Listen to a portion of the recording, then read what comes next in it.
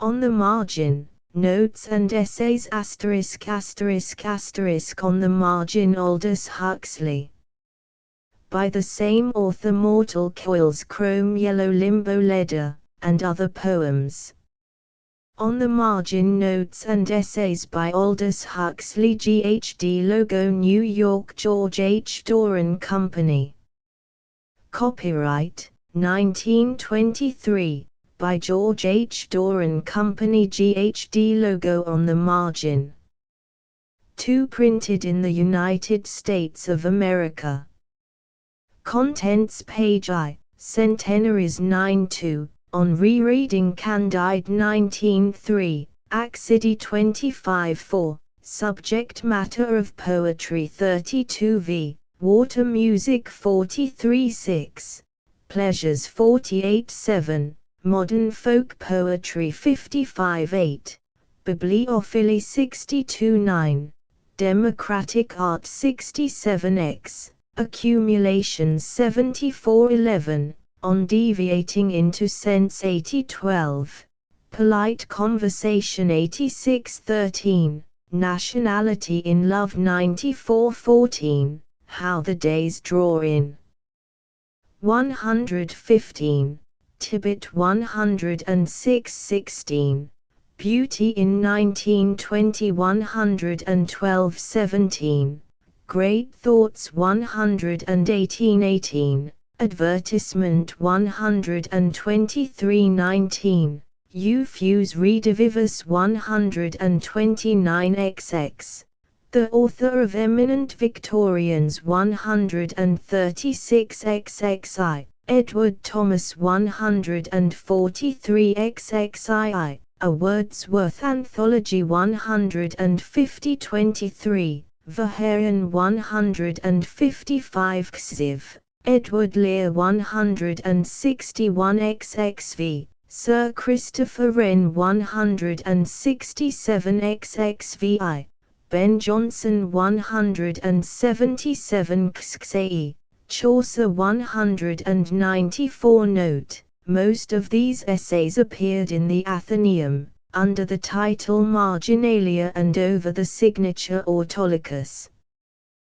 The others were first printed in the Weekly Westminster Gazette, the London Mercury and Vanity Fair, New York. On the margin. On the margin I, Centenaries from Bocca di Magra to Bocca di Arno, mile after mile, the sandy beaches smoothly, unbrokenly extend. Inland from the beach, behind a sheltering belt of pines, lies a strip of coastal plain, flat as a slice of Holland and diked with slow streams. Corn grows here and the vine, with plantations of slim poplars interspersed, and fat water meadows. Here and there the streams brim over into shallow lakes, whose shores are fringed with sodden fields of rice. And behind this strip of plain, 4 or 5 miles from the sea, the mountains rise, suddenly and steeply, the Apuan Alps. Their highest crests are of bare limestone, streaked here and there with the white marble which brings prosperity to the little towns that stand at their feet, Massa and Carrera, Seravezza, Pietrasanta. Half the world's tombstones are scooped out of these noble crags. Their lower slopes are grey with olive trees, green with woods of chestnut. Over their summits repose the enormous sculptured masses of the clouds. From cape to cape, with a bridge-like shape, over a torrent sea, sunbeam-proof, I hang like a roof, the mountains its columns be. The landscape fairly quotes Shelley at you. This sea with its luminous calms and sudden tempests, these dim blue islands hull down on the horizon, these mountains and their marvelous clouds, these rivers and woodlands are the very substance of his poetry. Live on this coast for a little and you will find yourself constantly thinking of that lovely, that strangely childish poetry, that beautiful and childlike man. Perhaps his spirit haunts the coast. It was in this sea that he sailed his flimsy boat, steering with one hand and holding in the other his little volume of Aeschylus. You picture him so on the days of calm. And on the days of sudden violent storm you think of him, too. The lightnings cut across the sky, the thunders are like terrible explosions overhead, the squall comes down with a fury. What news of the flimsy boat? None, save only that a few days after the storm a young body is washed ashore, battered, unrecognizable. The little Aeschylus in the coat pocket is all that tells us that this was Shelley. I have been spending the summer on this haunted coast. That must be my excuse for mentioning in so self-absorbed a world as is ours the name of a poet who has been dead these 100 years. But be reassured. I have no intention of writing an article about the ineffectual angel beating in the void his something or other wings in vain. I do not mean to add my croak to the mellifluous chorus of centenary celebrators. No, the ghost of Shelley, who walks in Versailles and the Lunigia, by the shores of the Gulf of Spezzia and below Pisa where are no disembogues, this ghost with whom I have shaken hands and talked, incites me, not to add a supererogatory and impertinent encomium, but rather to protest against the outpourings of the other encomiasts, of the honey-voiced centenary chanters. The cooing of these persons, ordinarily a specific against insomnia, is in this case an irritant, it rouses, it exacerbates. For annoying and disgusting it certainly is, this spectacle of a rebellious youth praised to fulsomeness, 100 years after his death, by people who would hate him and be horrified by him, if he were alive, as much as the Scotch reviewers hated and were horrified by Shelley. How would these persons treat a young contemporary who, not content with being a literary innovator, should use his talent to assault religion and the established order, should blaspheme against plutocracy and patriotism, should proclaim himself a Bolshevik, an internationalist, a pacifist, a conscientious objector?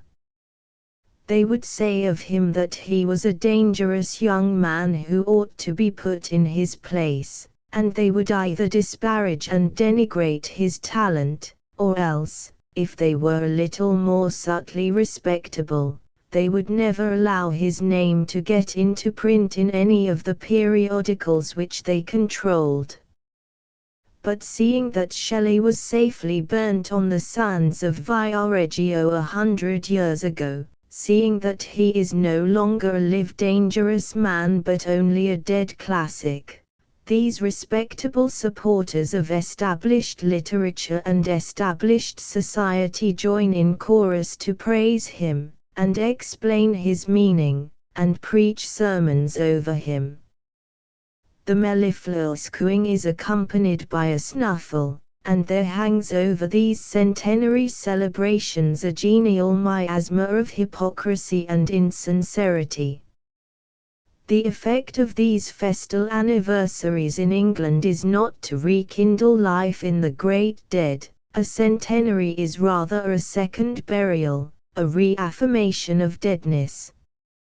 A spirit that was once alive is fossilized and, in the midst of solemn and funereal ceremonies, the petrified classic is duly niched in the temple of respectability.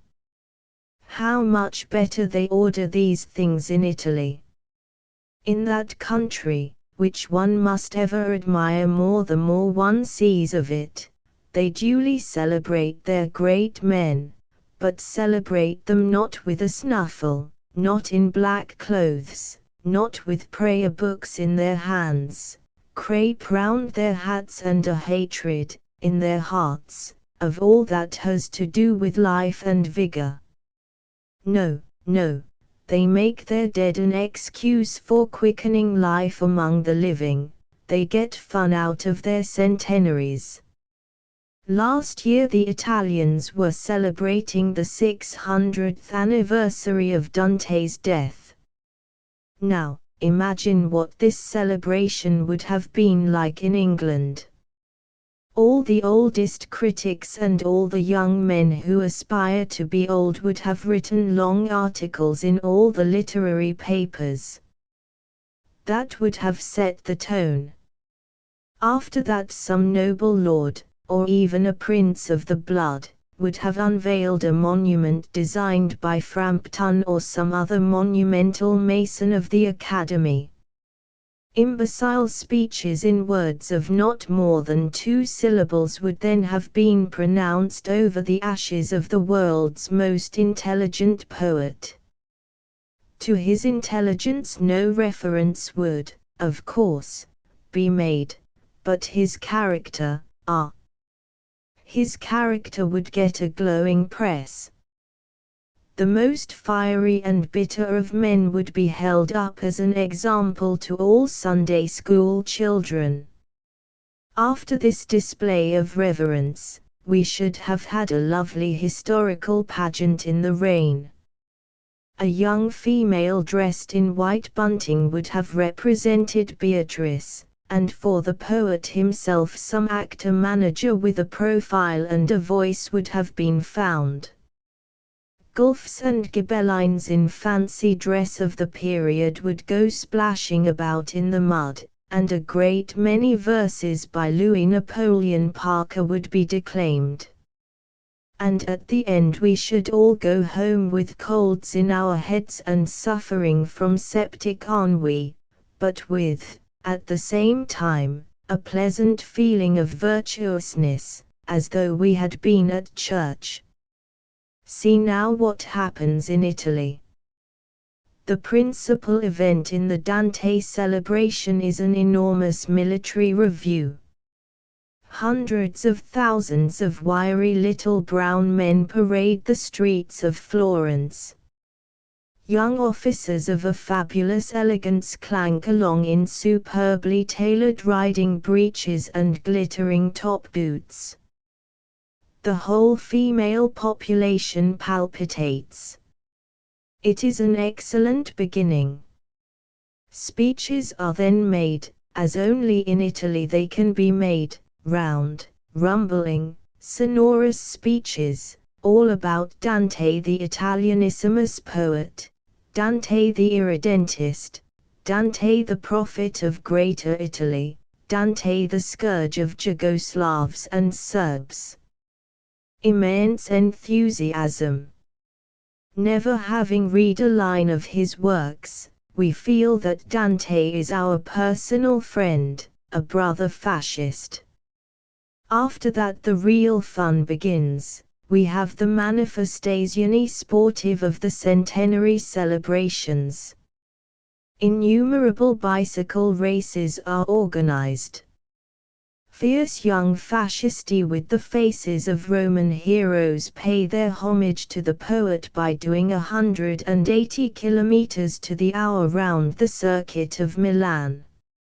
High-speed Fiats and Ansaldos and Lancias race one another across the Apennines and round the bastions of the Alps. Pigeons are shot, horses gallop, football is played under the broiling sun. Long live Dante! How infinitely preferable this is to the stuffiness and the snuffle of an English centenary. Poetry, after all, is life, not death. Bicycle races may not have very much to do with Dante, though I can fancy him, his thin face set like metal, whizzing down the spirals of hell on a pair of twinkling wheels, or climbing laboriously the 1 in 3 gradients of Purgatory Mountain on the back of his trusty sunbeam. No, they may not have much to do with Dante, but pageants in Anglican cathedral closes, boring articles by old men who would hate and fear him if he were alive, speeches by noble lords over monuments made by royal academicians, these, surely, have even less to do with the author of the Inferno. It is not merely their great dead whom the Italians celebrate in this gloriously living fashion. Even their religious festivals have the same jovial, warm-blooded character. This summer, for example, a great feast took place at Loreto to celebrate the arrival of a new image of the Virgin to replace the old one which was burnt some little while ago. The excitement started in Rome, where the image, after being blessed by the Pope, was taken in a motor car to the station amid cheering crowds who shouted, "Evviva Maria," as the Fiat and its sacred burden rolled past. The arrival of the Virgin in Loreto was the signal for a tremendous outburst of jollification. The usual bicycle races took place, there were football matches and pigeon shooting competitions and Olympic games. The fun lasted 4 days. At the end of the festivities 2 cardinals went up in aeroplanes and blessed the assembled multitudes, an incident of which the Pope is said to have remarked that the blessing, in this case, did indeed come from heaven. Rare people. If only we Anglo-Saxons could borrow from the Italians some of their realism, their love of life for its own sake, of palpable, solid, immediate things.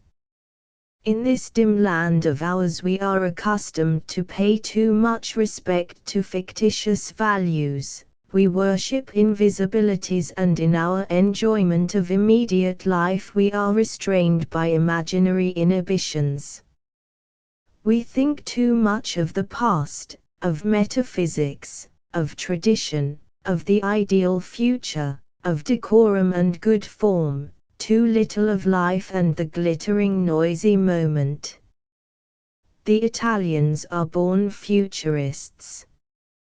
It did not need Marinetti to persuade them to celebrate Dante with bicycle races.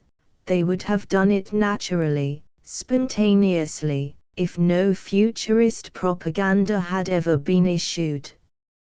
Marinetti is the product of modern Italy, not modern Italy of Marinetti. They are all futurists in that burningly living Italy where we from the north seek only an escape into the past. Or rather, they are not futurists. Marinetti's label was badly chosen. They are presentists. The early Christians preoccupied with nothing but the welfare of their souls in the life to come were futurists, if you like. We shall do well to learn something of their lively presentism. Let us hope that our great-grandchildren will celebrate the next centenary of Shelley's death by aerial regattas and hydroplane races. The living will be amused and the dead worthily commemorated.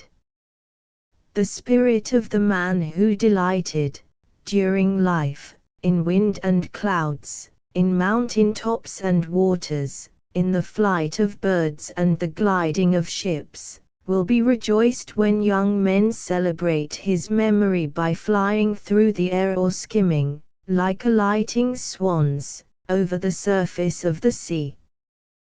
The rocks are cloven, and through the purple night I see cars drawn by rainbow-winged steeds which trample the dim winds. In each there stands a wild-eyed charioteer urging their flight.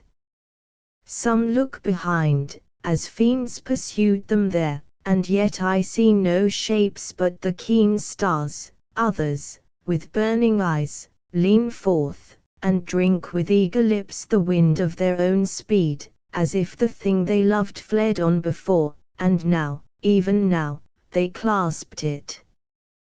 The man who wrote this is surely more suitably celebrated by aeroplane or even bicycle races than by 7-column articles from the pens of Messrs. Well, perhaps we had better mention no names. Let us take a leaf out of the Italian book. 2. On rereading Candide, the furniture vans had unloaded their freight in the new house.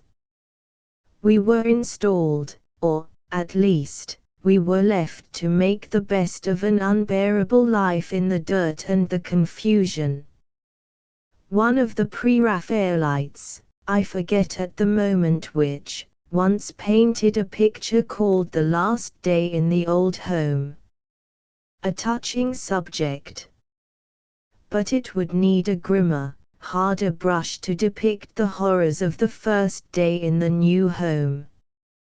I had sat down in despair among the tumbled movables when I noticed, with what a thrill of pleased recognition, the top of a little leather-bound book protruding from among a mass of bulkier volumes in an uncovered case. It was Candide, my treasured little first edition of 1759, with its discreetly ridiculous title page, Candido ul optimisme, traduit de l'allemand de Mr. le Docteur Ralph. Optimism, I had need of a little at the moment, and as Mr. le Docteur Ralph is notoriously one of the preachers most capable of inspiring it, I took up the volume and began to read, Il y of 8 en Westphalie, dans le château de Mr. le Baron de Thunder-ten-Tronckh. I did not put down the volume till I had reached the final, Il faut cultiver notre jardin. I felt the wiser and the more cheerful for Dr. Ralph's ministrations. But the remarkable thing about rereading Candide is not that the book amuses one, not that it delights and astonishes with its brilliance, that is only to be expected. No, it evokes a new and, for me at least, an unanticipated emotion. In the good old days, before the flood, the history of Candide's adventures seemed to us quiet, sheltered, middle-class people only a delightful fantasy, or at best a high-spirited exaggeration of conditions which we knew, vaguely and theoretically, to exist, to have existed, a long way off in space and time. But read the book today, you feel yourself entirely at home in its pages. It is like reading a record of the facts and opinions of 1922, nothing was ever more applicable, more completely to the point. The world in which we live is recognizably the world of Candide and Cunegonde, of Martin and the old woman who was a pope's daughter and the betrothed of the sovereign prince of Massa Carrera. The only difference is that the horrors crowd rather more thickly on the world of 1922 than they did on Candide's world.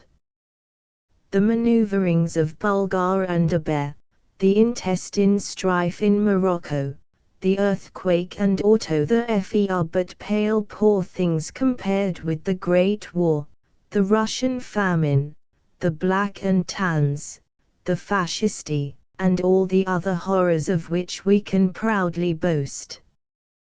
Quand Sahoutes envoy un vaisseau en Egypt, remarked the dervish, es embarrassé el si les sauris qui sont dans le vaisseau sont à l'horizon ou non. No, but there are moments when Sahoutes, absent-mindedly no doubt, let's fall into the hold of the vessel a few dozen of hungry cats. The present seems to be one of them. Cats in the hold. There is nothing in that to be surprised at. The wisdom of Martin and the old woman who was once betrothed to the Prince of Massa Carrera has become the everyday wisdom of all the world since 1914. In the happy Victorian and Edwardian past, Western Europe, like Candide, was surprised at everything. It was amazed by the frightful conduct of King Bomba, amazed by the Turks, amazed by the political chicanery and loose morals of the Second Empire. What is all Zola but a prolonged exclamation of astonishment at the goings-on of his contemporaries? After that we were amazed at the disgusting behavior of the Boers, while the rest of Europe was amazed at ours. There followed the widespread astonishment that in this, the so-called 20th century, black men should be treated as they were being treated on the Congo and the Amazon. Then came the war, a great outburst of indignant astonishment, and afterwards an acquiescence as complete, as calmly cynical as Martin's. For we have discovered, in the course of the somewhat excessively prolonged Histoire la Candide of the last 7 years, that astonishment is a supererogatory emotion. All things are possible, not merely for Providence, whose ways we had always known, albeit for some time rather theoretically, to be strange, but also for men. Men, we thought, had grown up from the brutal and rampageous hobbledehoyism of earlier ages and were now as polite and genteel as Gibbon himself. We now know better. Create a hobbledehoy environment and you will have hobbledehoy behavior. Create a Gibbonish environment and everyone will be, more or less, genteel. It seems obvious, now. And now that we are living in a hobbledehoy world, we have learned Martin's lesson so well that we can look on almost unmoved at the most appalling natural catastrophes and at exhibitions of human stupidity and wickedness which would have aroused us in the past to surprise and indignation. Indeed, we have left Martin behind and are become, with regard to many things, poco current. And what is the remedy? Mr. Le Docteur Ralph would have us believe that it consists in the patient cultivation of our gardens. He is probably right. The only trouble is that the gardens of some of us seem hardly worth cultivating. The garden of the bank clerk and the factory hand, the shop girl's garden, the garden of the civil servant and the politician, can one cultivate them with much enthusiasm? Or, again, there is my garden, the garden of literary journalism. In this little plot I dig and delve, plant, prune, and finally reap, sparsely enough, goodness knows, from one year's end to another. And to what purpose, to whom for a good, as the Latin grammar would say. Ah, there you have me. There is a passage in one of Chekhov's letters which all literary journalists should inscribe in letters of gold upon their writing desks. I send you, says Chekhov to his correspondent, Mihailovsky's article on Tolstoy. It's a good article, but it's strange. One might write 1,000 such articles and things would not be one step forwarder, and it would still remain unintelligible why such articles are written. Il faut cultiver notre jardin. Yes, but suppose one begins to wonder why. 3. Accidie. The Coenobits of the Thebaid were subjected to the assaults of many demons. Most of these evil spirits came furtively with the coming of night. But there was one, a fiend of deadly subtlety, who was not afraid to walk by day. The holy men of the desert called him the demon Meridianus, for his favorite hour of visitation was in the heat of the day. He would lie in wait for monks grown weary with working in the oppressive heat, seizing a moment of weakness to force an entrance into their hearts. And once installed there, what havoc he wrought! For suddenly it would seem to the poor victim that the day was intolerably long and life desolatingly empty. He would go to the door of his cell and look up at the sun and ask himself if a new Joshua had arrested it midway up the heavens. Then he would go back into the shade and wonder what good he was doing in that cell, or if there was any object in existence. Then he would look at the sun again and find it indubitably stationary, and the hour of the communal repast of the evening as remote as ever. And he would go back to his meditations, to sink through disgust and lassitude into the black depths of despair and hopeless unbelief. When that happened, the demon smiled and took his departure, conscious that he had done a good morning's work. Throughout the Middle Ages this demon was known as Accidea, or, in English, Accidie.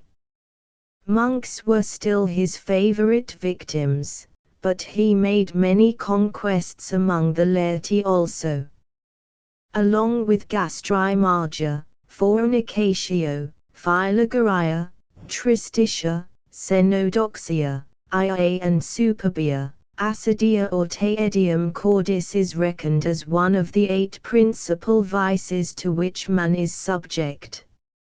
Inaccurate psychologists of evil are wont to speak of Accidie as though it were plain sloth. But sloth is only one of the numerous manifestations of the subtle and complicated vice of Accidie. Chaucer's discourse on it in the Parson's Tale contains a very precise description of this disastrous vice of the spirit. Accidie, he tells us, maketh a man heavy, thirstful and raw. It paralyses human will, it forsloweth and forsluggeth a man whenever he attempts to act.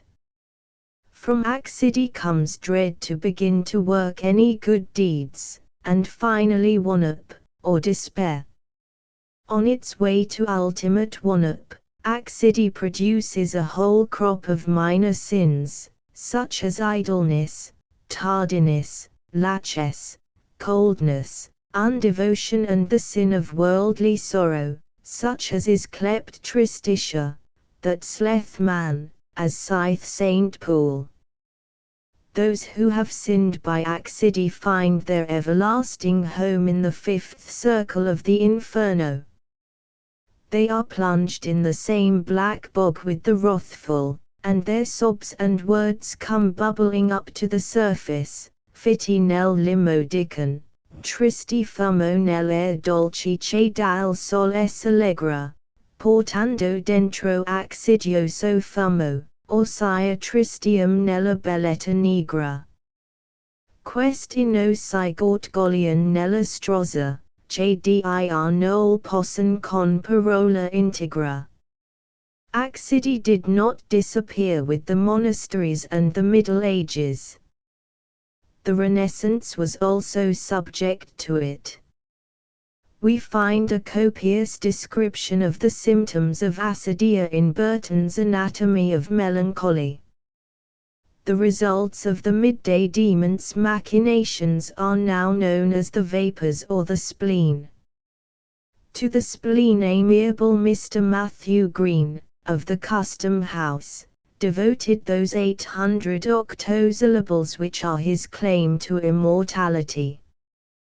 for him it is a mere disease to be healed by temperate diet, hail, water gruel, healing power, of easy access to the poor, by laughter, reading and the company of unaffected young ladies, mothers, and guardian aunts. Forbear your impious pains to form the fair, nor lay out so much cost and art but to deflower the virgin heart, by the avoidance of party passion, drink, dissenters and missionaries, especially missionaries, to whose undertakings Mr. Green always declined to subscribe. I laugh off spleen and keep my pence from spoiling Indian innocence, by refraining from going to law, writing poetry and thinking about one's future state. The Spleen was published in the 30s of the 18th century. Accidie was still, if not a sin, at least a disease. But a change was at hand. The sin of worldly sorrow, such as is kleptristtia, became a literary virtue, a spiritual mode. The apostles of melancholy wound their faint horns, and the men of feeling wept. Then came the 19th century and Romanticism, and with them the triumph of the meridian demon. Accidie in its most complicated and most deadly form, a mixture of boredom, sorrow and despair, was now an inspiration to the greatest poets and novelists, and it has remained so to this day. The Romantics called this horrible phenomenon the mal ducical. But the name made no difference, the thing was still the same. The meridian demon had good cause to be satisfied during the 19th century, for it was then, as Baudelaire puts it, that l'ennui, fruit de la morne curiosité, prit les proportions de l'immortalité. It is a very curious phenomenon, this progress of Accidie from the position of being a deadly sin, deserving of damnation, to the position first of a disease and finally of an essentially lyrical emotion, fruitful in the inspiration of much of the most characteristic modern literature. The sense of universal futility, the feelings of boredom and despair, with the complementary desire to be anywhere out of the world, or at least out of the place in which one happens at the moment to be, have been the inspiration of poetry and the novel for a century and more. It would have been inconceivable in Matthew Green's day to have written a serious poem about ennui. By Baudelaire's time ennui was as suitable a subject for lyric poetry as love, and Accidie is still with us as an inspiration, one of the most serious and poignant of literary themes. What is the significance of this fact? For clearly the progress of Accidie is a spiritual event of considerable importance. How is it to be explained? It is not as though the 19th century invented Accidie. Boredom, hopelessness and despair have always existed, and have been felt as poignantly in the past as we feel them now. Something has happened to make these emotions respectable and avowable. They are no longer sinful, no longer regarded as the mere symptoms of disease.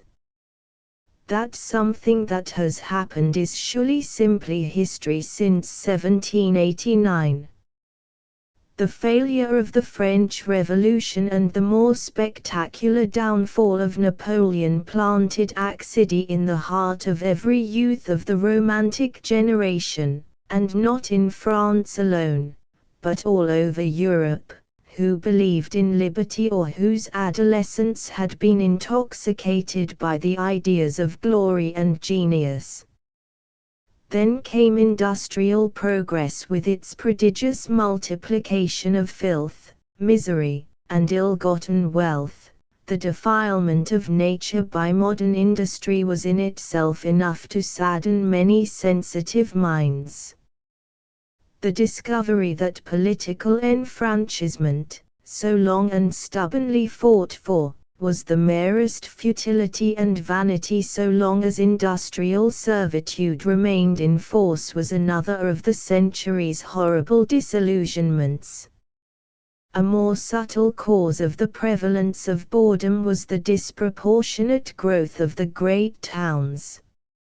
Habituated to the feverish existence of these few centers of activity, men found that life outside them was intolerably insipid. And at the same time they became so much exhausted by the restlessness of city life that they pined for the monotonous boredom of the provinces, for exotic islands, even for other worlds, any haven of rest.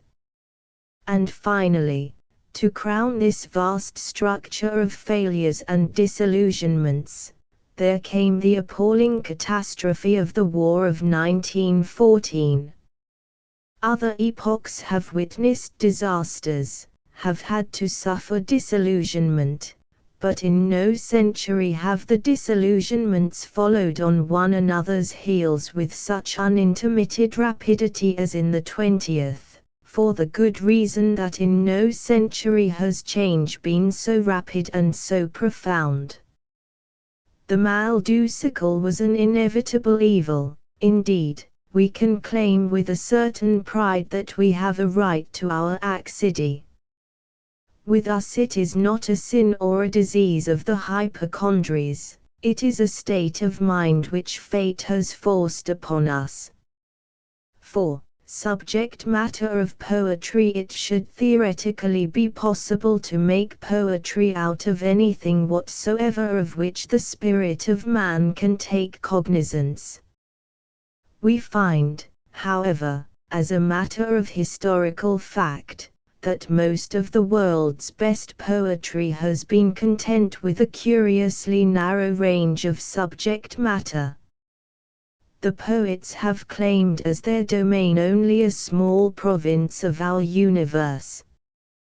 One of them now and then, more daring or better equipped than the rest, sets out to extend the boundaries of the kingdom. But for the most part the poets do not concern themselves with fresh conquests, they prefer to consolidate their power at home, enjoying quietly their hereditary possessions. All the world is potentially theirs, but they do not take it. What is the reason for this, and why is it that poetical practice does not conform to critical theory? The problem has a peculiar relevance and importance in these days, when young poetry claims absolute liberty to speak how it likes of whatsoever it pleases. Wordsworth, whose literary criticism, dry and forbidding though its aspect may be, is always illumined by a penetrating intelligence, Wordsworth touched upon this problem in his preface to Lyrical Ballads, touched on it and, as usual, had something of value to say about it. He is speaking here of the most important and the most interesting of the subjects which may, theoretically, be made into poetry, but which have, as a matter of fact, rarely or never undergone the transmutation. He is speaking of the relations between poetry and that vast world of abstractions and ideas, science and philosophy, into which so few poets have ever penetrated.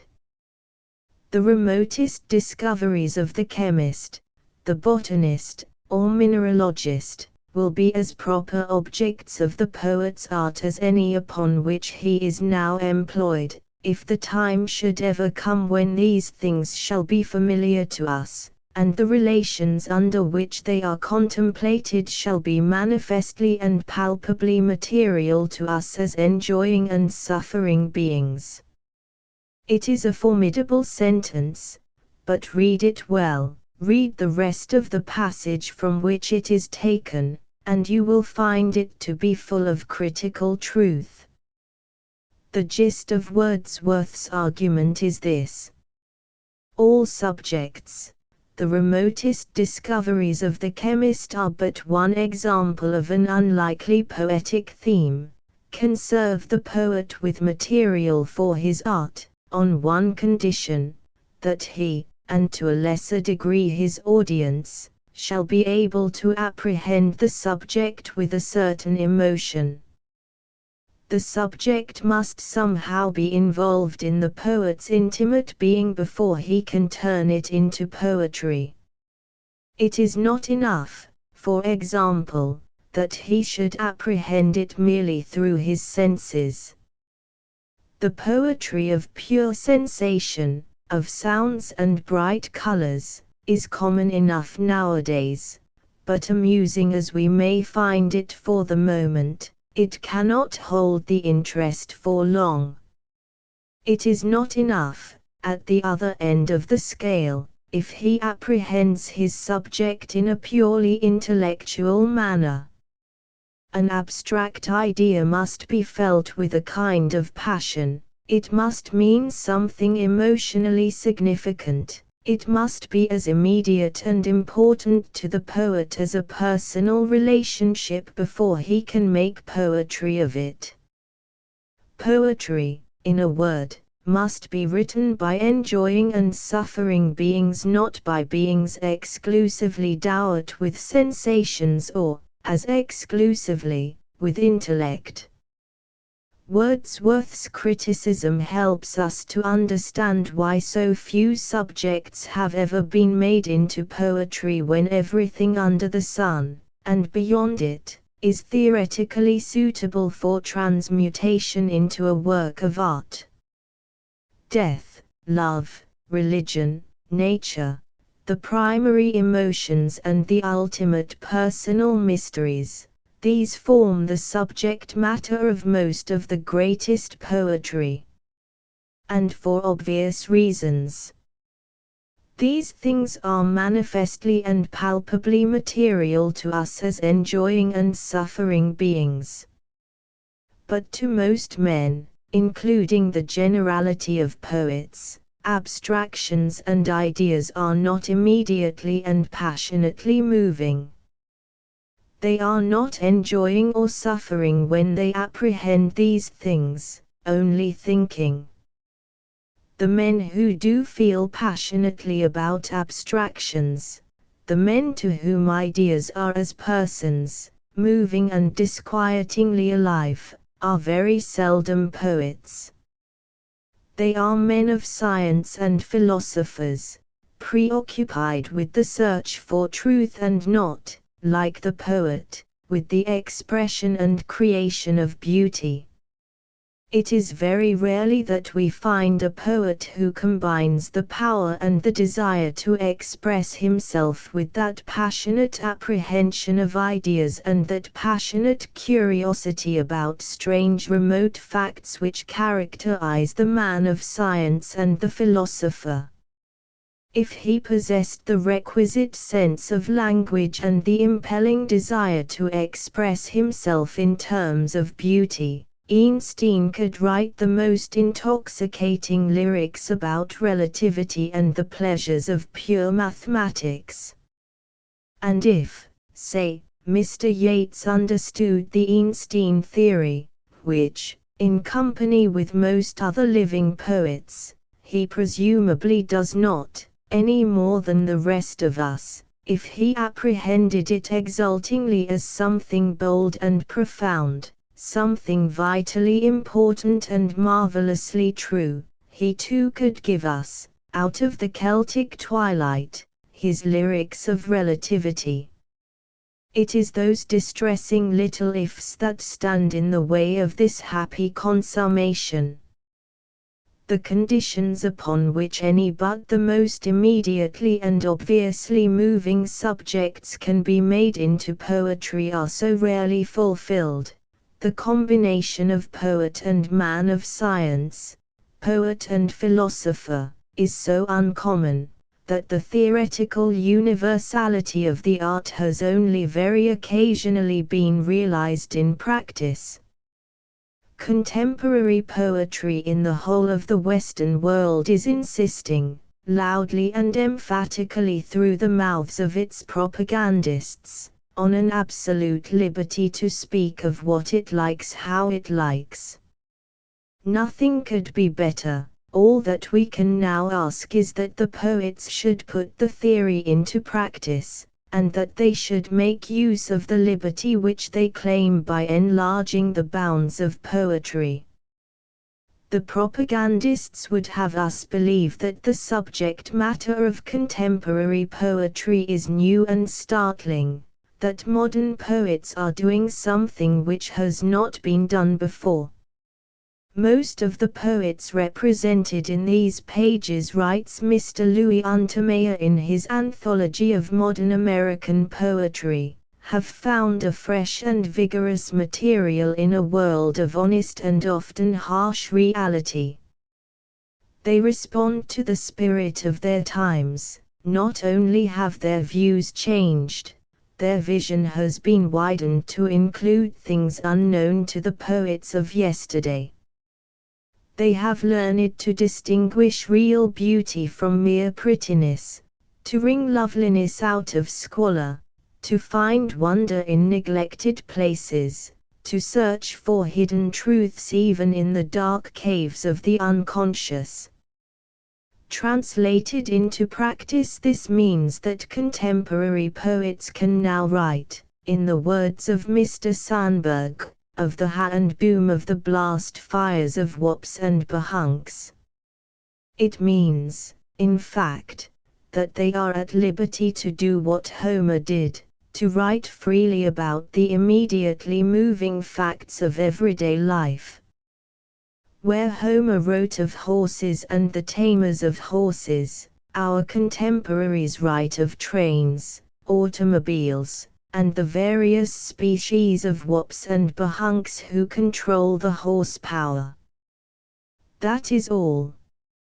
Much too much stress has been laid on the newness of the new poetry. Its newness is simply a return from the jeweled exquisiteness of the 1890s to the facts and feelings of ordinary life. There is nothing intrinsically novel or surprising in the introduction into poetry of machinery and industrialism, of labor unrest and modern psychology. These things belong to us. They affect us daily as enjoying and suffering beings. They are a part of our lives, just as the kings, the warriors, the horses and chariots, the picturesque mythology were part of Homer's life. The subject matter of the new poetry remains the same as that of the old. The old boundaries have not been extended. There would be real novelty in the new poetry if it had, for example, taken to itself any of the new ideas and astonishing facts with which the new science has endowed the modern world. There would be real novelty in it if it had worked out a satisfactory artistic method for dealing with abstractions. It has not. Which simply means that that rare phenomenon, the poet in whose mind ideas are a passion and a personal moving force, does not happen to have appeared.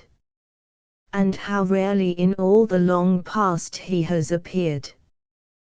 There was Lucretius, the greatest of all the philosophic and scientific poets. In him the passionate apprehension of ideas, and the desire and ability to give them expression, combined to produce that strange and beautiful epic of thought which is without parallel in the whole history of literature. There was Dante, in whose soul the medieval Christian philosophy was a force that shaped and directed every feeling, thought and action. There was Goethe, who focused into beautiful expression an enormous diffusion of knowledge and ideas. And there the list of the great poets of thought comes to an end. In their task of extending the boundaries of poetry into the remote and abstract world of ideas, they have had a few lesser assistants. Donne, for example, a poet only just less than the greatest, Fulke Greville, that strange, dark-spirited Elizabethan, John Davidson, who made a kind of poetry out of Darwinism, and, most interesting poetical interpreter of 19th-century science, Jules Laforgue. Which of our contemporaries can claim to have extended the bounds of poetry to any material extent? It is not enough to have written about locomotives and telephones, wops and bahunks and all the rest of it. That is not extending the range of poetry, it is merely asserting its right to deal with the immediate facts of contemporary life, as Homer and as Chaucer did. The critics who would have us believe that there is something essentially unpoetical about a bahunk, whatever a bahunk may be, and something essentially poetical about Sir Lancelot of the Lake, are, of course, simply negligible. They may be dismissed as contemptuously as we have dismissed the pseudo-classical critics who opposed the freedoms of the Romantic Revival. And the critics who think it very new and splendid to bring bahunks into poetry are equally old-fashioned in their ideas. It will not be unprofitable to compare the literary situation in this early 20th century of ours with the literary situation of the early 17th century. In both epochs we see a reaction against a rich and somewhat formalized poetical tradition expressing itself in a determination to extend the range of subject matter, to get back to real life, and to use more natural forms of expression. The difference between the two epochs lies in the fact that the 20th century revolution has been the product of a number of minor poets, none of them quite powerful enough to achieve what he theoretically meant to do, while the 17th century revolution was the work of a single poet of genius, John Donne. Donne substituted for the rich formalism of non-dramatic Elizabethan poetry a completely realized new style, the style of the so-called metaphysical poetry of the 17th century. He was a poet-philosopher, man of action whose passionate curiosity about facts enabled him to make poetry out of the most unlikely aspects of material life, and whose passionate apprehension of ideas enabled him to extend the bounds of poetry beyond the frontiers of common life and its emotions into the void of intellectual abstraction. He put the whole life and the whole mind of his age into poetry. We today are metaphysicals without our Donne. Theoretically we are free to make poetry of everything in the universe, in practice we are kept within the old limits, for the simple reason that no great man has appeared to show us how we can use our freedom. A certain amount of the life of the 20th century is to be found in our poetry, but precious little of its mind. We have no poet today like that strange old dean of St. Paul's 300 years ago, no poet who can skip from the heights of scholastic philosophy to the heights of carnal passion, from the contemplation of divinity to the contemplation of a flea, from the rapt examination of self to an enumeration of the most remote external facts of science, and make all, by his strangely passionate apprehension, into an intensely lyrical poetry. The few poets who do try to make of contemporary ideas the substance of their poetry, do it in a manner which brings little conviction or satisfaction to the reader. There is Mr. Noyes, who is writing 4 volumes of verse about the human side of science, in his case, alas, all too human. Then there is Mr. Conrad Aiken. He perhaps is the most successful exponent in poetry of contemporary ideas. In his case, it is clear, the remotest discoveries of the chemist are apprehended with a certain passion, all his emotions are tinged by his ideas. The trouble with Mr. Aiken is that his emotions are apt to degenerate into a kind of intellectual sentimentality, which expresses itself only too easily in his prodigiously fluent, highly colored verse. One could lengthen the list of more or less interesting poets who have tried in recent times to extend the boundaries of their art. But one would not find among them a single poet of real importance, not one great or outstanding personality. The 20th century still awaits its Lucretius, awaits its own philosophical Dante, its new Goethe, its Donne, even its up-to-date Lafargue. Will they appear? Or are we to go on producing a poetry in which there is no more than the dimmest reflection of that busy and incessant intellectual life which is the characteristic and distinguishing mark of this age? Water music. The house in which I live is haunted by the noise of dripping water. Always, day and night, summer and winter, something is dripping somewhere. For many months an unquiet cistern kept up within its iron bosom a long, hollow-toned soliloquy. Now it is mute, but a new and more formidable drip has come into existence. From the very summit of the house a little spout, the overflow, no doubt, of some unknown receptacle under the roof, lets fall a succession of drops that is almost a continuous stream.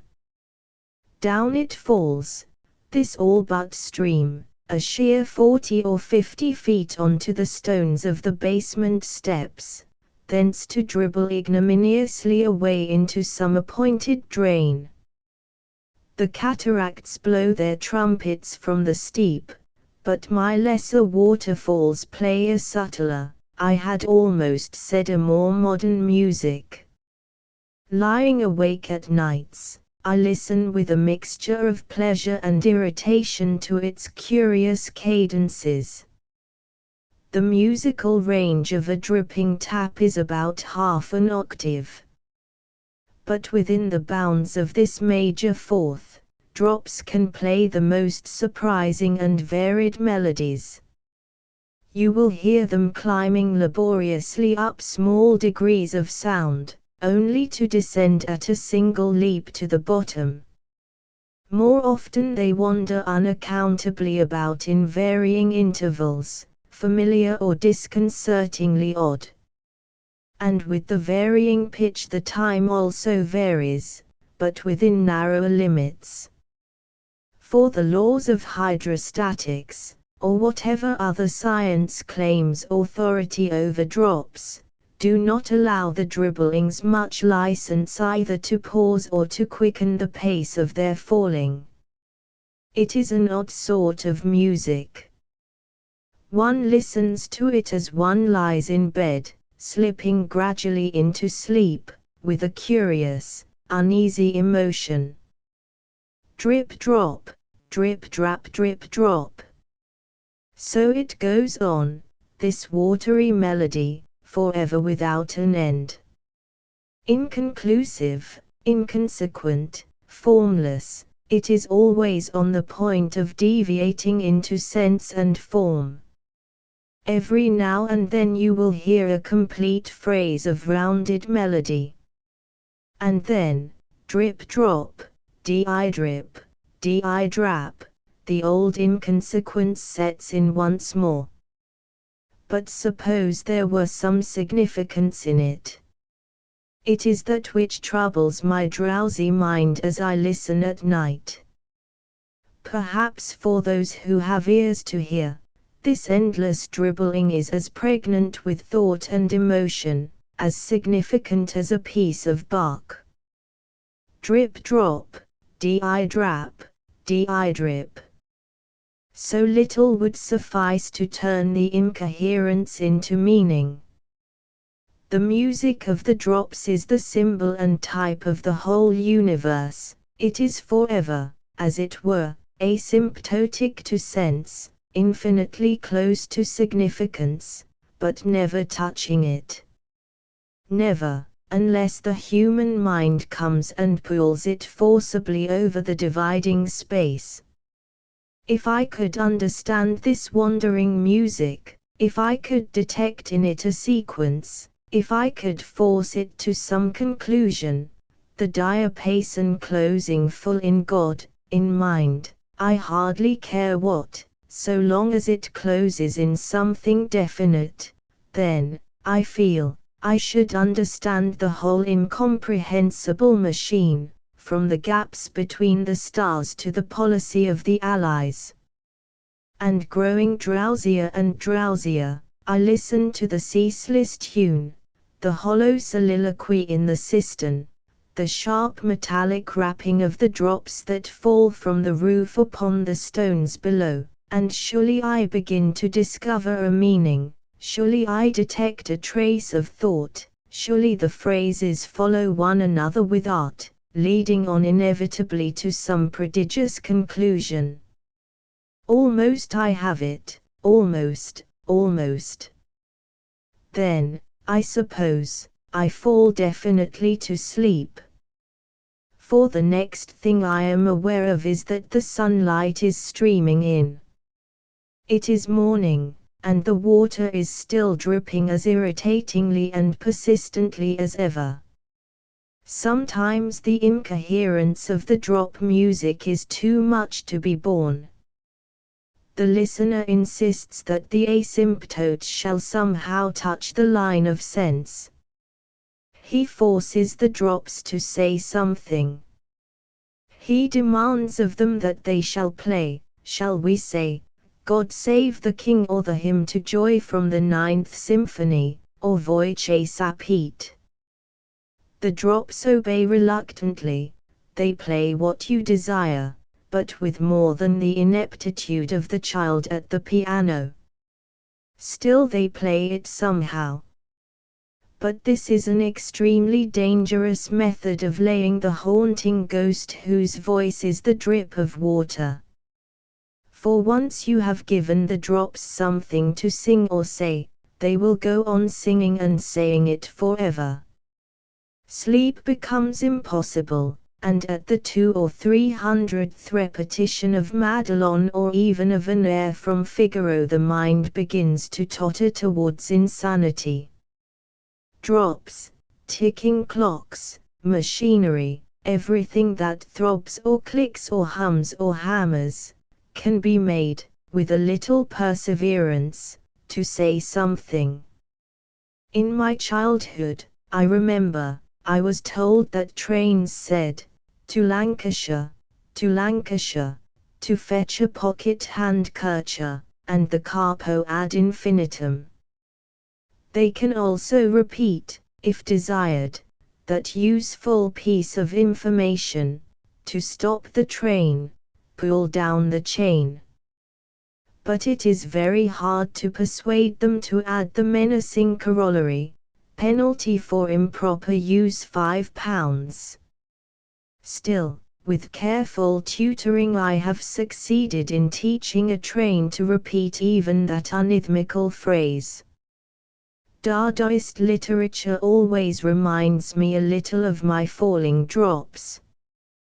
Confronted by it, I feel the same uncomfortable emotion as is begotten in me by the inconsequent music of water. Suppose, after all, that this apparently accidental sequence of words should contain the secret of art and life and the universe. It may, who knows? And here am I, left out in the cold of total incomprehension, and I pore over this literature and regard it upside down in the hope of discovering that secret. But somehow I cannot induce the words to take on any meaning whatever. Drip drop, di-drap, di-drip, Sarah and Picabia let fall their words and I am baffled. But I can see that there are great possibilities in this type of literature. For the tired journalist it is ideal, since it is not he, but the reader who has to do all the work. All he need do is to lean back in his chair and allow the words to dribble out through the nozzle of his fountain pen. Drip, drop. 6. Pleasures. We have heard a great deal, since 1914, about the things which are a menace to civilization. First it was Prussian militarism, then the Germans at large, then the prolongation of the war, then the shortening of the same, then, after a time, the Treaty of Versailles, then French militarism, with, all the while, a running accompaniment of such minor menaces as prohibition, Lord Northcliffe, Mr. Bryan, constockery. Civilization, however, has resisted the combined attacks of these enemies wonderfully well. For still, in 1923, it stands not so very far from where it stood in that giant age before the flood of 9 years since. Where, in relation to Neanderthal on the one hand and Athens on the other, where precisely it stood then is a question which each may answer according to his taste. The important fact is that these menaces to our civilization, such as it is, menaces including the largest war and the stupidest peace known to history, have confined themselves in most places and up till now to mere threats, barking more furiously than they bite. No, the dangers which confront our civilization are not so much the external dangers, wild men, wars and the bankruptcy that wars bring after them. The most alarming dangers are those which menace it from within, that threaten the mind rather than the body and estate of contemporary man. Of all the various poisons which modern civilization, by a process of auto-intoxication, brews quietly up within its own bowels, few, it seems to me, are more deadly, while none appears more harmless, than that curious and appalling thing that is technically known as pleasure. Pleasure, I place the word between inverted commas to show that I mean, not real pleasure, but the organized activities officially known by the same name, pleasure, what nightmare visions the word evokes. Like every man of sense and good feeling, I abominate work. But I would rather put in 8 hours a day at a government office than be condemned to lead a life of pleasure. I would even, I believe, prefer to write 1,000,000 words of journalism a year. The horrors of modern pleasure arise from the fact that every kind of organized distraction tends to become progressively more and more imbecile. There was a time when people indulged themselves with distractions requiring the expense of a certain intellectual effort. In the 17th century, for example, royal personages and their courtiers took a real delight in listening to erudite sermons, Dr. Dunn's, for example, and academical disputes on points of theology or metaphysics. part of the entertainment offered to the Prince Palatine, on the occasion of his marriage with James I's daughter, was a syllogistic argumentation, on I forget what philosophical theme, between the amiable Lord Keeper Williams and a troupe of minor Cambridge logicians. Imagine the feelings of a contemporary prince, if a loyal university were to offer him a similar entertainment. Royal personages were not the only people who enjoyed intelligent pleasures. In Elizabethan times every lady and gentleman of ordinary culture could be relied upon, at demand, to take his or her part in a madrigal or a motet. Those who know the enormous complexity and subtlety of 16th-century music will realize what this means. To indulge in their favorite pastime, our ancestors had to exert their minds to an uncommon degree. Even the uneducated vulgar delighted in pleasures requiring the exercise of a certain intelligence, individuality and personal initiative. They listened, for example, to Othello, King Lear, and Hamlet, apparently with enjoyment and comprehension. They sang and made much music. And far away, in the remote country, the peasants, year by year, went through the traditional rites, the dances of spring and summer, the winter mummings, the ceremonies of harvest home, appropriate to each successive season. Their pleasures were intelligent and alive, and it was they who, by their own efforts, entertained themselves. We have changed all that. In place of the old pleasures demanding intelligence and personal initiative, we have vast organizations that provide us with ready-made distractions, distractions which demand from pleasure seekers no personal participation and no intellectual effort of any sort. To the interminable democracies of the world a million cinemas bring the same stale balderdash. There have always been fourth-rate writers and dramatists, but their works, in the past, quickly died without getting beyond the boundaries of the city or the country in which they appeared. Today, the inventions of the scenario writer go out from Los Angeles across the whole world. Countless audiences soak passively in the tepid bath of nonsense. No mental effort is demanded of them, no participation, they need only sit and keep their eyes open. Do the democracies want music? In the old days they would have made it themselves. Now, they merely turn on the gramophone. Or if they are a little more up-to-date they adjust their wireless telephone to the right wavelength and listen into the fruity contralto at Marconi House, singing the Gleaner's Slumber Song. And if they want literature, there is the press. Nominally, it is true, the press exists to impart information. But its real function is to provide, like the cinema, a distraction which shall occupy the mind without demanding of it the slightest effort or the fatigue of a single thought. This function, it must be admitted, it fulfills with an extraordinary success.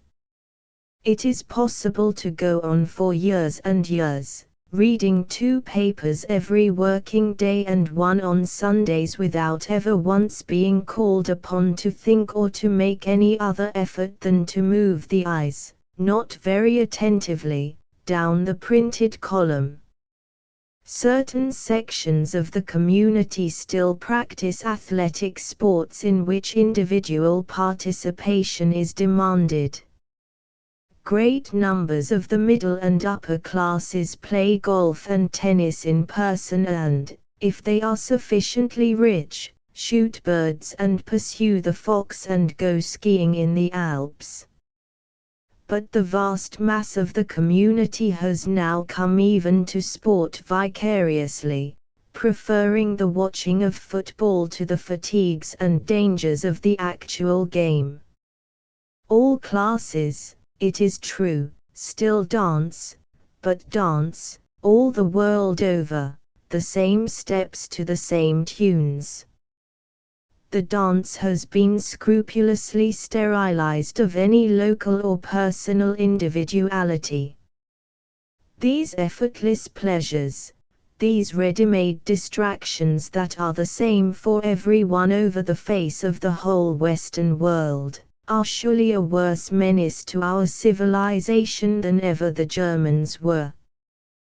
The working hours of the day are already, for the great majority of human beings, occupied in the performance of purely mechanical tasks in which no mental effort, no individuality, no initiative are required. And now, in the hours of leisure, we turn to distractions as mechanically stereotyped and demanding as little intelligence and initiative as does our work. Add such leisure to such work and the sum is a perfect day which it is a blessed relief to come to the end of. Self-poisoned in this fashion, civilization looks as though it might easily decline into a kind of premature senility. With a mind almost atrophied by lack of use, unable to entertain itself and grown so wearily uninterested in the ready-made distractions offered from without that nothing but the grossest stimulants of an ever-increasing violence and crudity can move it, the democracy of the future will sicken of a chronic and mortal boredom. It will go, perhaps, the way the Romans went, the Romans who came at last to lose, precisely as we are doing now, the capacity to distract themselves, the Romans who, like us, lived on ready-made entertainments in which they had no participation. Their deadly ennui demanded ever more gladiators, more tightrope walking elephants, more rare and far-fetched animals to be slaughtered. Ours would demand no less, but owing to the existence of a few idealists, doesn't get all it asks for. The most violent forms of entertainment can only be obtained illicitly. To satisfy a taste for slaughter and cruelty you must become a member of the Ku Klux Klan. Let us not despair, however. We may still live to see blood flowing across the stage of the Hippodrome. The force of a boredom clamoring to be alleviated may yet prove too much for the idealists. 7.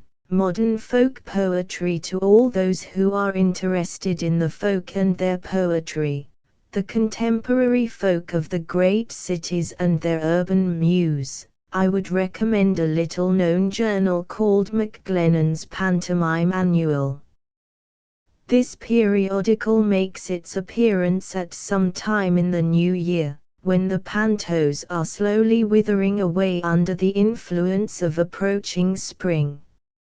I take this opportunity of warning my readers to keep a sharp lookout for the coming of the next issue. It is sure to be worth the modest twopence which one is asked to pay for it. McGlennon's Pantomime Annual is an anthology of the lyrics of the panto season's most popular songs. It is a document of first-class importance. To the future student of our popular literature, McGlennon will be as precious as the Christa Miller collection of Elizabethan broadsheets. In the year 2220, a copy of the Pantomime Annual may very likely sell for hundreds of pounds at the Sotheby's of the time.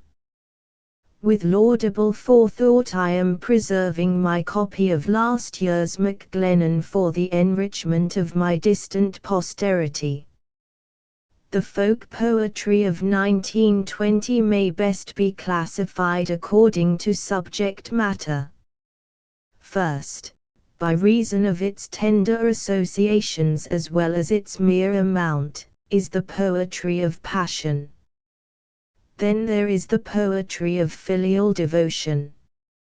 Next, the poetry of the home, the dear old earthly home in Oregon or Kentucky, and, complementary to it, the poetry of the spiritual home in other and happier worlds. Here, as well as in the next section, the popular lyric borrows some of its best effects from hymnology. There follows the poetry of recollection and regret, and the poetry of nationality, a type devoted almost exclusively to the praises of Ireland. These types and their variations cover the folk's serious poetry. Their comic vein is less susceptible to analysis. Drink, wives, young nuts, honeymoon couples, these are a few of the stock subjects. The amorous poetry of the folk, like the love lyrics of more cultured poets, is divided into two species, the poetry of spiritual amour and the more direct and concrete expression of immediate desire. Maclennan provides plenty of examples of both types. When love peeps in the window of your heart, it might be the first line of a Shakespeare sonnet, you seem to walk on air, birds sing their sweet songs to you, no cloud in your skies of blue, sunshine all the happy day, etc. These rhapsodies tend to become a little tedious. But one feels the warm touch of reality in I want to snuggle, I want to snuggle, I know a cozy place for two. I want to snuggle, I want to snuggle, I want to feel that love is true. Take me in your arms as lovers do. Hold me very tight and kiss me too. I want to snuggle, I want to snuggle, I want to snuggle close to you. This is sound, but it does not come up to the best of the popular lyrics. The agonized passion expressed in the words and music of You Made Me Love You is something one does not easily forget, though that great song is as old as the now distant origins of ragtime. The poetry of filial devotion is almost as extensive as the poetry of amour. Maclennan teems with such outbursts as this: You are a wonderful mother, dear old mother of mine. You'll hold a spot down deep in my heart till the stars no longer shine. Your soul shall live on forever, on through the fields of time, for there'll never be another to me like that wonderful mother of mine. Even Grandmamma gets a share of this devotion. Granny, my own, I seem to hear you calling me. Granny, my own, you are my sweetest memory. If up in heaven angels reign supreme, among the angels you must be the queen. Granny, my own, I miss you more and more. The last lines are particularly rich. What a fascinating heresy, to hold that the angels reign over their Creator. The poetry of recollection and regret owes most, both in words and music, to the hymn. Maclennan provides a choice example in Back from the Land of Yesterday, back from the land of yesterday, back to the friends of yore, back through the dark and dreary way into the light once more. Back to the heart that waits for me, warmed by the sunshine above, back from the old land of yesterday's dreams to a new land of life and love. What it means, goodness only knows. But one can imagine that, sung to a slow music in 3/4 time, some rich religious waltz tune, it would be extremely uplifting and edifying. The decay of regular church-going has inevitably led to this invasion of the music hall by the hymn. People still want to feel the good uplifting emotion, and they feel it with a vengeance when they listen to songs about the land of beginning again, where skies are always blue, where broken dreams come true. The great advantage of the music hall over the church is that the uplifting moments do not last too long. Finally, there is the great home motif. I want to be, these lyrics always begin, I want to be almost anywhere that is not the place where I happen at the moment to be. M. Louis Esteve has called this longing le mal de la province, which in its turn is closely related to le mal de l'ordella. It is one of the worst symptoms of romanticism. Steamer, Balancant Tarmature, Level Ancrevas unexotic nature, exclaims Malum, and the folk, whom that most exquisite of poets loathed and despised, echo his words in 100 different keys. There is not a state in America where they don't want to go. In McGlennon we find yearnings expressed for California, Ohio, Tennessee, Virginia, and Georgia. Some sigh for Ireland, Devon, and the East. Egypt. I am calling you, oh, life is sweet and joys complete when at your feet I lay, sick. But the southern states, the East, Devon, and Killarney are not enough. The mal de l'ordella succeeds the mal de la province. The folk yearn for extra-mundane worlds. Here, for example, is an expression of nostalgia for a mystical kingdom within your eyes. Somewhere in somebody's eyes is a place just divine, bounded by roses that kiss the dew in those dear eyes that shine.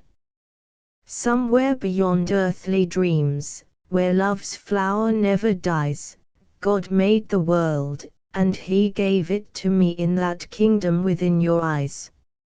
If there is any characteristic which distinguishes contemporary folk poetry from the folk poetry of other times, it is surely its meaninglessness. Old folk poetry is singularly direct and to the point, full of pregnant meaning, never vague. Modern folk poetry, as exemplified in McGlennon, is almost perfectly senseless. The Elizabethan peasant or mechanic would never have consented to sing or listen to anything so flatulently meaningless as Back from the Land of Yesterday or The Kingdom Within Your Eyes. His taste was for something clear, definite and pregnant, like green sleeves, and every morning when you rose, I brought you dainties orderly, to clear your stomach from all woes. And yet you would not love me. Could anything be more logical and to the point? But we, instead of logic, instead of clarity, are provided by our professional entertainers with the drivelling imbecility of Granny, my own. Can it be that the standard of intelligence is lower now than it was 300 years ago?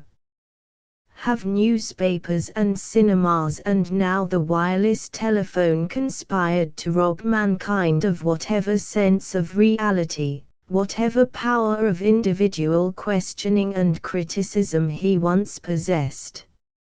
I do not venture to answer. But the fact of McGlennon has somehow got to be explained. How? I prefer to leave the problem on a note of interrogation. 8. Bibliophily is on the increase. It is a constatation which I make with regret, for the bibliophile's point of view is, to me at least, unsympathetic and his standard of values unsound. Among the French, bibliophily would seem to have become a kind of mania, and, what is more, a highly organized and thoroughly exploited mania. Whenever I get a new French book I turn at once, for in what disgusts and irritates one there is always a certain odious fascination, to the fly-leaf. One had always been accustomed to finding there a brief description of the Ving exemplaries sur paper Hollande van Gelder. Nobody objected to the modest old Dutchman whose paper gave to the author's presentation copies so handsome an appearance. But Van Gelder is now a back number. In this third decade of the 20th century he has become altogether too simple and unsophisticated. On the flyleaf of a Dernier Nouveau I find the following incantation, printed in block capitals and occupying at least 20 lines, Il est tired de cet ouvrage, Apres impositions specials, 133 exemplaires in 4. Tellier sur paper verge per fil la fume navarre, or filigrane de la Nouvelle Revue Française, dont 18 exemplaires hors commerce, marques de AR, 100 exemplaires réserves auxiliary bibliophiles de la Nouvelle Revue Française, numérotes de IAC, 15 exemplaires numérotes de CIAC XV. 1040 exemplaires sur paper velin per fil la fume navarre, dont 10 exemplaires hors commerce marques de AAJ, 800 exemplaires réserves auxiliary amis de l'édition originale, numérotes de 1 à 800, 30 exemplaires d'auteur. Hors commerce, numérotes de 801 à 830 200 exemplaires numérotes de 831 à 1030, ce tirage constituant proprement et authentiquement l'édition originale.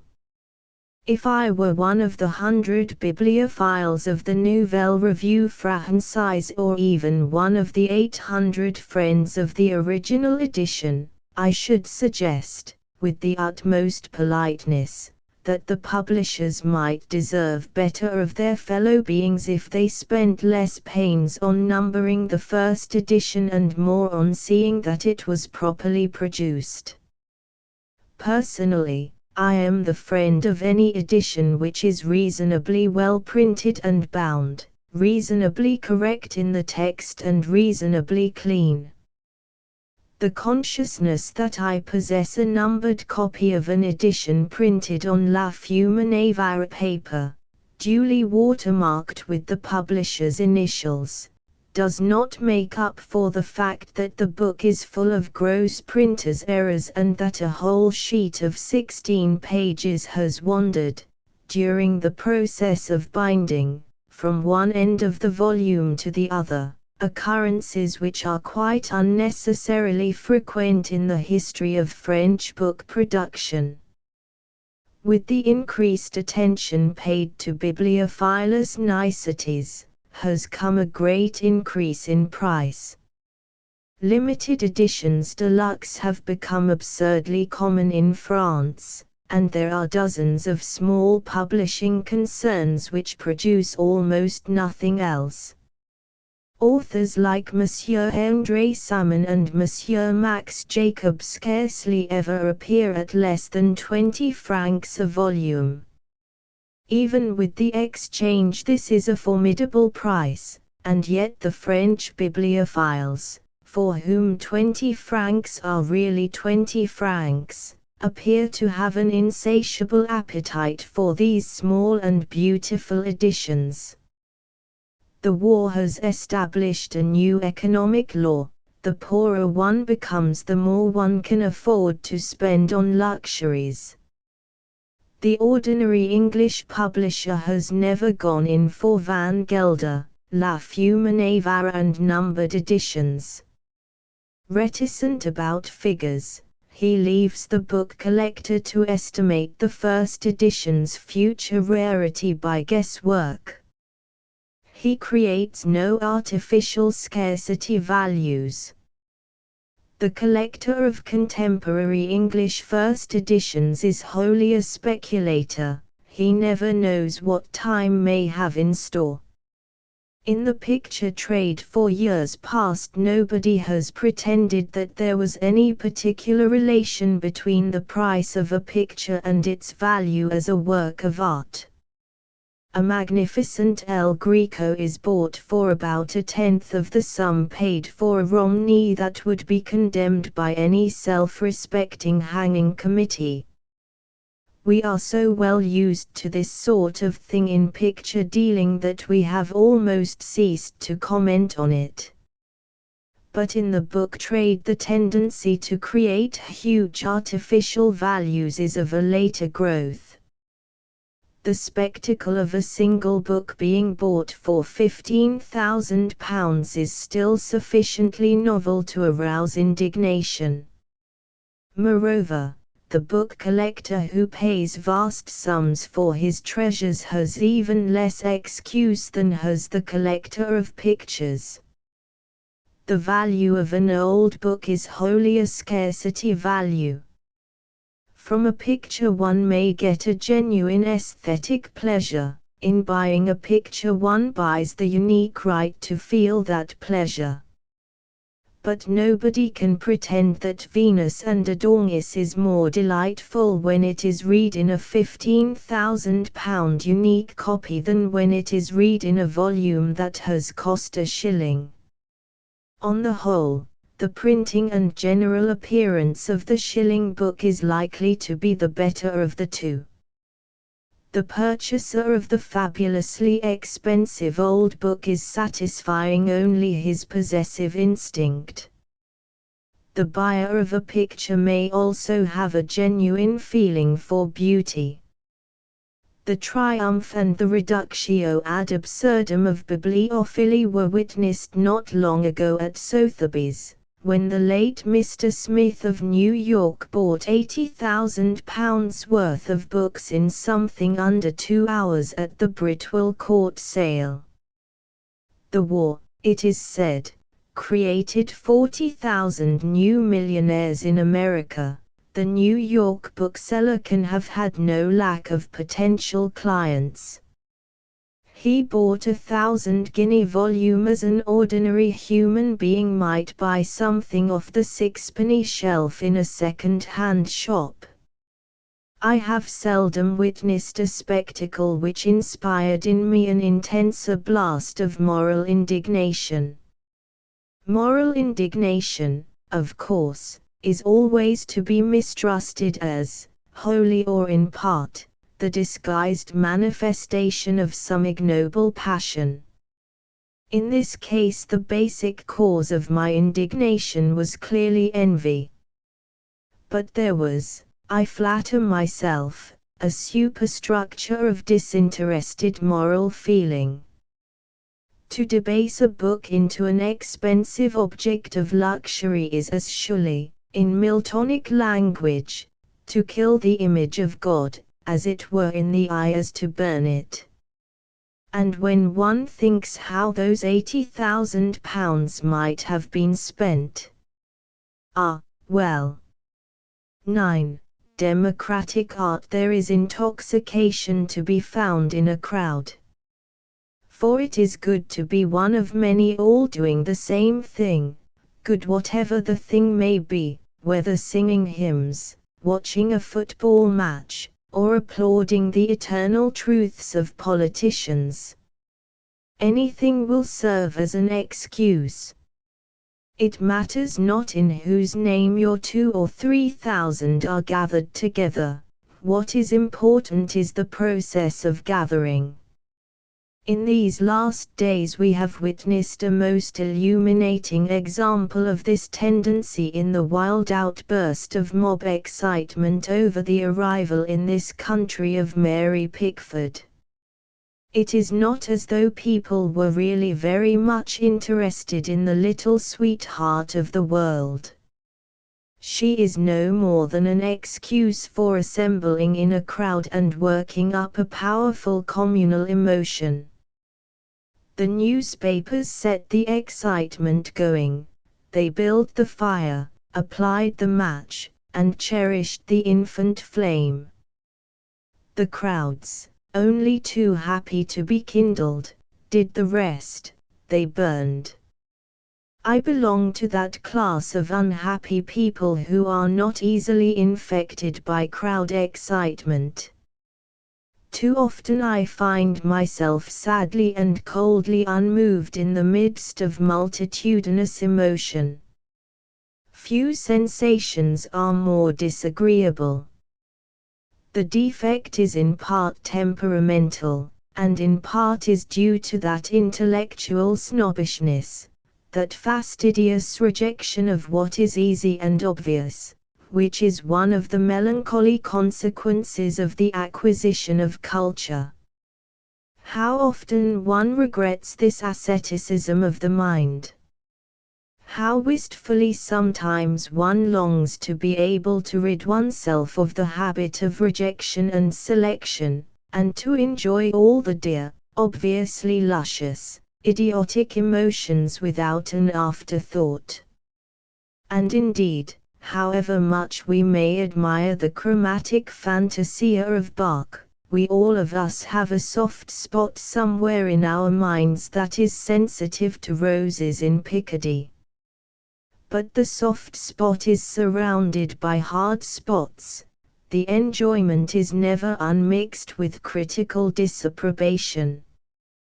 The excuses for working up a communal emotion, even communal emotion itself, are rejected as too gross. We turn from them as a Cohenobit of the Thebaid would have turned from dancing girls or a steaming dish of tripe and onions. I have before me now a little book, recently arrived from America, which points out the way in which the random mob emotion may be systematically organized into a kind of religion. This volume, The Will of Song, Boney and Liverite, 70c, is the joint production of Messrs. Harry Barnhart and Percy Mackay. How are art and social service to be reconciled? How shall the hermit soul of the individual poet give valid, spontaneous expression to the communal soul of assembled multitudes? How may the surging tides of man be sluiced in conduits of art, without losing their primal glory and momentum? These questions and many others, involving a great expense of capital letters, are asked by Mr. Mackay and answered in The Will of Song, which bears the qualifying subtitle, A Dramatic Service of Community Singing. The service is democratically undogmatic. Abstractions, such as will, imagination, joy, love and liberty, some of whom are represented in the dramatic performance, not by individuals, but by group personages, i.e., choruses, chant about brotherhood in a semi-biblical phraseology that is almost wholly empty of content. It is all delightfully vague and non-committal, like a cabinet minister's speech about the League of Nations, and, like such a speech, leaves behind it a comfortable glow, a noble feeling of uplift. But, like cabinet ministers, preachers and all whose profession it is to move the people by the emission of words, the authors of the Will of Song are well aware that what matters in a popular work of art is not the intellectual content so much as the picturesqueness of its form and the emotion with which it is presented.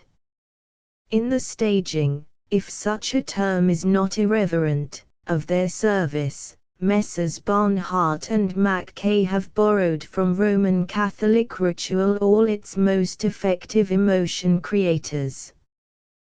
The darknesses, the illuminations, the chiming bells, the solemn mysterious voices, the choral responses, all these traditional devices have been most scientifically exploited in the communal service.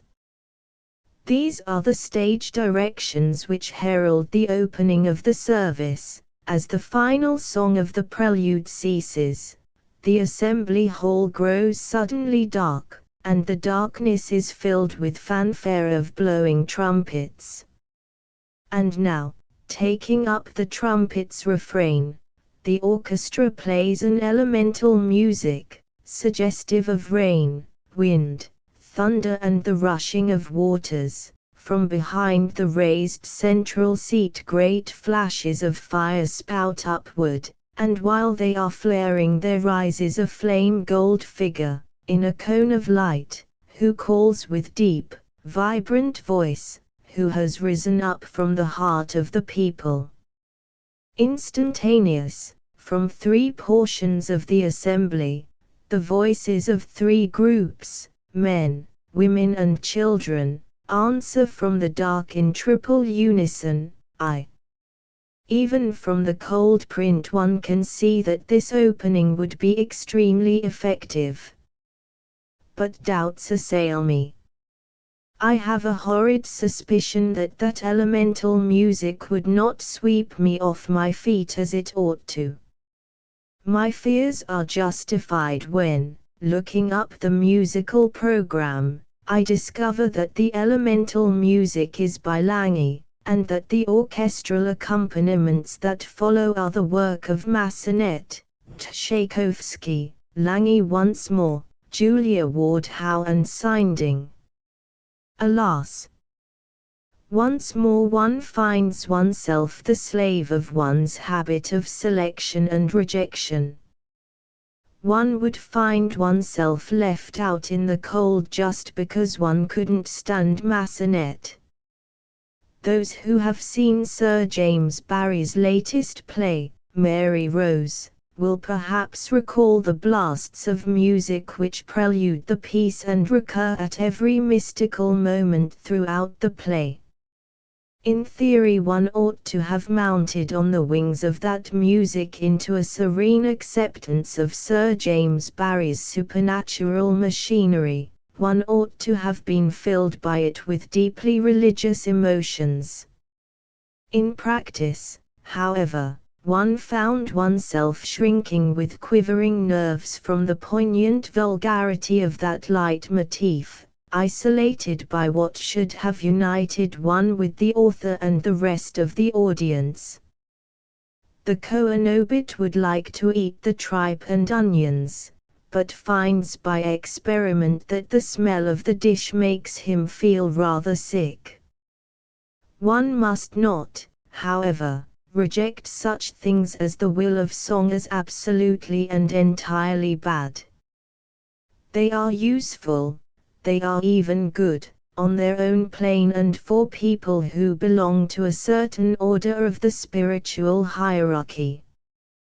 The Will of Song, set to elemental music by Massenet and Julia Ward Howe, may be a moving spiritual force for people to whom, shall we say, Wagner means nothing, just as Wagner himself may be of spiritual importance to people belonging to a slightly higher caste, but still incapable of understanding or getting any good out of the highest, the transcendent works of art, out of the Mass in D, for example, or Sonata Op. 111. The democratically minded will ask what right we have to say that the Mass in D is better than the works of Julia Ward Howe, what right we have to assign a lower place in the spiritual hierarchy to the admirers of the will of song than to the admirers of Beethoven. They will insist that there is no hierarchy at all, that every creature possessing humanity, possessing even life, is as good and as important, by the mere fact of that possession, as any other creature. It is not altogether easy to answer these objections. The arguments on both sides are ultimately based on conviction and faith. The best one can do to convince the paradoxical democrat of the real superiority of the Mass in D over the will of song is to point out that, in a sense, one contains the other, that the will of song is a part, and a very small part at that, of a great whole of human experience, to which the Mass in D much more nearly approximates. In the will of song, and its elemental accompaniment, one knows exactly how every effect is obtained, its range of emotional and intellectual experience is extremely limited and perfectly familiar. But the range of the Mass in D is enormously much larger. It includes within itself the range of the will of song, takes it for granted, so to speak, and reaches out into remoter spheres of experience. It is in a real sense quantitatively larger than the will of song. To the democrat who believes in majorities, this is an argument which must surely prove convincing. Accumulations in the brevity of life and the perishableness of material things. The moral philosophers have always found one of their happiest themes. Time, which antiquates antiquities, hath an art to make dust of all things. There is nothing more moving than those swelling elegiac organ notes in which they have celebrated the mortality of man and all his works. Those of us for whom the proper study of mankind is books dwell with the most poignant melancholy over the destruction of literary treasures. We think of all the pre-Platonic philosophers of whose writings only a few sentences remain. We think of Sappho's poems, all but completely blotted from our knowledge. We think of the missing fragments of the Satyricon and of many other precious pages which once were and are now no more. We complain of the holes that time has picked in the records of history, bewailing the loss of innumerable vanished documents. As for buildings, pictures, statues and the accumulated evidence of whole civilizations, all destroyed as though they had never been, they do not belong to our literary province, and, if they did, would be too numerous to catalogue even summarily. But because men have once thought and felt in a certain way, it does not follow that they will forever continue to do so. There seems every probability that our descendants, some 2 or 3 centuries hence, will wax pathetic in their complaints, not of the fragility, but the horrible persistence and indestructibility of things. They will feel themselves smothered by the intolerable accumulation of the years. The men of today are so deeply penetrated with the sense of the perishableness of matter that they have begun to take immense precautions to preserve everything they can. Desolated by the carelessness of our ancestors, we are making very sure that our descendants shall lack no documents when they come to write our history. All is systematically kept and catalogued. Old things are carefully patched and propped into continued existence, things now new are hoarded up and protected from decay. To walk through the bookstores of one of the world's great libraries is an experience that cannot fail to set one thinking on the appalling indestructibility of matter. A few years ago I explored the recently dug cellars into which the overflow of the Bodleian pours in an unceasing stream. The cellars extend under the northern half of the great quadrangle in whose center stands the Radcliffe Camera. These catacombs are 2 stories deep and lined with impermeable concrete. The muddy damps and ropey slime of the traditional vault are absent in this great necropolis of letters. Huge ventilating pipes breathe blasts of a dry and heated wind, that makes the place as snug and as unsympathetic to decay as the deserts of Central Asia. The books stand in metal cases constructed so as to slide in and out of position on rails. So ingenious is the arrangement of the cases that it is possible to fill 2/3 of the available space, solidly, with books. 20 years or so hence, when the existing vaults will take no more books, a new cellar can be dug on the opposite side of the camera. And when that is full, it is only a matter of half a century from now. What then? We shrug our shoulders. After us the deluge. But let us hope that Bodlei's librarian of 1970 will have the courage to amend the last word to bonfire. To the bonfire. That is the only satisfactory solution of an intolerable problem. The deliberate preservation of things must be compensated for by their deliberate and judicious destruction. Otherwise the world will be overwhelmed by the accumulation of antique objects. Pigs and rabbits and watercress, when they were first introduced into New Zealand, threatened to lay waste the country, because there were no compensating forces of destruction to put a stop to their indefinite multiplication. In the same way, mere things, once they are set above the natural laws of decay, will end by burying us, unless we set about methodically to get rid of the nuisance. The plea that they should all be preserved, every novel by Nat Gould, every issue of The Funny Wonder, as historical documents is not a sound one. Where too many documents exist, it is impossible to write history at all.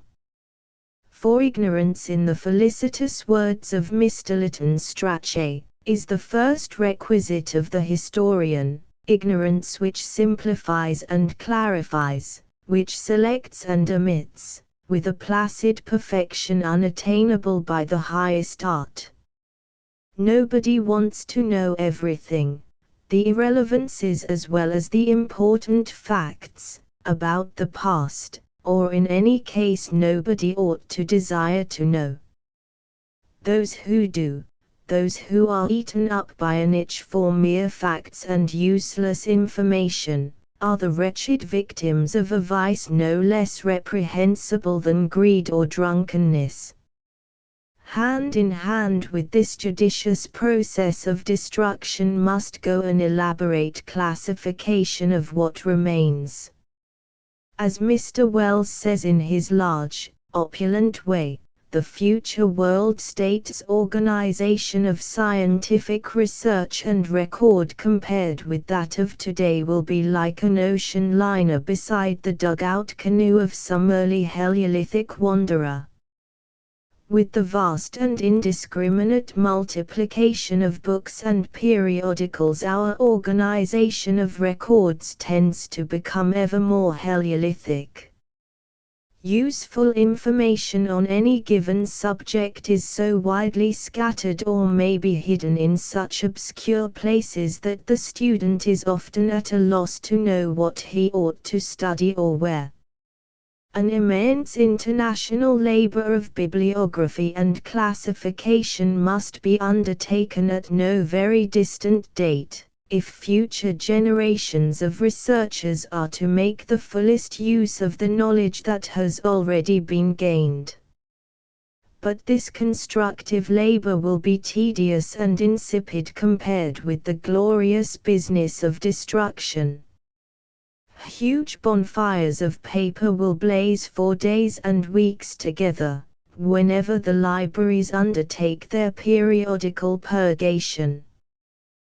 The only danger, and, alas, it is a very real danger, is that the libraries will infallibly purge themselves of the wrong books. We all know what librarians are, and not only librarians, but critics, literary men, general public, everybody, in fact, with the exception of ourselves. We know what they are like, we know them. There never was a set of people with such bad taste. Committees will doubtless be set up to pass judgment on books, awarding acquittals and condemnations in magisterial fashion.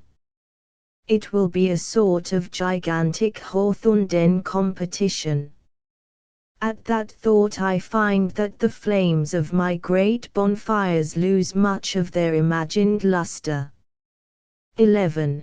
On deviating into sense, there is a story, very dear for some reason to our ancestors, that Apelles, or I forget what other Greek painter, grown desperate at the failure of his efforts to portray realistically the foam on a dog's mouth, threw his sponge at the picture in a pet, and was rewarded for his ill temper by discovering that the resultant smudge was the living image of the froth whose aspect he had been unable, with all his art, to recapture.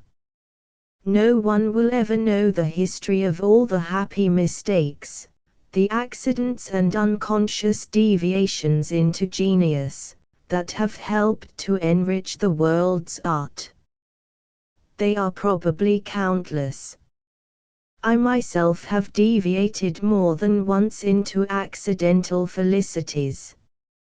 Recently, for example, the hazards of careless typewriting caused me to invent a new portmanteau word of the most brilliantly Laforguean quality. I had meant to write the phrase "the human comedy," but, by a happy slip, I put my finger on the letter that stands next to C on the universal keyboard. When I came to read over the completed page, I found that I had written "the human vomedy."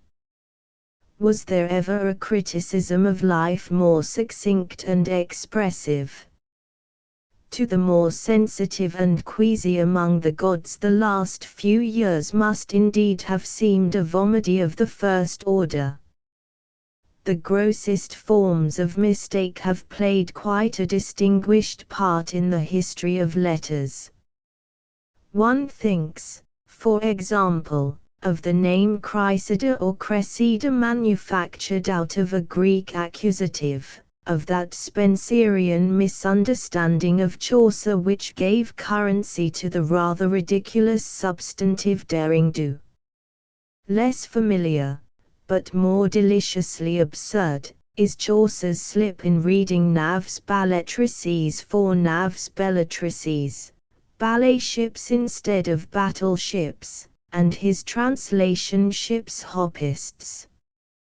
But these broad, straightforward howlers are uninteresting compared with the more subtle deviations into originality occasionally achieved by authors who were trying their best not to be original.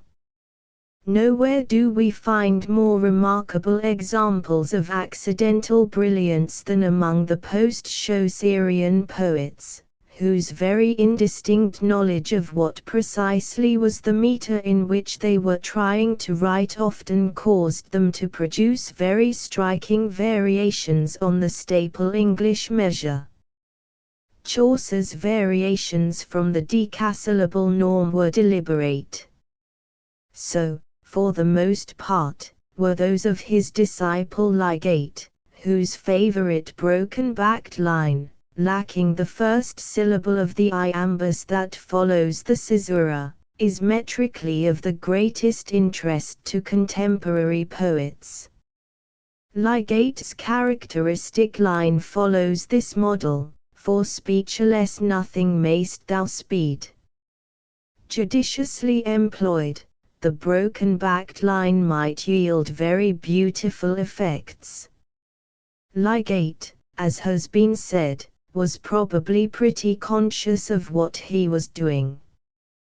But his Procrustean methods were apt to be a little indiscriminate, and one wonders sometimes whether he was playing variations on a known theme or whether he was rather tentatively groping after the beautiful regularity of his master Chaucer. The later 15th and 16th century poets seem to have worked very much in the dark. The poems of such writers as Hawes and Skelton abound in the vaguest parodies of the decasyllable line. Anything from 7 to 15 syllables will serve their turn. With them the variations are seldom interesting.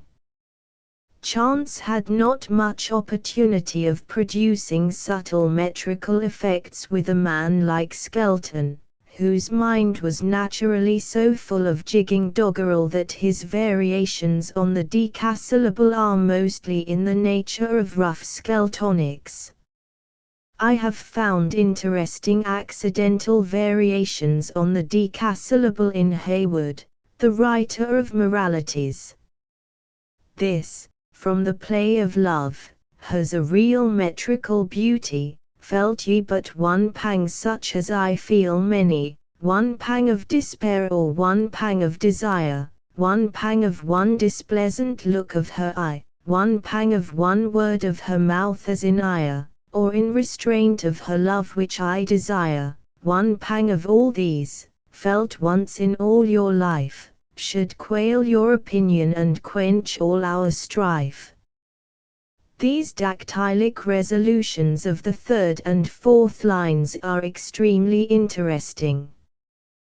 But the most remarkable example of accidental metrical invention that I have yet come across is to be found in the Earl of Surrey's translation of Horace's Ode on the Golden Mean. Surrey was one of the pioneers of the reaction against the vagueness and uncertain carelessness of the post-Chaucerians. From the example of Italian poetry he had learned that a line must have a fixed number of syllables. In all his poems his aim is always to achieve regularity at whatever cost. To make sure of having 10 syllables in every line, it is evident that Surrey made use of his fingers as well as his ears.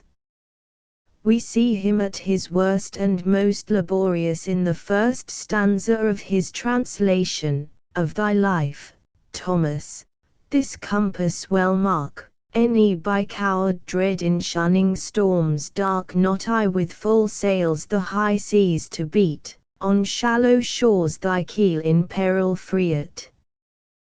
The 10 syllables are there all right, but except in the last line there is no recognizable rhythm of any kind, whether regular or irregular.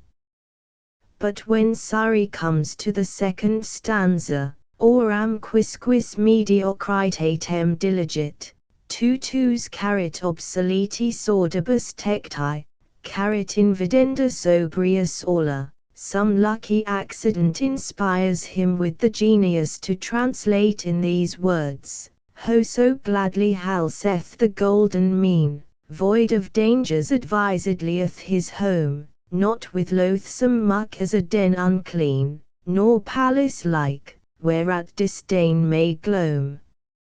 Not only is this a very good translation, but it is also a very interesting and subtle metrical experiment. What could be more felicitous than this stanza made up of 3 trochaic lines, quickened by beautiful dactylic resolutions, and a final iambic line of regular measure, the recognized tonic chord that brings the music to its close. And yet the tunelessness of the first stanza is enough to prove that Surrey's achievement is as much a product of accident as the foam on the jaws of Appel's dog. He was doing his best all the time to write decasyllabics with the normal iambic beat of the last line. His failures to do so were sometimes unconscious strokes of genius. 12. Polite conversation. There are some people to whom the most difficult to obey of all the commandments is that which enjoins us to suffer fools gladly. The prevalence of folly, its monumental, unchanging permanence and its almost invariable triumph over intelligence are phenomena which they cannot contemplate without experiencing a passion of righteous indignation or, at the least, of ill temper. Sages like Anatole France, who can probe and anatomize human stupidity and still remain serenely detached, are rare. These reflections were suggested by a book recently published in New York and entitled The American Credo. The authors of this work are those enfants terribles of American criticism, Messrs. H. L. Mencken and George Jean Nathan. They have compiled a list of 488 articles of faith which form the fundamental credo of the American people, prefacing them with a very entertaining essay on the national mind. Truth shifts and changes like a cataract of diamonds. Its aspect is never precisely the same at 2 successive moments. But error flows down the channel of history like some great stream of lava or infinitely lethargic glacier. It is the one relatively fixed thing in a world of chaos. To look through the articles of the Credo is to realize that there is a good deal of truth in this statement. Such beliefs as the following, not by any means confined to America alone, are probably at least as old as the Great Pyramid, that if a woman, about to become a mother, plays the piano every day, her baby will be born a Victor Herbert. That the accumulation of great wealth always brings with it great unhappiness. That it is bad luck to kill a spider. That water rots the hair and thus causes baldness. That if a bride wears an old garter with her new finery, she will have a happy married life. That children were much better behaved 20 years ago than they are today. And most of the others in the collection, albeit clothed in forms distinctively contemporary and American, are simply variations on notions as immemorial. Inevitably, as one reads the American Credo, one is reminded of an abler, a more pitiless and ferocious onslaught on stupidity. I mean Swift's complete collection of genteel and ingenious conversation, according to the most polite mode and method now used at court and in the best companies of England. In 3 dialogues. By Simon Wagstaff, Esquire. I was inspired after reading Messrs. Mencken and Nathan's work to refresh my memories of this diabolic picture of the social amenities. And what a book it is! There is something almost appalling in the way it goes on and on, a continuous, never-ceasing stream of imbecility. Simon Wagstaff, it will be remembered, spent the best part of 40 years in collecting and digesting these gems of polite conversation. I can faithfully assure the reader that there is not one single witty phrase in the whole collection which has not received the stamp and approbation of at least 100 years, and how much longer it is hard to determine. He may therefore be secure to find them all genuine, sterling and authentic. How genuine, sterling and authentic Mr. Wagstaff's treasures of polite conversation are is proved by the great number of them which have withstood all the ravages of time, and still do as good service today as they did in the early 1700s or in the days of Henry VIII. Go, you girl, and warm some fresh cream. Indeed, madam, there's none left, for the cat has eaten it all. I doubt it was a cat with 2 legs. And, pray, what news, Mr. Neverroot? Why, madam, Queen Elizabeth's dead.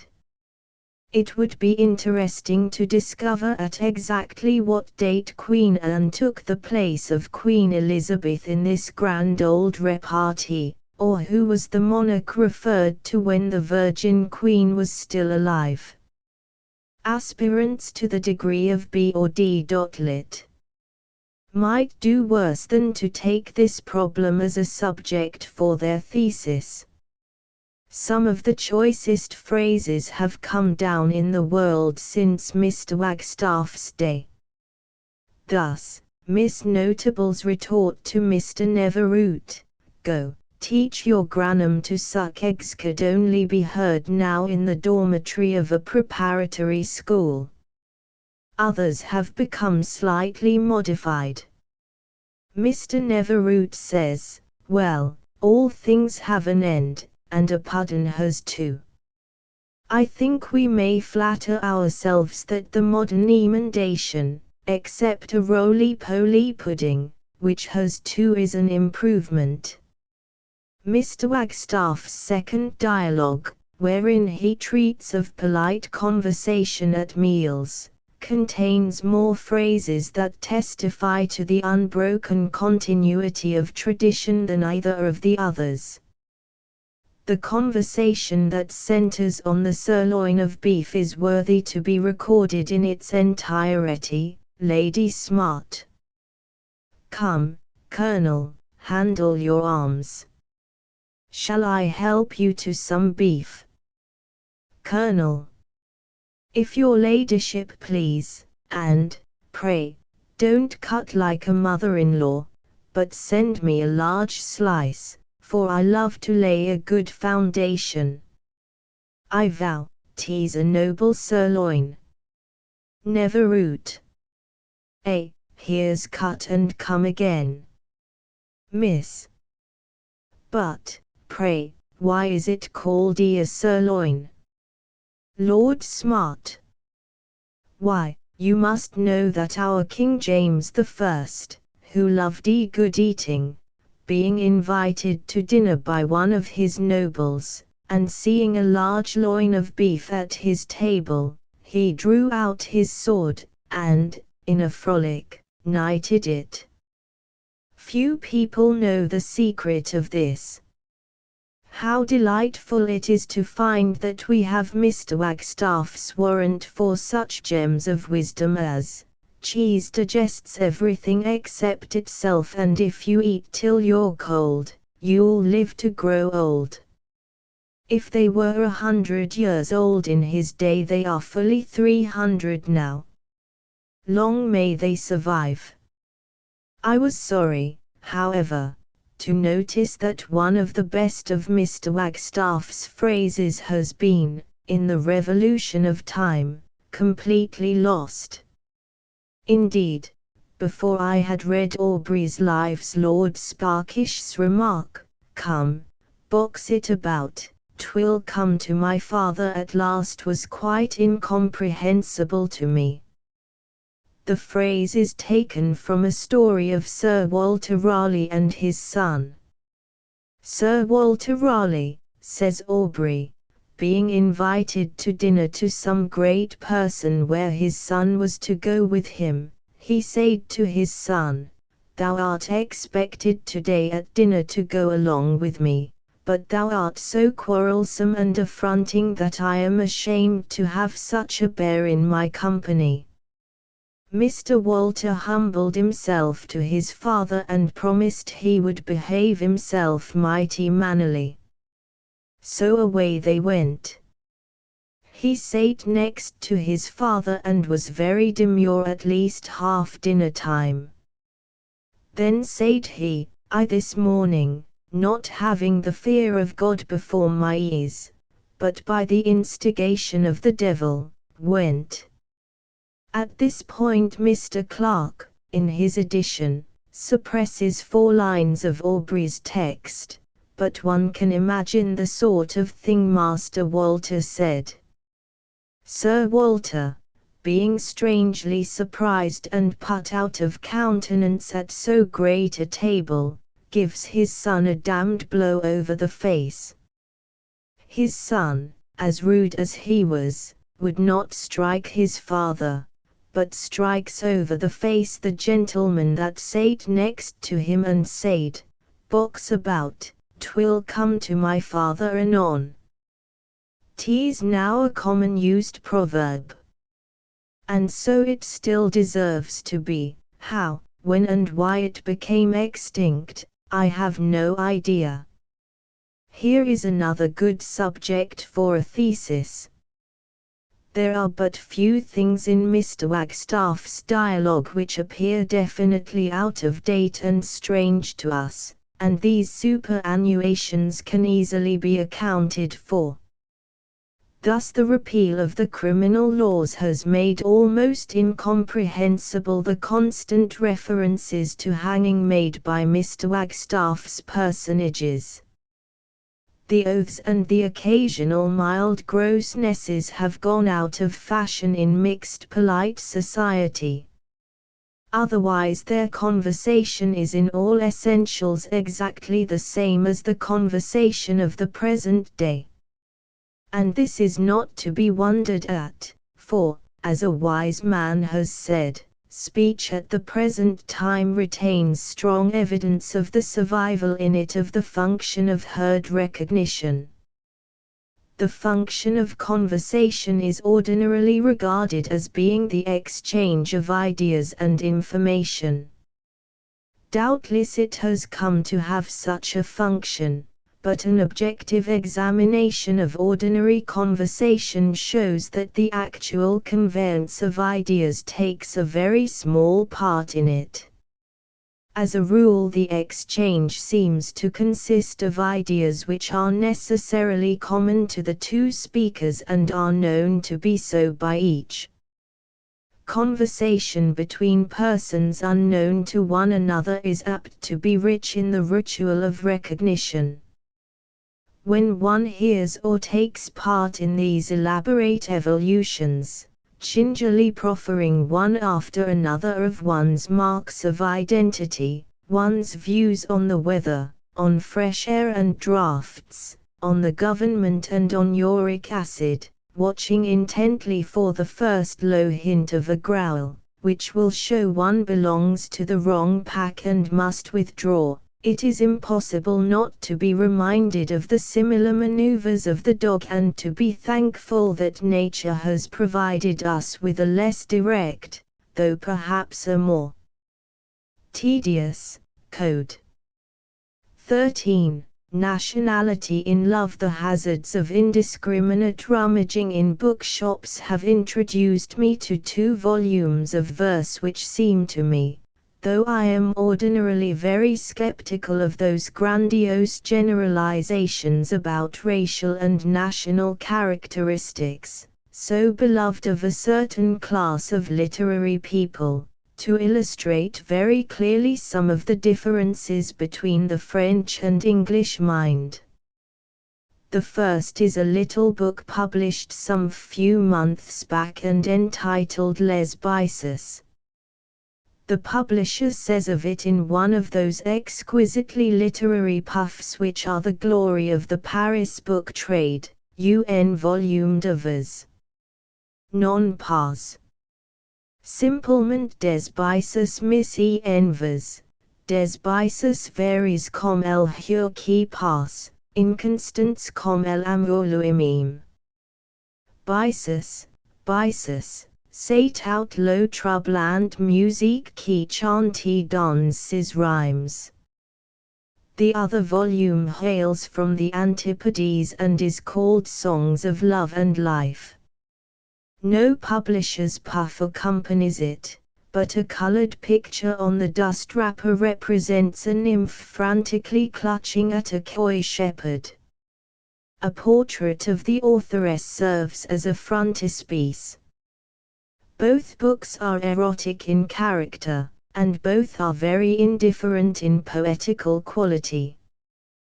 They are only interesting as illustrations, the more vivid because of their very second-rateness, of the two characteristic methods of approach, French and English, to the theme of physical passion.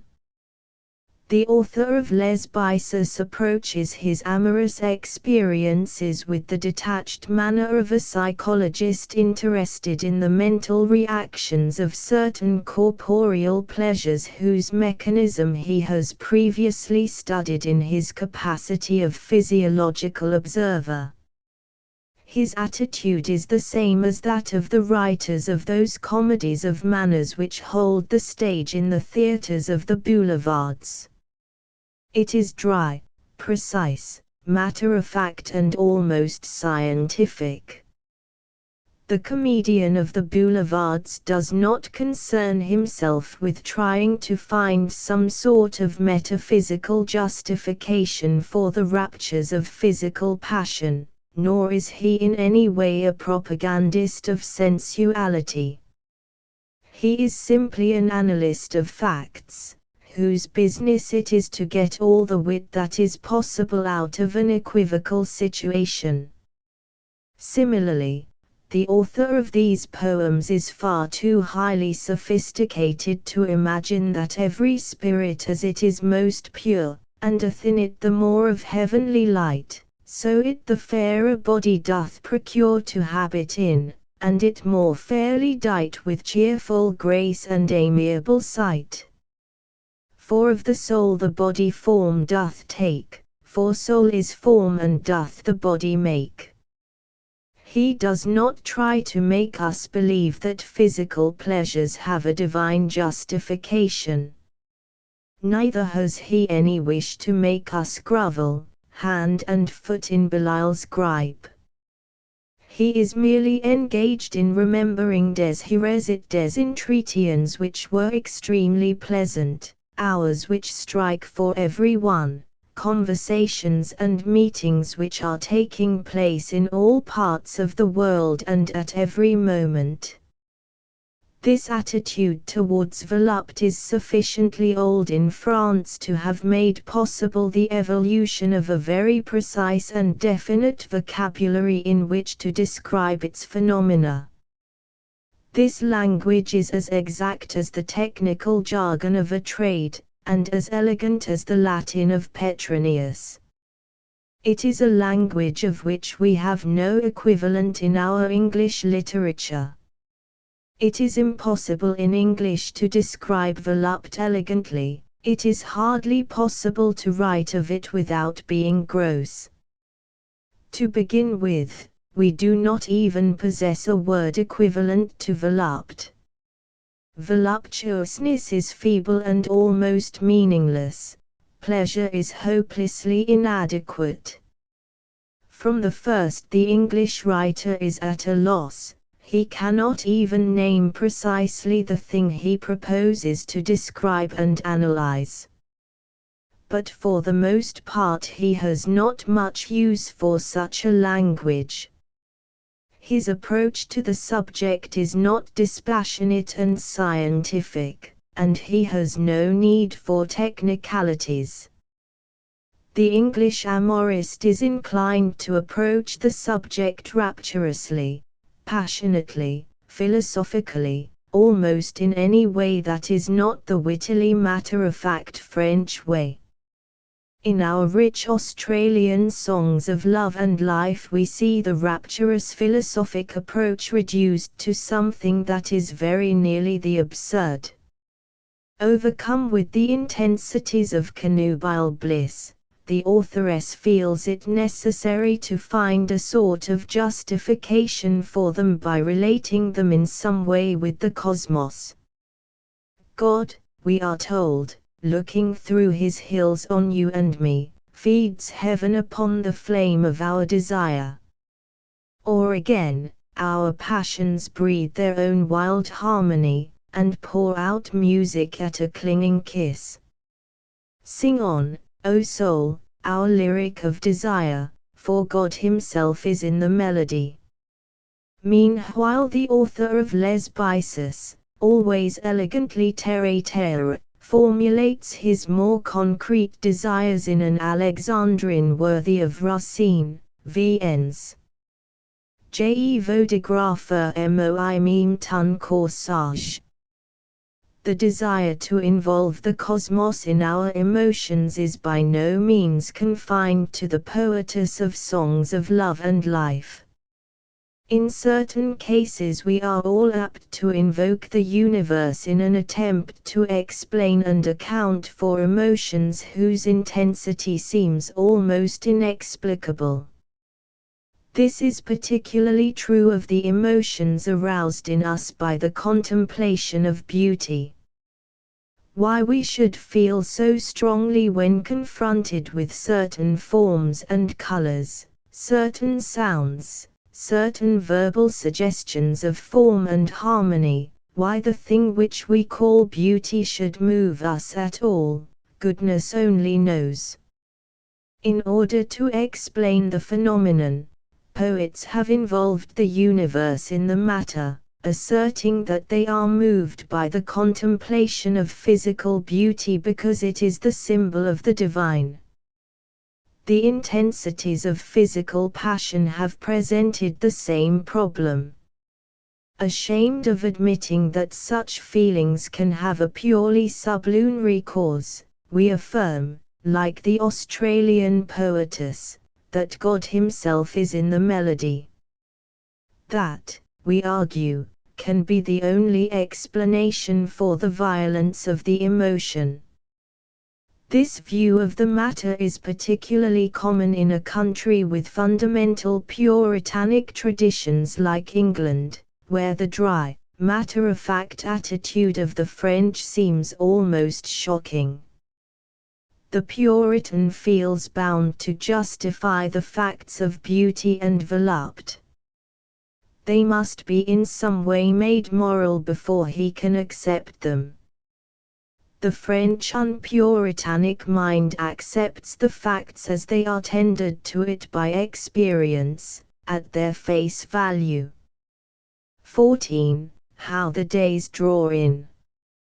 The autumn equinox is close upon us with all its presages of mortality, a shortening day, a colder and longer night.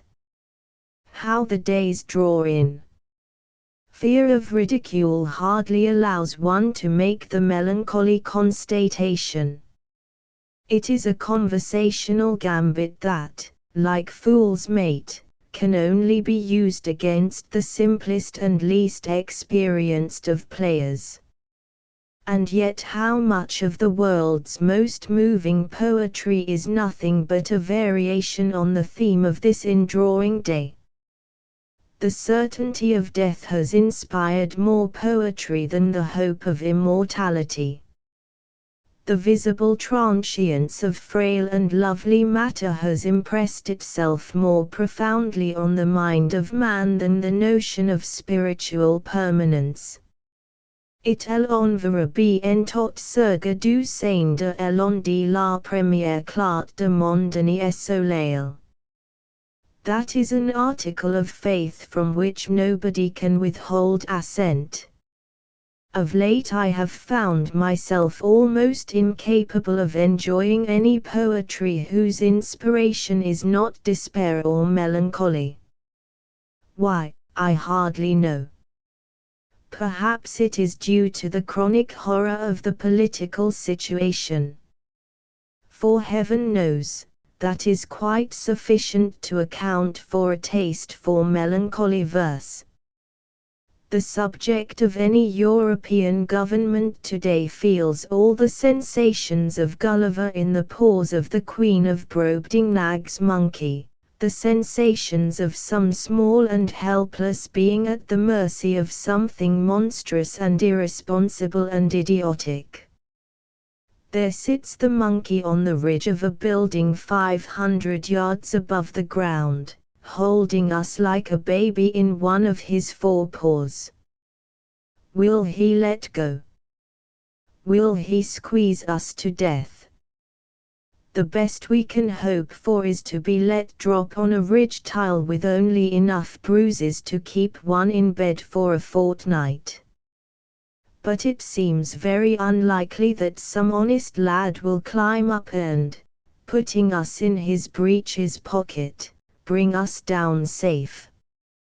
However, I divagate a little from my subject, which is the poetry of melancholy. Some day I shall compile an Oxford book of depressing verse, which shall contain nothing but the most magnificent expressions of melancholy and despair.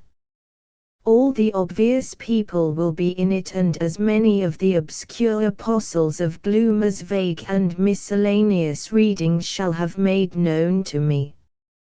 A duly adequate amount of space, for example, will be allotted to that all but great poet, Fulke Greville, Lord Brooke. For dark magnificence there are not many things that can rival that summing up against life and human destiny at the end of his Mustafa. Oh, wearisome condition of humanity, born under one law to another bound, vainly begotten and yet forbidden vanity, created sick, commanded to be sound. What meaneth nature by these diverse laws? Passion and reason, self-division's cause. Is it the mark or majesty of power to make offences that it may forgive? Nature herself doth her own self deflower to hate those errors she herself doth give. If nature did not take delight in blood, she would have made more easy ways to good. Milton aimed at justifying the ways of God to man, Fulke Greville gloomily denounces them. Nor shall I omit from my anthology the extraordinary description in the prologue to Alaham of the hell of hells and of privation, the peculiar torment of the place, thou monster horrible, under whose ugly doom down in eternity's perpetual night man's temporal sins bear torments infinite. For change of desolation must I come to tempt the earth and to profane the light. A place there is, upon no centre placed, deep under depths as far as is the sky above the earth, dark, infinitely spaced, Pluto the king, the kingdom misery. Privation would reign there, by God not made, but creature of uncreated sin, whose being is all beings to invade, to have no ending though it did begin, and so of past, things present and to come, to give depriving, not tormenting doom, but horror in the understanding mixed. Like most of his contemporaries in those happy days before the notion of progress had been invented, Lord Brooke was what Peacock would have called a pejorationist. His political views, and they were also Sidney's, are reflected in his life of Sir Philip Sidney. The best that a statesman can do, according to these Elizabethan pessimists, is to patch and prop the decaying fabric of society in the hope of staving off for a little longer the final inevitable crash. It seems curious to us, who have learned to look at the Elizabethan age as the most splendid in English history, that the men who were the witnesses of these splendors should have regarded their time as an age of decadence. The notion of the fall was fruitful in despairing poetry. One of the most remarkable products of this doctrine is a certain sonnet Cretan by the 17th-century writer, Guy de Gumbord, surnamed Le Beau Ténébreux. Cette source de mort, cet homicide peste, ce pêche dont l'enfer le monde infect, mais les porte out un brute d'avoir it je suis de moi mime un image funeste. L'auteur de l'univers, le monarque céleste s'était rendu visible en martial but. Ce vieux titre de honneur question autrefois j'ai porté et que j'ai porté encore, est tout ce qui me reste. Mais c'est fait de ma gloire, et je suis plus ren question un fantôme qui court après l'ombre de un bien, ou question un corps animé du seu elve qui le ronge. Non, je suis plus ren quand je veux m'éprouver. Question un esprit ténébreux qui voit tout comme en songet church incessamment ce question il ne peut trouver. There are astonishing lines in this, lines that might have been written by a Baudelaire, if he had been born a Huguenot and 200 years before his time. That carcass animated by the soul-gnawing worm is something that one would expect to find rotting away among the somber and beautiful flowers of evil. An amusing speculation. If Steineker's rejuvenating operations on the old become the normal and accepted thing, what will be the effect on poetry of this abolition of the depressing process of decay? It may be that the poetry of melancholy and despair is destined to lose its place in literature, and that a spirit of what William James called healthy-mindedness will inherit its kingdom. Many eternal truths have already found their way onto the dust heap of antiquated ideas. It may be that this last and seemingly most inexorable of them, that life is short and subject to a dreadful decay, will join the other great commonplaces which have already perished out of literature. The flesh is bruckle, the fiend is sly, time mortis conturbat me, some day, it may be, these sentiments will seem as hopelessly superannuated as Milton's cosmology. 15. Tibet in moments of complete despair, when it seems that all is for the worst in the worst of all possible worlds, it is cheering to discover that there are places where stupidity reigns even more despotically than in Western Europe, where civilization is based on principles even more fantastically unreasonable. Recent experience has shown me that the depression into which the peace, Mr. Churchill, the state of contemporary literature, have conspired to plunge the mind, can be sensibly relieved by a study, even superficial, of the manners and customs of Tibet. The spectacle of an ancient and elaborate civilization of which almost no detail is not entirely idiotic is in the highest degree comforting and refreshing. It fills us with hopes of the ultimate success of our own civilization. It restores our wavering self-satisfaction in being citizens of industrialized Europe. Compared with Tibet, we are prodigious. Let us cherish the comparison. My informant about Tibetan civilization is a certain Japanese monk of the name of Kawagachi, who spent 3 years in Tibet at the beginning of the present century. His account of the experience has been translated into English, and published, with the title 3 Years in Tibet, by the Theosophical Society. It is one of the great travel books of the world, and, so far as I am aware, the most interesting book on Tibet that exists. Kawaguchi enjoyed opportunities in Tibet which no European traveler could possibly have had.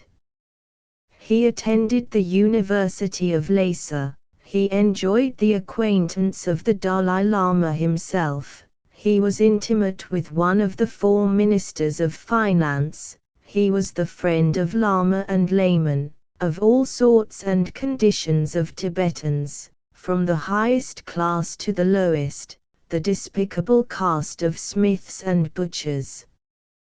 He knew his Tibet intimately. For those 3 years, indeed, he was for all practical purposes a Tibetan. This is something which no European explorer can claim, and it is this which gives Kawaguchi's book its unique interest. The Japanese, like people of every other nationality except the Chinese, are not permitted to enter Tibet. Mr. Kawaguchi did not allow this to stand in the way of his pious mission, for his purpose in visiting Tibet was to investigate the Buddhist writings and traditions of the place. He made his way to India, and in a long stay at Darjeeling familiarized himself with the Tibetan language. He then set out to walk across the Himalayas. Not daring to affront the strictly guarded gates which bar the direct route to Lhasa, he penetrated Tibet at its southwestern corner, underwent prodigious hardships in an uninhabited desert 18,000 feet above sea level, visited the holy lake of Manosarovara, and finally, after astonishing adventures, arrived in Lhasa. Here he lived for nearly 3 years, passing himself off as a Chinaman. At the end of that time his secret leaked out, and he was obliged to accelerate his departure for India. So much for Kawaguchi himself, though I should have liked to say more of him, for a more charming and sympathetic character never revealed himself in a book. Tibet is so full of fantastic low comedy that one hardly knows where to begin a catalogue of its absurdities.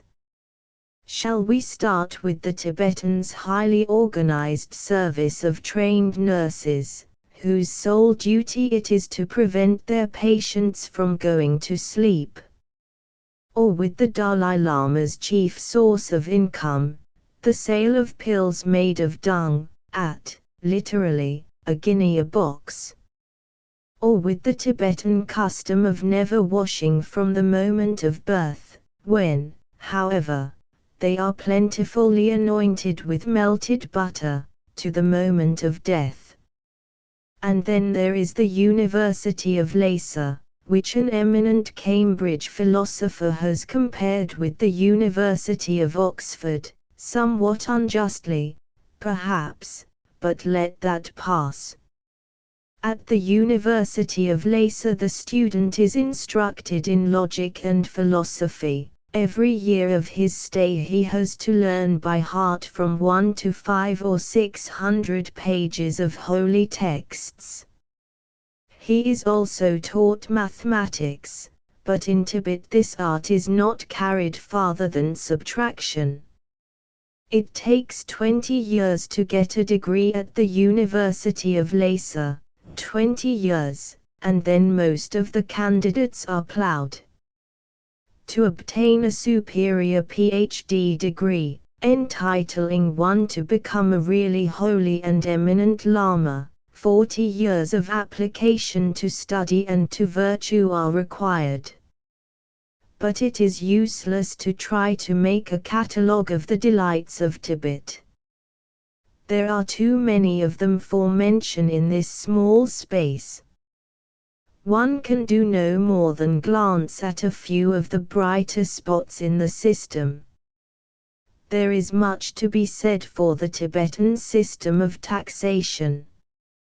The government requires a considerable revenue, for enormous sums have to be spent in keeping perpetually burning in the principal Buddhist cathedral of Lhasa an innumerable army of lamps, which may not be fed with anything cheaper than clarified yak butter. This is the heaviest item of expenditure. But a great deal of money also goes to supporting the Tibetan clergy, who must number at least a sixth of the total population. The money is raised by a poll tax, paid in kind, the amount of which, fixed by ancient tradition, may, theoretically, never be altered. Theoretically only, for the Tibetan government employs in the collection of taxes no fewer than 20 different standards of weight and 36 different standards of measure. The pound may weigh anything from half to a pound and a half, and the same with the units of measure. It is thus possible to calculate with extraordinary nicety, according to the standard of weight and measure in which your tax is assessed, where precisely you stand in the government's favor. If you are a notoriously bad character, or even if you are innocent, but live in a bad district, your tax will have to be paid in measures of the largest size. If you are virtuous, or, better, if you are rich, of good family and bien pensant, then you will pay by weights which are only half the nominal weight. For those whom the government neither hates nor loves, but regards with more or less contempt or tolerance, there are the 34 intervening degrees. Kawagachi's final judgment of the Tibetans, after 3 years' intimate acquaintance with them, is not a flattering one. The Tibetans are characterized by 4 serious defects, these being filthiness, superstition, unnatural customs, such as polyandry, and unnatural art. I should be sorely perplexed if I were asked to name their redeeming points, but if I had to do so, I should mention first of all the fine climate in the vicinity of Lhasa and Shagats, their sonorous and refreshing voices in reading the text, the animated style of their catechisms, and their ancient art. Certainly a bad lot of vices, but then the Tibetan virtues are not lightly to be set aside. We English possess none of them. Our climate is abominable, our method of reading the holy texts is painful in the extreme, our catechisms, at least in my young days, were far from animated, and our ancient art is very indifferent stuff. But still, in spite of these defects, in spite of Mr. Churchill and the state of contemporary literature, we can still look at the Tibetans and feel reassured. 16. Beauty in 1920. To those who know how to read the signs of the times, it will have become apparent, in the course of these last days and weeks, that the silly season is close upon us. Already, and this in July, with the menace of 3 or 4 new wars grumbling on the thunderous horizon, already a monster of the deep has appeared at a popular seaside resort. Already Mr. Louis McQuilland has launched in the Daily Express a fierce onslaught on the younger poets of the asylum. Already the picture papers are more than half filled with photographs of bathing nymphs, photographs that make one understand the ease with which Saint Anthony rebuffed his temptations. The newspaperman, ramping up and down like wolves, seek their prey wherever they may find it, and it was with a unanimous howl of delight that the whole press went pelting after the hare started by Mrs. Asquith in a recent installment of her autobiography. Feebly and belatedly, let me follow the pack. Mrs. Asquith's denial of beauty to the daughters of the 20th century has proved a God-sent giant gooseberry. It has necessitated the calling in of a whole host of skin food specialists, portrait painters and photographers to deny this far from soft impeachment. A great deal of space has been agreeably and inexpensively filled. Everyone is satisfied, public, editors, skin food specialists and all. But by far the most interesting contribution to the debate was a pictorial one, which appeared, if I remember rightly, in the Daily News. Side by side, on the same page, we were shown the photographs of 3 beauties of the 1880s and 3 of the 1920s. The comparison was most instructive. For a great gulf separates the 2 types of beauty represented by these 2 sets of photographs. I remember in If, one of those charming conspiracies of E.V. Lucas and George Morrow, a series of parodied fashion plates entitled If Faces Get Any Flatter. Last year's Standard, this year's Evening Standard. The faces of our living specimens of beauty have grown flatter with those of their fashion plate sisters. Compare the types of 1880 and 1920. The first is steep-faced, almost Roman in profile. In the contemporary beauties the face has broadened and shortened. The profile is less noble, less imposing, more appealingly, more alluringly pretty. 40 years ago it was the aristocratic type that was appreciated. Today the popular taste has shifted from the countess to the soubrette. Photography confirms the fact that the ladies of the 80s looked like Du Maurier drawings. But among the present young generation one looks in vain for the type. The Du Maurier damsel is as extinct as the Mesozoic reptile. The fish girl and other kindred flat-faced species have taken her place. Between the 30s and 50s another type, the egg-faced girl, reigned supreme in the affections of the world. From the early portraits of Queen Victoria to the fashion plates in the ladies' keepsake this invariable type prevails: the egg-shaped face, the sleek hair, the swan-like neck, the round, champagne bottle shoulders. Compared with the decorous impassivity of the oviform girl, our flat-faced fashion plates are terribly abandoned and provocative. And because one expects so much in the way of respectability from these egg faces of an earlier age, one is apt to be shocked when one sees them conducting themselves in ways that seem unbefitting.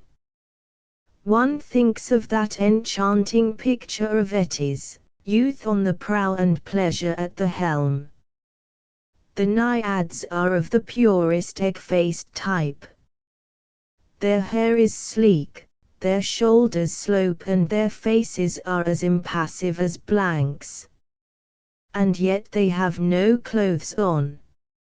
It is almost indecent. One imagined that the egg-faced type came into the world complete with flowing draperies.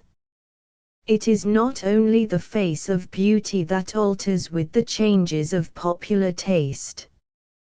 The champagne bottle shoulders of the oviform girl have vanished from the modern fashion plate and from modern life. The contemporary hand, with its two middle fingers held together and the forefinger and little finger splayed apart, is another recent product. Above all, the feet have changed. In the days of the egg faces, no fashion plate had more than 1 foot. This rule will, I think, be found invariable.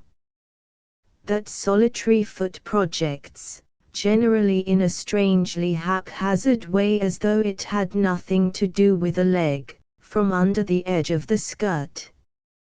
And what a foot! It has no relation to those provocative feet in Suckling's ballad, her feet beneath her petticoat like little mice stole in and out. It is an austere foot. It is a small, black, oblong object like a tea leaf. No living human being has ever seen a foot like it, for it is utterly unlike the feet of 1920. Today the fashion plate is always abiped. The tea leaf has been replaced by 2 feet of rich Baroque design, curved and florid, with insteps like the necks of Arab horses. Faces may have changed shape, but feet have altered far more radically. On the text, the feet of the young women, it would be possible to write a profound philosophical sermon. And while I am on the subject of feet, I would like to mention another curious phenomenon of the same kind, but affecting, this time, the standards of male beauty. Examine the pictorial art of the 18th century, and you will find that the shape of the male leg is not what it was. In those days the calf of the leg was not a muscle that bulged to its greatest dimensions a little below the back of the knee, to subside, decrescendo, towards the ankle. No, in the 18th century the calf was an even crescent, with its greatest projection opposite the middle of the shin. The ankle, as we know it, hardly existed. This curious calf is forced upon one's attention by almost every minor picture maker of the 18th century, and even by some of the great masters, as, for instance, Blake. How it came into existence I do not know.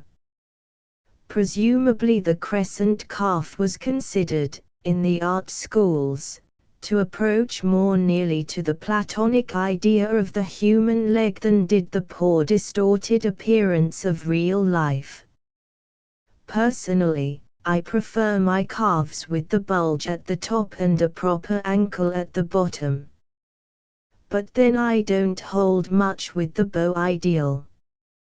The process by which one type of beauty becomes popular, imposes its tyranny for a period and then is displaced by a dissimilar type is a mysterious one. It may be that patient historical scholars will end by discovering some law to explain the transformation of the Du Maurier type into the flat-face type, the tea-leaf foot into the Baroque foot, the crescent calf into the normal calf. As far as one can see at present, these changes seem to be the result of mere hazard and arbitrary choice. But a time will doubtless come when it will be found that these changes of taste are as ineluctably predetermined as any chemical change. Given the South African War, the accession of Edward VII, and the liberal triumph of 1906, it was, no doubt, as inevitable that Du Maurier should have given place to fish as that zinc subjected to sulfuric acid should break up into ZnSO4 plus H2. But we leave it to others to formulate the precise workings of the law. 17. Great thoughts to all lovers of unfamiliar quotations, aphorisms, great thoughts and intellectual gems, I would heartily recommend a heavy volume recently published in Brussels and entitled Pensées sur la science, la guerre sur des sujets varies. The book contains some 12 or 13,000 quotations, selected from a treasure of 123,000 great thoughts gleaned and garnered by the industry of Dr. Maurice Legat, an industry which will be appreciated at its value by anyone who has ever made an attempt to compile a commonplace book or private anthology of his own. The almost intolerable labor of copying out extracts can only be avoided by the drastic use of the scissors, and there are few who can afford the luxury of mutilating their copies of the best authors. For some days I made Dr. Legat's book my livre de chevet. But I had very soon to give up reading it at night, for I found that the great often said things so peculiar that I was kept awake in the effort to discover their meaning. Why, for example, should it be categorically stated by Lamennais that si les animaux connaissent Dieu, ils pourraient? What could Cardinal Maury have meant when he said, "L'éloquence, campan ordinaire de la liberté, astonishing generalization, ist inconnue en Angleterre"? These were mysteries insoluble enough to counteract the soporific effects of such profound truths as this, discovered, apparently, in 1846 by Monsieur C.H.D. Dupontel, le plus sage mortal ist sujet à l'erreur. Dr. Legat has found some pleasing quotations on the subject of England and the English. His selection proves with what fatal ease even the most intelligent minds are lured into making generalizations about national character, and how grotesque those generalizations always are. Montesquieu informs us that des que sa fortune est de l'arbre, en anglais Tuesday ose fate voleur. Of the better half of this potential murderer and robber, Balzac says, "La femme anglaise est un pauvre creature verteuse par force, prêtée et dépravée. La vanité est l'amie de toute société anglaise," says Lamartine. Ledru Rollin is of opinion that all the riches of England are des dépoils volés auxiliary to meo. The Goncourts risk a characteristically dashing generalization on the national characters of England and France. L'anglais, file comme peuple, ist honnête comme individu. Il est le contraire du français, honnête comme peuple, it file comme individu. If one is going to make a comparison, Voltaire's is more satisfactory because less pretentious. Strange are the ways of you Englishmen, qui, des mêmes couteaux, coupez la tête au royat la queue auxiliary chevaux. Nous Français, plus humains, lessons auxiliary rois los têtes, it la queue a numbers bêtes. It is unfortunate that history should have vitiated the truth of this pithy and pregnant statement. But the bright spots in this enormous tome are rare.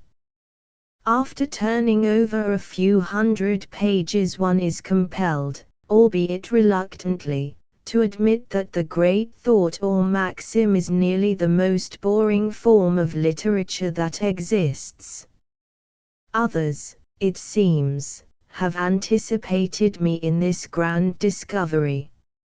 Last emmenure des pensées des auteurs, says D'Alembert, j'ai voulu lo donner les miens, mais j'ai puis me flatter de lo avoir rendu tout l'ennui que j'avais recueilli. Almost next to D'Alembert's statement I find this confession from the pen of J. Roux, 1834–1906 Emetre des pensées, voilà ma consolation, mon délice, ma vie. Happy Monsieur Roux. Turning dissatisfied from Dr. Legat's Anthology of Thought, I happened upon the second number of Proverb, a monthly review, 4 pages in length, directed by M. Paul Eluard and counting among its contributors Tristan Tzara of Dada fame, Messrs. Super, Breton and Aragon, the directors of literature, M. Picabia, M. Ribmont Dessins and others of the same kidney. Here, on the front page of the March number of Proverb, I found the very comment on great thoughts for which I had, in my dissatisfaction, been looking. The following 6 maxims are printed one below the other. The first of them is a quotation from the Intransigeant. The other 5 appear to be the work of M. Tzara, who appends a footnote to this effect. Jem appelle dorénavant exclusivement Monsieur Paul Burget. Here they are: il faut violer les règles, oui, mais pour les violer il faut les connaître. Il faut régler la connaissance, oui, mais pour la règle il faut la violer.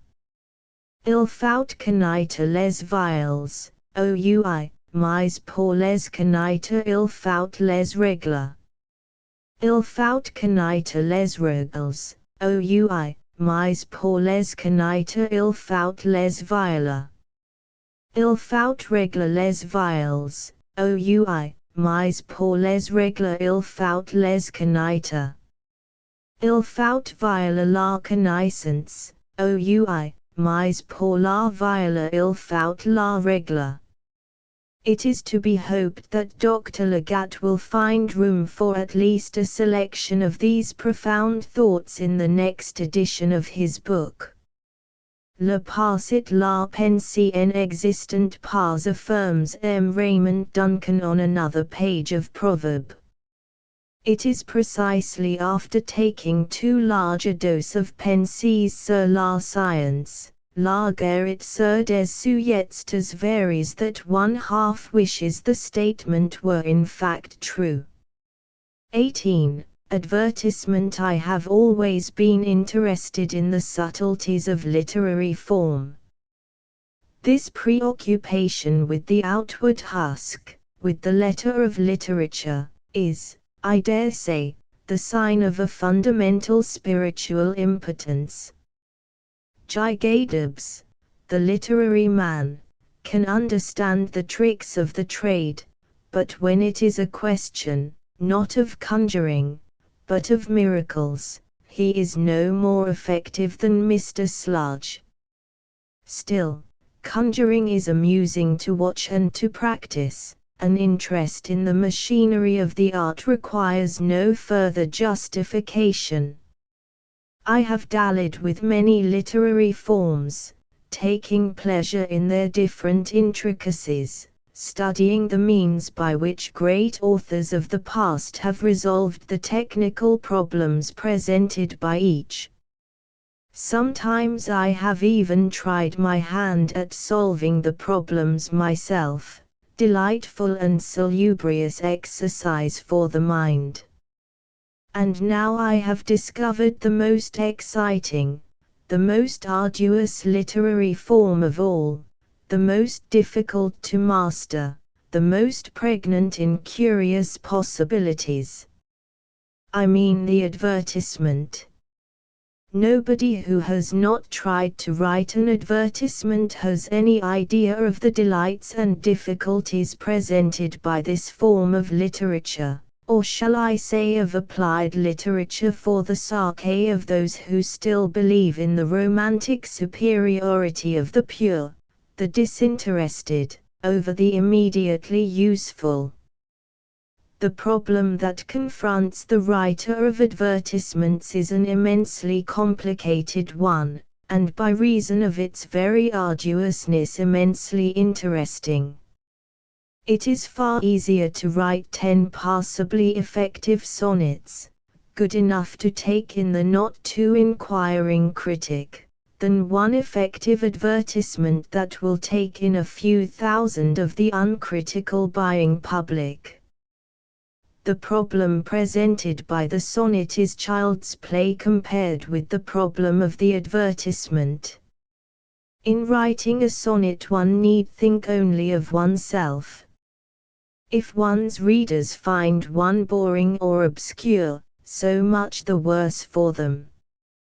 But in writing an advertisement one must think of other people. Advertisement writers may not be lyrical, or obscure, or in any way esoteric. They must be universally intelligible. A good advertisement has this in common with drama and oratory, that it must be immediately comprehensible and directly moving. But at the same time it must possess all the succinctness of epigram. The orator and the dramatist have world enough and time to produce their effects by cumulative appeals. They can turn all round their subject, they can repeat. Between the heights of their eloquence they can gracefully practice the art of sinking, knowing that a period of flatness will only set off the splendor of their impassioned moments. But the advertiser has no space to spare, he pays too dearly for every inch. He must play upon the minds of his audience with a small and limited instrument. He must persuade them to part with their money in a speech that is no longer than many a lyric by Herrick. Could any problem be more fascinatingly difficult? No one should be allowed to talk about the mot juste or the polishing of style who has not tried his hand at writing an advertisement of something which the public does not want, but which it must be persuaded into buying. Your boniment must not exceed a poor 150 or 200 words. With what care you must weigh every syllable. What infinite pains must be taken to fashion every phrase into a barbed hook that shall stick in the reader's mind and draw from its hiding place within his pocket the reluctant coin.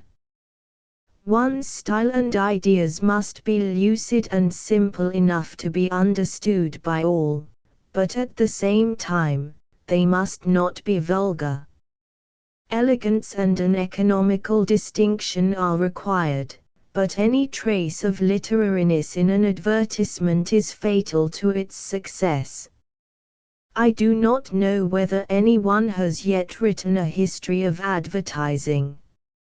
If the book does not already exist, it will certainly have to be written. The story of the development of advertising from its infancy in the early 19th century to its luxuriant maturity in the 20th is an essential chapter in the history of democracy. Advertisement begins abjectly, crawling on its belly like the serpent after the primal curse. Its abjection is the oily humbleness of the shopkeeper in an oligarchical society.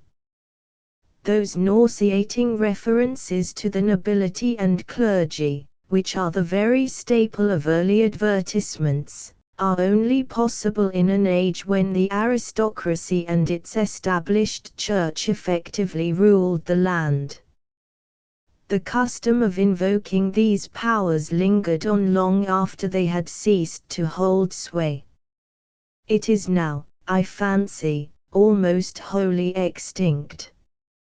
It may be that certain old-fashioned girls' schools still provide education for the daughters of the nobility and clergy, but I am inclined to doubt it.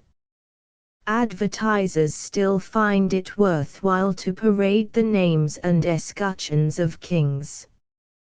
But anything less than royalty is, frankly, a washout.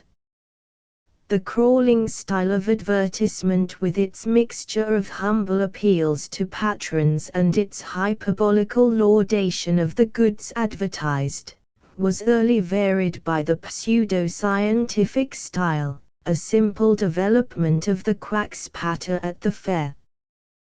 Balsacians will remember the advertisement composed by Finet and the illustrious Gaudissart for Caesar Bioretos cephalic.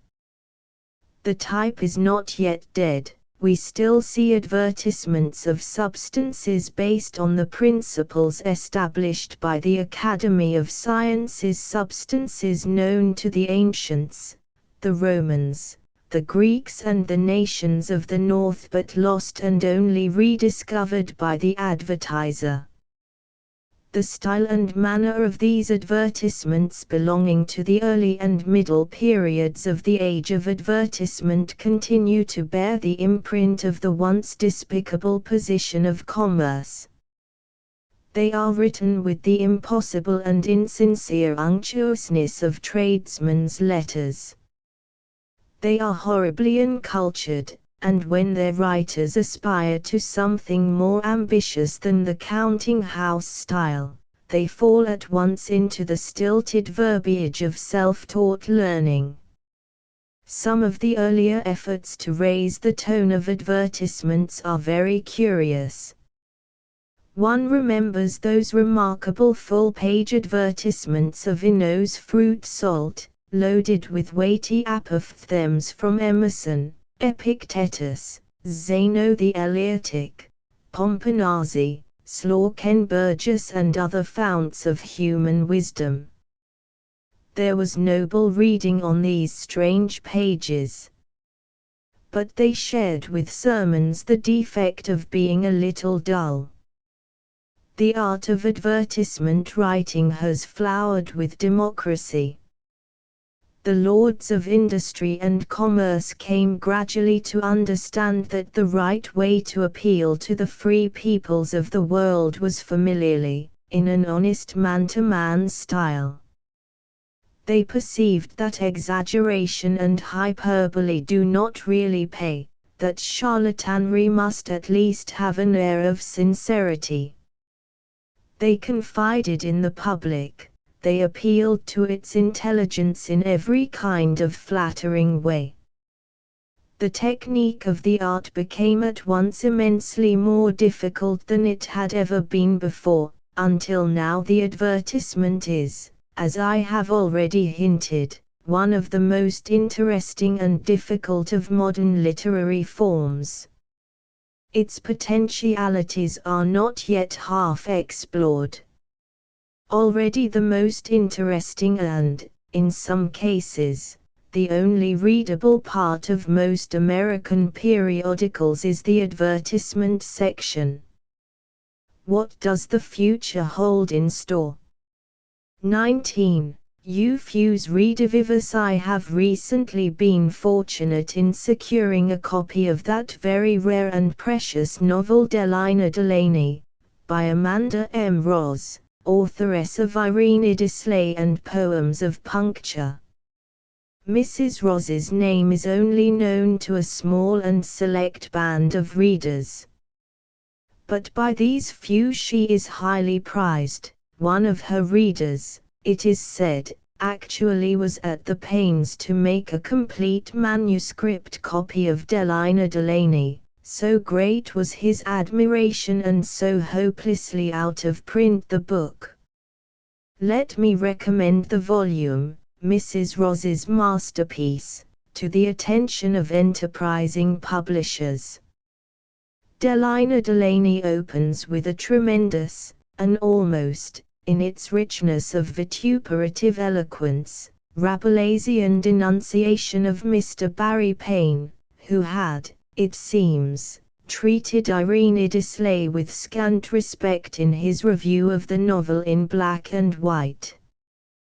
This so-called Barry Paine, by name, has taken upon himself to criticize a work, the depth of which fails to reach the solving power of his borrowed, and, he'd have you believe, varied talent.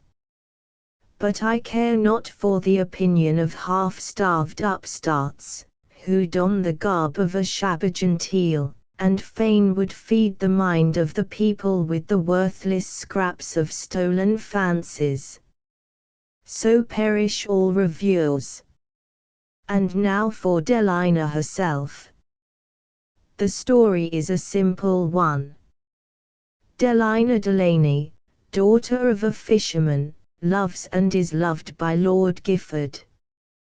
The baleful influence of a dark-haired French woman, Madame de Maine, daughter of the Count Avinevo, comes between the lovers and their happiness, and Delina undergoes fearful torments, including 3 years' penal servitude, before their union can take place. It is the manner, rather than the matter, of the book which is remarkable. Here, for instance, is a fine conversation between Lord Gifford and his mother, an aristocratic dame who strenuously objects to his connection with Delina. Returning one day to Columba Castle, she hears an unpleasant piece of news. Her son has been seen kissing Delina in the conservatory. "Home again, mother," he boldly uttered, as he gazed reverently in her face. "Home to Hads," returned the raging high-bred daughter of distinguished effeminacy. "Me, what is the matter?" meekly inquired his lordship. "Everything is the matter with a broken-hearted mother of low-minded offspring," she answered hotly. "Henry Edward Ludlow Gifford, son of my strength, idolized remnant of my inert husband, who at this moment invisibly offers the scourging whip of fatherly authority to your backbone of resentment, though for years you think him dead to your movements, and pillar of maternal trust. Poor Lady Gifford. Her son's behavior was her undoing. The shock caused her to lose first her reason and then her life.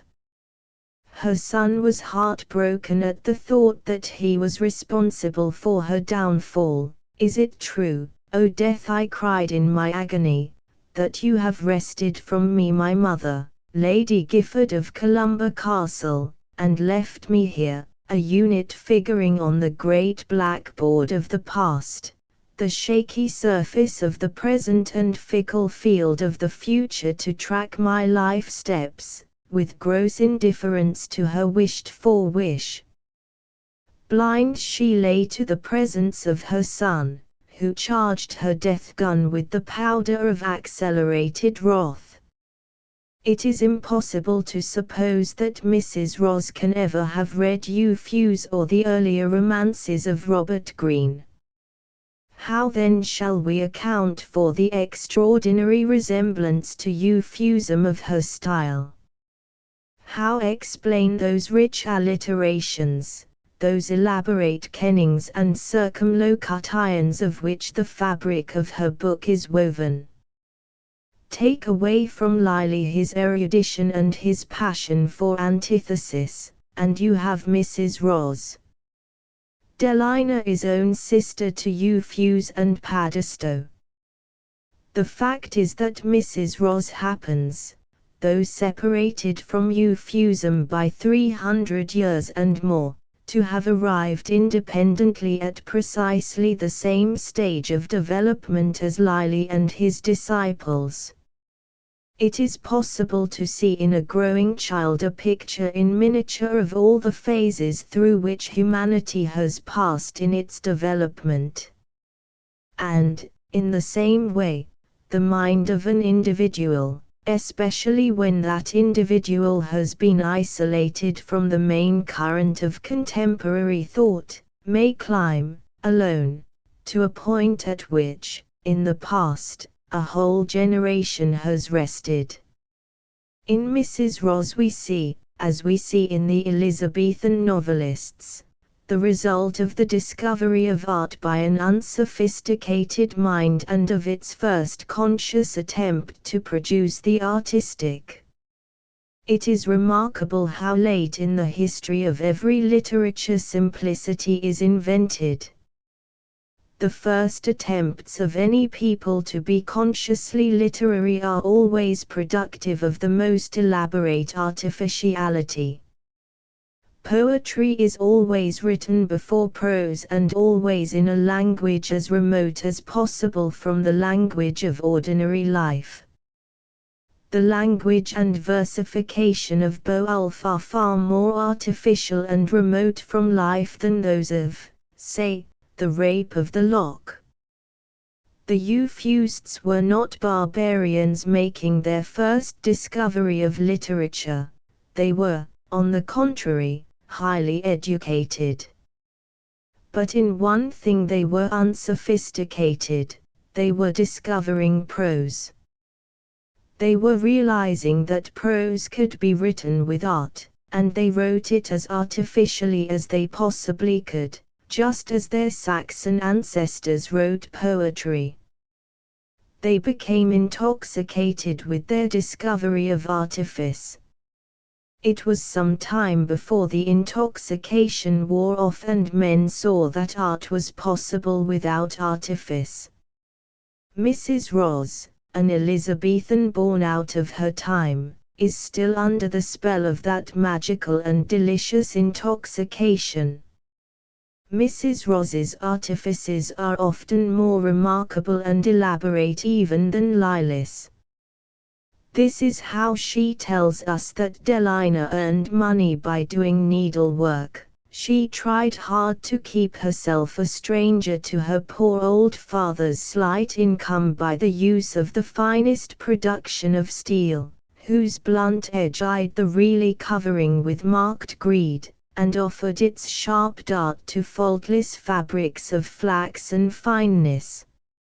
And Lord Gifford parts from Delina in these words: I am just in time to hear the toll of a parting bell strike its heavy weight of appalling softness against the weakest fibers of a heart of love, arousing and tickling its dormant action, thrusting the dart of evident separation deeper into its tubes of tenderness, and fanning the flame, already unextinguishable, into volumes of burning blaze.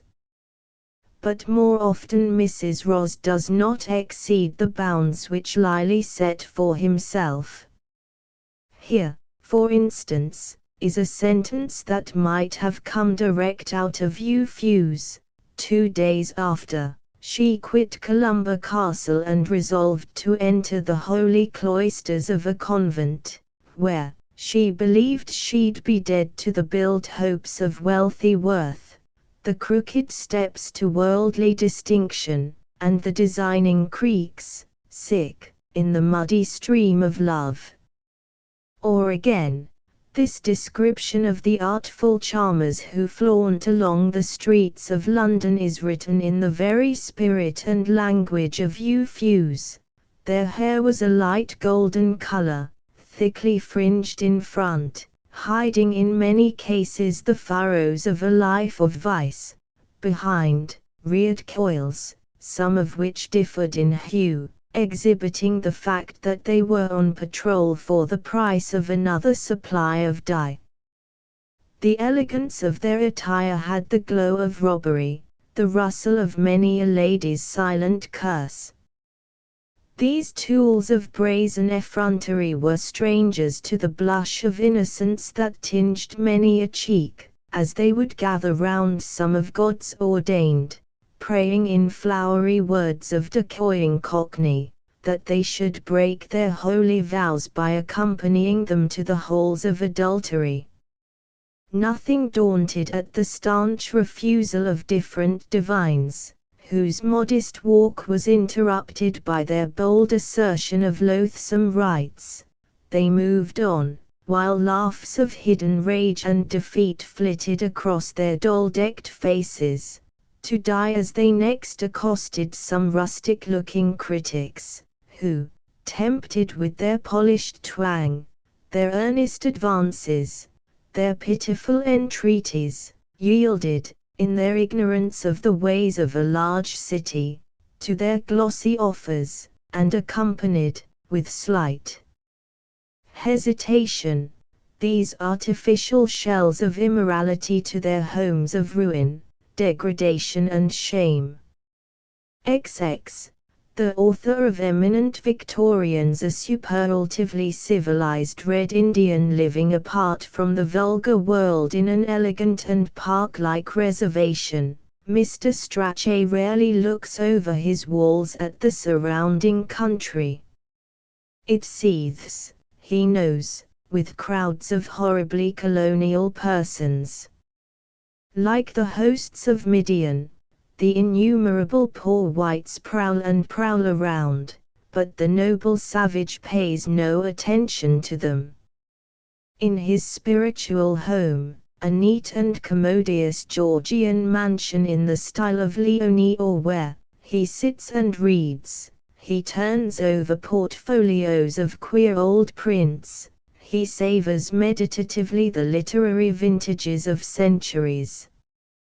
And occasionally, once in 2 or 3 years, he tosses over his park palings a record of these leisured degustations, a judgment passed upon his library, a ripe rare book. One time it is Eminent Victorians, the next it is Queen Victoria herself. Today he has given us a miscellaneous collection of books and characters. If Voltaire had lived to the age of 230 instead of shuffling off at a paltry 84, he would have written about the Victorian epoch, about life and letters at large, very much as Mr. Strachey has written. That lucid common sense, that sharp illuminating wit which delight us in the writings of the middle 18th century, these are Mr. Strachey's characteristics. We know exactly what he would have been if he had come into the world at the beginning of the 1700s. If he is different from the men of that date, it is because he happens to have been born towards the end of the 18th. The sum of knowledge at the disposal of the old encyclopedists was singularly small, compared, that is to say, with the knowledge which we of the 20th century have inherited. They made mistakes, and in their ignorance they passed what we can see to have been hasty and very imperfect judgments on men and things. Mr. Strachey is the 18th century grown up, he is Voltaire at 230.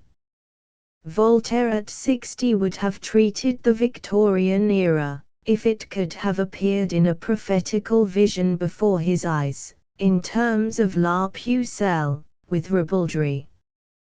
He would have had to be much older in knowledge and inherited experience before he could have approached it in that spirit of sympathetic irony and ironical sympathy which Mr. Strachey brings to bear upon it. Mr. Strachey makes us like the old queen, while we smile at her. He makes us admire the prince consort in spite of the portentous priggishness, duly insisted on in the biography, which accompanied his intelligence. With all the untutored barbarity of their notions, Gordon and Florence Nightingale are presented to us as sympathetic figures. Their peculiar brand of religion and ethics might be absurd, but their characters are shown to be interesting and fine. It is only in the case of Dr. Arnold that Mr. Strachey permits himself to be unrestrainedly Voltairean. He becomes 170 years younger as he describes the founder of the modern public school system. The irony of that description is tempered by no sympathy. To make the man appear even more ridiculous, Mr. Strachey adds a stroke or two to the portrait of his own contriving, little inventions which deepen the absurdity of the caricature. Thus we read that Arnold's outward appearance was the index of his inward character.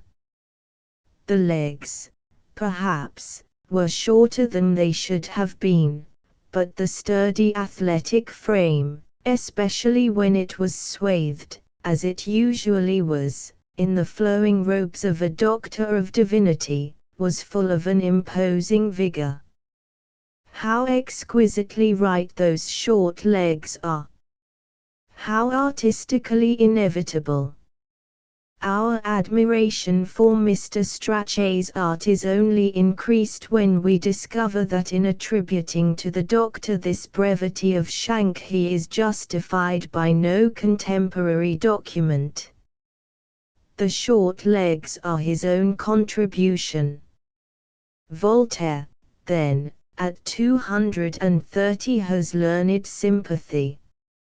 He has learned that there are other ways of envisaging life than the common sense, reasonable way, and that people with a crack-brained view of the universe have a right to be judged as human beings and must not be condemned out of hand as lunatics or obscurantists. Blake and St. Francis have as much right to their place in the sun as Gibbon and Hume. But still, in spite of this lesson, learned and inherited from the 19th century, our Voltaire of 11 score years and 10 still shows a marked preference for the Gibbons and the Humes. He still understands their attitude towards life a great deal better than he understands the other fellow's attitude. In his new volume of Books and Characters, Mr. Strachey prints an essay on Blake, written, it may be added parenthetically, some 16 years ago, in which he sets out very conscientiously to give that disquieting poet his due. The essay is interesting, not because it contains anything particularly novel in the way of criticism, but because it reveals, in spite of all Mr. Strachey's efforts to overcome it, in spite of his admiration for the great artist in Blake, his profound antagonism towards Blake's view of life. He cannot swallow mysticism. He finds it clearly very difficult to understand what all this fuss about the soul really signifies.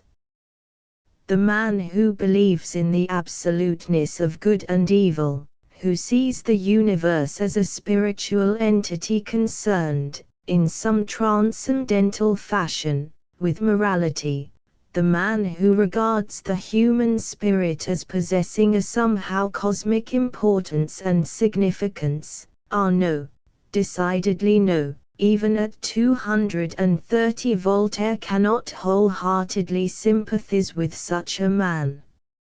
And that, no doubt, is the reason why Mr. Strachey has generally shrunk from dealing, in his biographies and his criticisms, with any of these strange incomprehensible characters.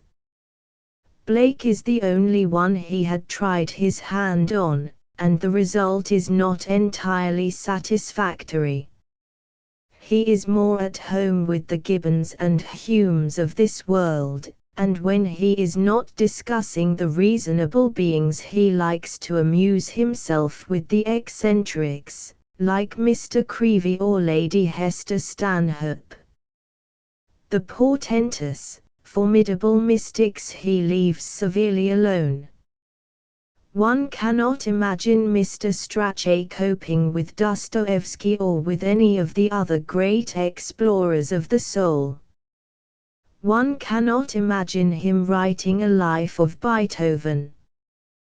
These huge beings are disquieting for a Voltaire who has learned enough sympathy to be able to recognize their greatness, but whose temperament still remains unalterably alien. Mr. Strachey is wise to have nothing to do with them. The second-rate mystics, I use the term in its widest and vaguest sense, the men who believe in the spirituality of the universe and in the queer dogmas which have become tangled in that belief, without possessing the genius which alone can justify such notions in the eyes of the Voltairians. These are the objects on which Mr. Strachey likes to turn his calm and penetrating gaze. Gordon and Florence Nightingale, the Prince Consort, Clough, they and their beliefs are made to look rather absurd by the time he has done with them. He reduces their spiritual struggles to a series of the most comically futile series of gymnastics in the void. The men of genius who have gone through the same spiritual struggles, who have believed the same sort of creeds, have had the unanswerable justification of their genius. These poor absurd creatures have not. Voltaire in his 3rd century gives them a certain amount of his newly learned sympathy, but he also gives them a pretty strong dose of his old irony. XXI. Edward Thomas. 1. The poetry of Edward Thomas affects one morally as well as aesthetically and intellectually.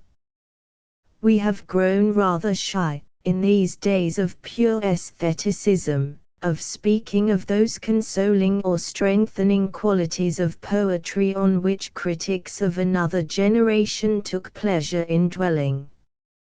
Thomas's poetry is strengthening and consoling, not because it justifies God's ways to man or whispers of reunions beyond the grave, not because it presents great moral truths in memorable numbers, but in a more subtle and very much more effective way.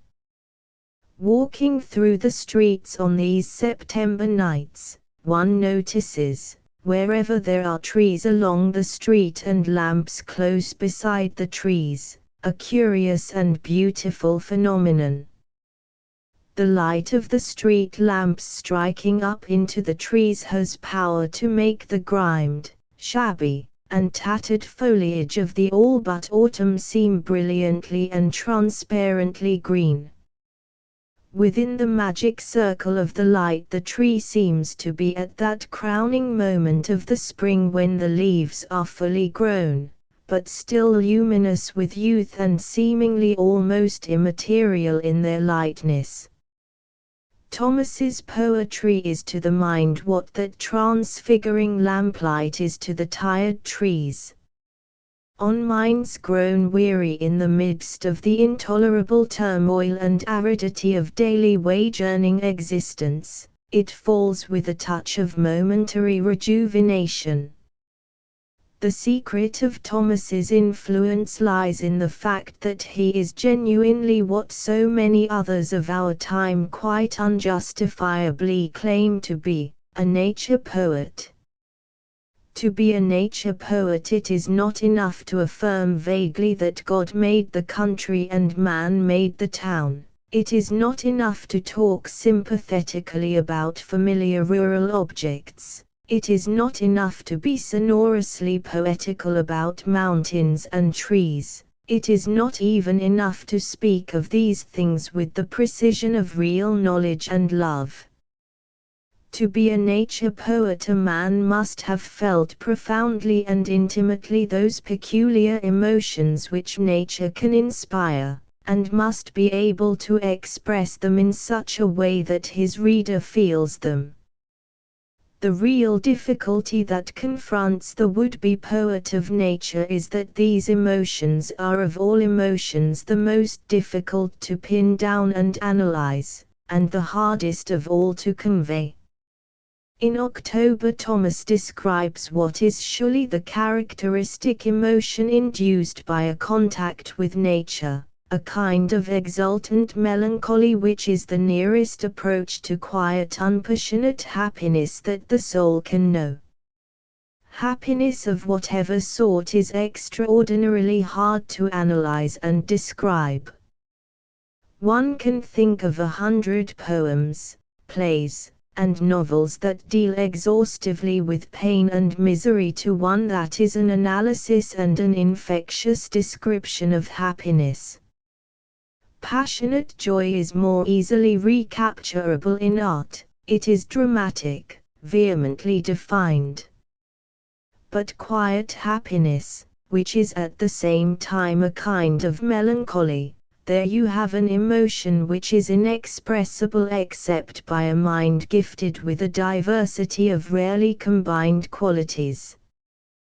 The poet who would sing of this happiness must combine a rare penetration with a rare candor and honesty of mind. A man who feels an emotion that is very difficult to express is often tempted to describe it in terms of something entirely different. Platonist poets feel a powerful emotion when confronted by beauty, and, finding it a matter of the greatest difficulty to say precisely what that emotion is in itself, proceed to describe it in terms of theology which has nothing whatever to do with the matter in point. Groping after an expression of the emotions aroused in him by the contemplation of nature, Wordsworth sometimes stumbles doubtfully along philosophical byways that are at the best parallel to the direct road for which he is seeking. Everywhere in literature this difficulty in finding an expression for any undramatic, ill-defined emotion is constantly made apparent. Thomas's limpid honesty of mind saves him from the temptation to which so many others succumb, the temptation to express one thing, because it is with difficulty describable, in terms of something else. He never philosophizes the emotions which he feels in the presence of nature and beauty, but presents them as they stand, transmitting them directly to his readers without the interposition of any obscuring medium. Rather than attempt to explain the emotion, to rationalize it into something that it is not, he will present it for what it is, a problem of which he does not know the solution. In Tears we have an example of this candid confession of ignorance. It seems I have no tears left.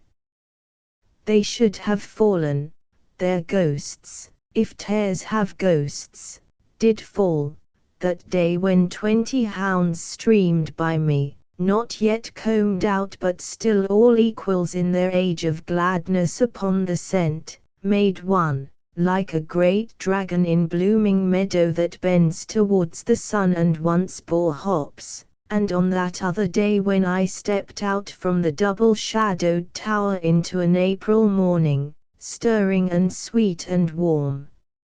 Strange solitude was there and silence. A mightier charm than any in the tower possessed the courtyard. They were changing guard, soldiers in line, young English countrymen, fair-haired and ruddy, in white tunics. Drums and fifes were playing the British Grenadiers. The men, the music piercing that solitude and silence, told me truths I had not dreamed, and have forgotten since their beauty passed. The emotion is nameless and indescribable, but the poet has intensely felt it and transmitted it to us who read his poem, so that we, too, feel it with the same intensity. Different aspects of this same nameless emotion of quiet happiness shot with melancholy are the theme of almost all Thomas's poems. They bring to us precisely that consolation and strength which the country and solitude and leisure bring to the spirits of those long pent in populous cities, but essentialized and distilled in the form of art. They are the light that makes young again the tattered leaves. Of the purely aesthetic qualities of Thomas's poetry it is unnecessary to say much. He devised a curiously bare and candid verse to express with all possible simplicity and clarity his clear sensations and emotions. This is not, as Mr. de la Mare says in his foreword to Thomas's collected poems, this is not a poetry that will drug or intoxicate. It must be read slowly, as naturally as if it were prose, without emphasis. With this bare verse, devoid of any affectation, whether of cleverness or a too great simplicity, Thomas could do all that he wanted. See, for example, with what extraordinary brightness and precision he could paint a picture, lichen, ivy and moss keep evergreen the trees that stand half flayed and dying, and the dead trees on their knees in dog's mercury and moss, and the bright twit of the goldfinch drops down there as he flits on thistle tops. The same bare precision served him well for describing the interplay of emotions, as in After You Speak or Like the Touch of Rain.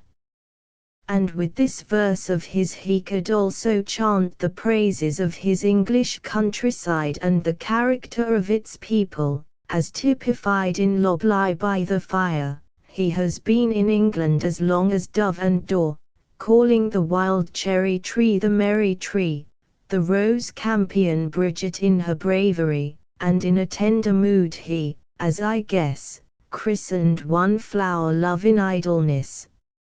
XXII, a Wordsworth anthology. 2. To regard Wordsworth critically, impersonally, is for some of us a rather difficult matter.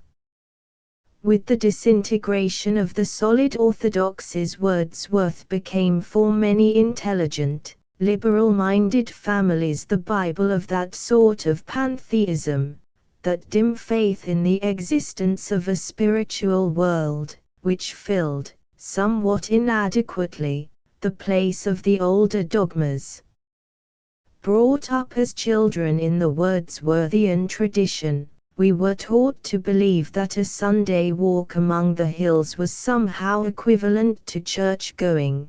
The first lesson was to be read among the clouds, the second in the primroses, the birds and the running waters sang hymns, and the whole blue landscape preached a sermon of moral evil and of good.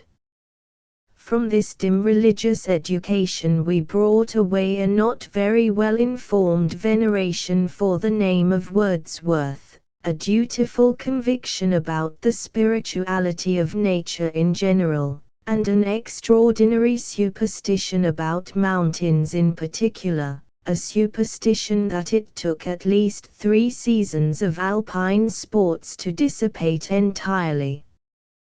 Consequently, on reaching man's estate, when we actually came to read our Wordsworth, we found it extremely difficult to appraise his greatness. So many veils of preconceived ideas had to be pushed aside, so many inveterate deflections of vision allowed for. However, it became possible at last to look at Wordsworth as a detached phenomenon in the world of ideas and not as part of the family tradition of childhood. Like many philosophers, and especially philosophers of a mystical tinge of thought, Wordsworth based his philosophy on his emotions. The conversion of emotions into intellectual terms is a process that has been repeated 1,000 times in the history of the human mind. We feel a powerful emotion before a work of art, therefore it partakes of the divine, is a reconstruction of the idea of which the natural object is a poor reflection. Love moves us deeply. Therefore human love is a type of divine love. Nature in her various aspects inspires us with fear, joy, contentment, despair. Therefore nature is a soul that expresses anger, sympathy, love, and hatred. One could go on indefinitely multiplying examples of the way in which man objectifies the kingdoms of heaven and hell that are within him. The process is often a dangerous one. The mystic who feels within himself the stirrings of inenarrable emotions is not content with these emotions as they are in themselves. He feels it necessary to invent a whole cosmogony that will account for them. To him this philosophy will be true, insofar as it is an expression in intellectual terms of these emotions. But to those who do not know these emotions at first hand, it will be simply misleading. The mystical emotions have what may be termed a conduct value. They enable the man who feels them to live his life with a serenity and confidence unknown to other men. But the philosophical terms in which these emotions are expressed have not necessarily any truth value.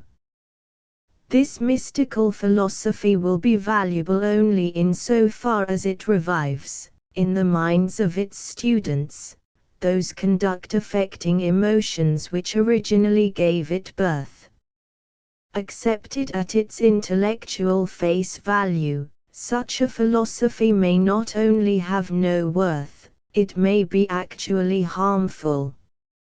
Into this beautifully printed volume Mr. Cobden Sanderson has gathered together most of the passages in Wordsworth's poetry which possess the power of reviving the emotions that inspired them. It is astonishing to find that they fill the best part of 250 pages, and that there are still plenty of poems, Peter Bell for example, that one would like to see included.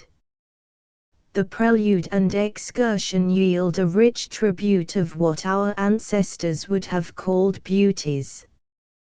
There is that astonishing passage in which the poet describes how, as a boy, he rode by moonlight across the lake, and, as I rose upon the stroke, my boat went heaving through the water like a swan, when, from behind that craggy steep till then the horizon's bound, a huge peak, black and huge, as if with voluntary power instinct, upreared its head. I struck and struck again, and growing still in stature the grim shape towered up between me and the stars, and still, for so it seemed, with purpose of its own and measured motion, like a living thing, strode after me. There is the history of that other fearful moment when I heard among the solitary hills low breathings coming after me, and sounds of undistinguishable motion, steps almost as silent as the turf they trod. And there are other passages telling of nature in less awful and menacing aspects, nature the giver of comfort and strong serenity. Reading these we are able in some measure to live for ourselves the emotions that were Wordsworth's. If we can feel his shadowy exaltations we have got all that Wordsworth can give us. There is no need to read the theology of his mysticism, the pantheistic explanation of his emotions. To Peter Bell a primrose by a river's brim was only a yellow primrose. Its beauty stirred in him no feeling.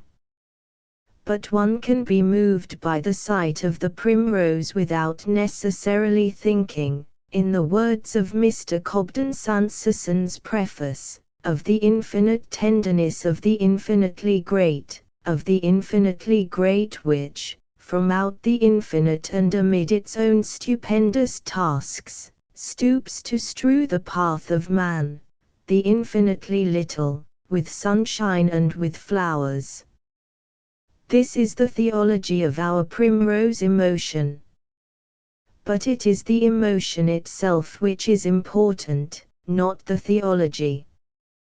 The emotion has its own powerful conduct value, whereas the philosophy derived from it, suspiciously anthropocentric, possesses, we should imagine, only the smallest value as truth.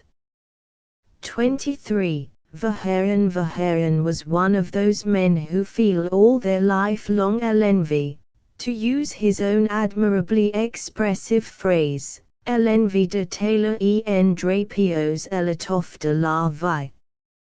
The stuff of life can be put to worse uses. To cut it into flags is, on the whole, more admirable than to cut it, shall we say, into cerecloths, or moneybags, or Parisian underclothing. A flag is a brave, a cheerful and a noble object. These are qualities for which we are prepared to forgive the flag its overemphasis, its lack of subtlety, its touch of childishness. One can think of a number of writers who have marched through literary history like an army with banners. There was Victor Hugo, for example, one of Vaharian's admired masters.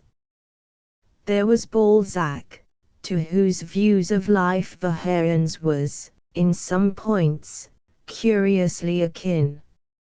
Among the minor makers of oriflammes there is our own Mr. Chesterton, with his heroic air of being forever on the point of setting out on a crusade, glorious with bunting and mounted on a rocking horse. The flag maker is a man of energy and strong vitality. He likes to imagine that all that surrounds him is as large, as full of sap and as vigorous as he feels himself to be. He pictures the world as a place where the colors are strong and brightly contrasted, where a vigorous chiaroscuro leaves no doubt as to the true nature of light and darkness, and where all life pulsates, quivering and taut, like a banner in the wind. From the first we find in Vaharian all the characteristics of the tailor of banners. In his earliest book of verse, Les Flamans, we see him already delighting in such lines as Los deux poings monstruo patorgint dans la pate. Already too we find him making copious use, or was it abuse, as Victor Hugo had done before him, of words like vast enorme infiniment infinite universe. Thus, in L'Ame de la Ville he talks of an enorme viaduct, an immense train, a monstrueux sun, even of the enorme atmosphere. For Vaharian all roads lead to the infinite, wherever and whatever that may be. Les grandes routes tracent des croix à l'infini, à travers bois, les grandes routes tracent des croix lointaines à l'infini, à travers plains. Infinity is one of those notions which are not to be lightly played with. The makers of flags like it because it can be contrasted so effectively with the microscopic finitude of man. Writers like Hugo and Vaharian talk so often and so easily about infinity that the idea ceases in their poetry to have any meaning at all. I have said that, in certain respects, Vaharian, in his view of life, is not unlike Balzac. This resemblance is most marked in some of the poems of his middle period, especially those in which he deals with aspects of contemporary life. Les Villes Tentaculaires contains poems which are wholly Balzacian in conception. Take, for example, Vaharian's Rhapsody on the Stock Exchange, un fur une flamme or mirage d'un wondre espoimante soudain de elongtanoid de brutit de fumée, oul on se bat, écus de vols, en base. Longues seches, regards agus, gestes inverses, it servals, question en turbulens les millions traversent, échangeant la lo pure et lo terrier. Auxiliary fins de mois, quand les débâcles se décident la mort les paraphies de suicides, mais or gemim auxiliary hiresblims, les volants dans la fever revivant, et les carnement saunois reprend comme autrefois. One cannot read these lines without thinking of Balzac's feverish moneymakers, of the Baron de Nucingen, du Tillet, the Kellers and all the lesser misers and usurers, and all their victims. With their worked-up and rather melodramatic excitement, they breathe the very spirit of Balzac's prodigious film scenario version of life. Verhairen's flag-making instinct led him to take special delight in all that is more than ordinarily large and strenuous. He extols and magnifies the gross violence of the Flemish peasantry, their almost infinite capacity for taking food and drink, their industry, their animalism. In true Rooseveltian style, he admired energy for its own sake. All his romping rhythms were dictated to him by the need to express this passion for the strenuous. His curious assonances and alliterations, latentit essentibutant en disputes, arise from this same desire to recapture the sense of violence and immediate life. It is interesting to compare the violence and energy of Verhaeren with the violence of an earlier poet, Rimbaud, the marvelous boy, if ever there was one. Rimbaud cut the stuff of life into flags, but into flags that never fluttered on this earth. His violence penetrated, in some sort, beyond the bounds of ordinary life.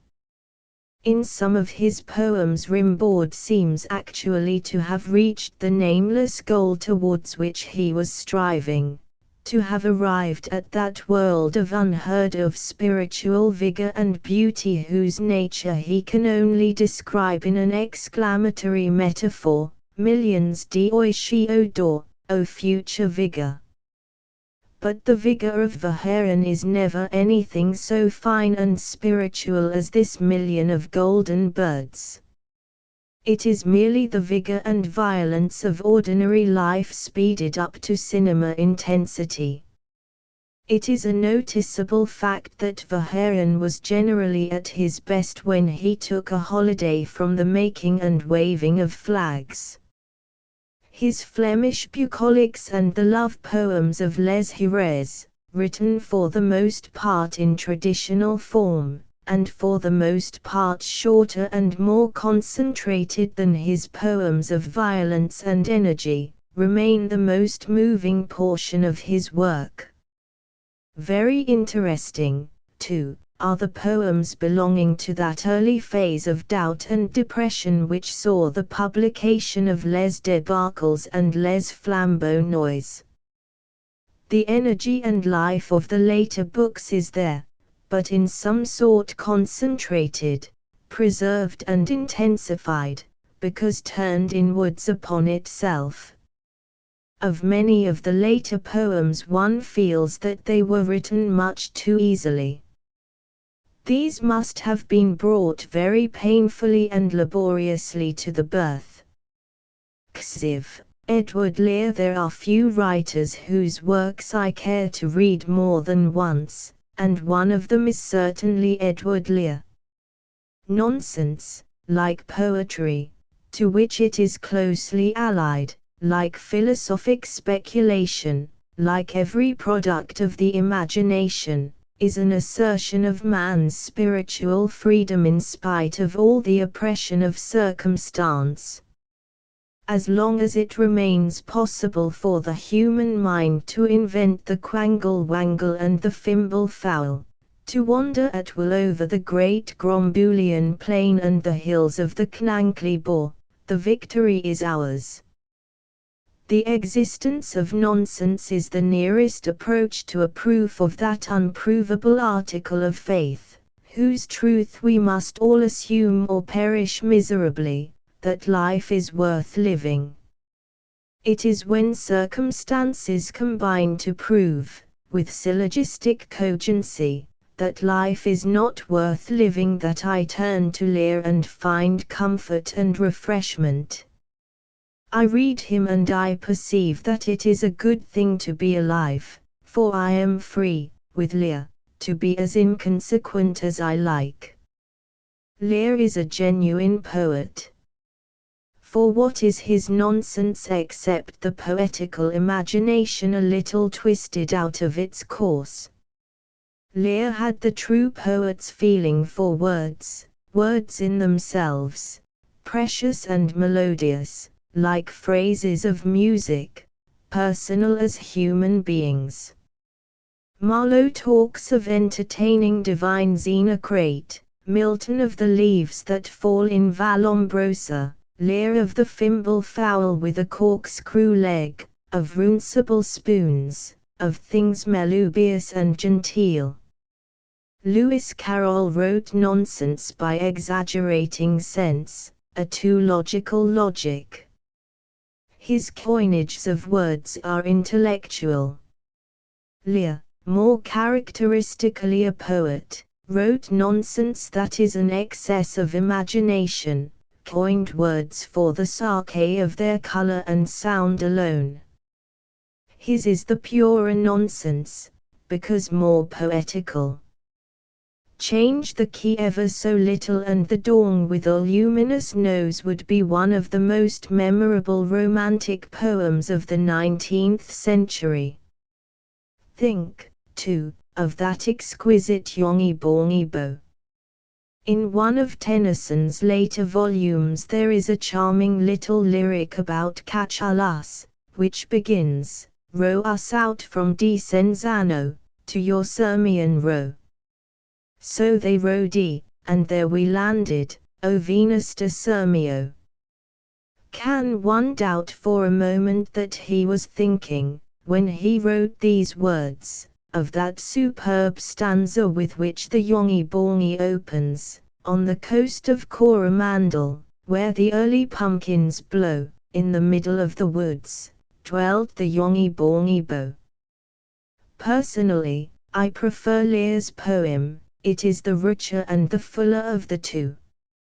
Lear's genius is at its best in the nonsense rhymes, or limericks, as a later generation has learned to call them. In these I like to think of him not merely as a poet and a draftsman, and how unique an artist the recent efforts of Mr. Nash to rival him have only affirmed, but also as a profound social philosopher. No study of Lear would be complete without at least a few remarks on the nonsense rhymes. They are the world, the man in the street, they are what the leader writers in the twopenny press would call all right-thinking men and women, they are public opinion. The nonsense rhymes are, for the most part, nothing more nor less than episodes selected from the history of that eternal struggle between the genius or the eccentric and his fellow beings. Public opinion universally abhors eccentricity.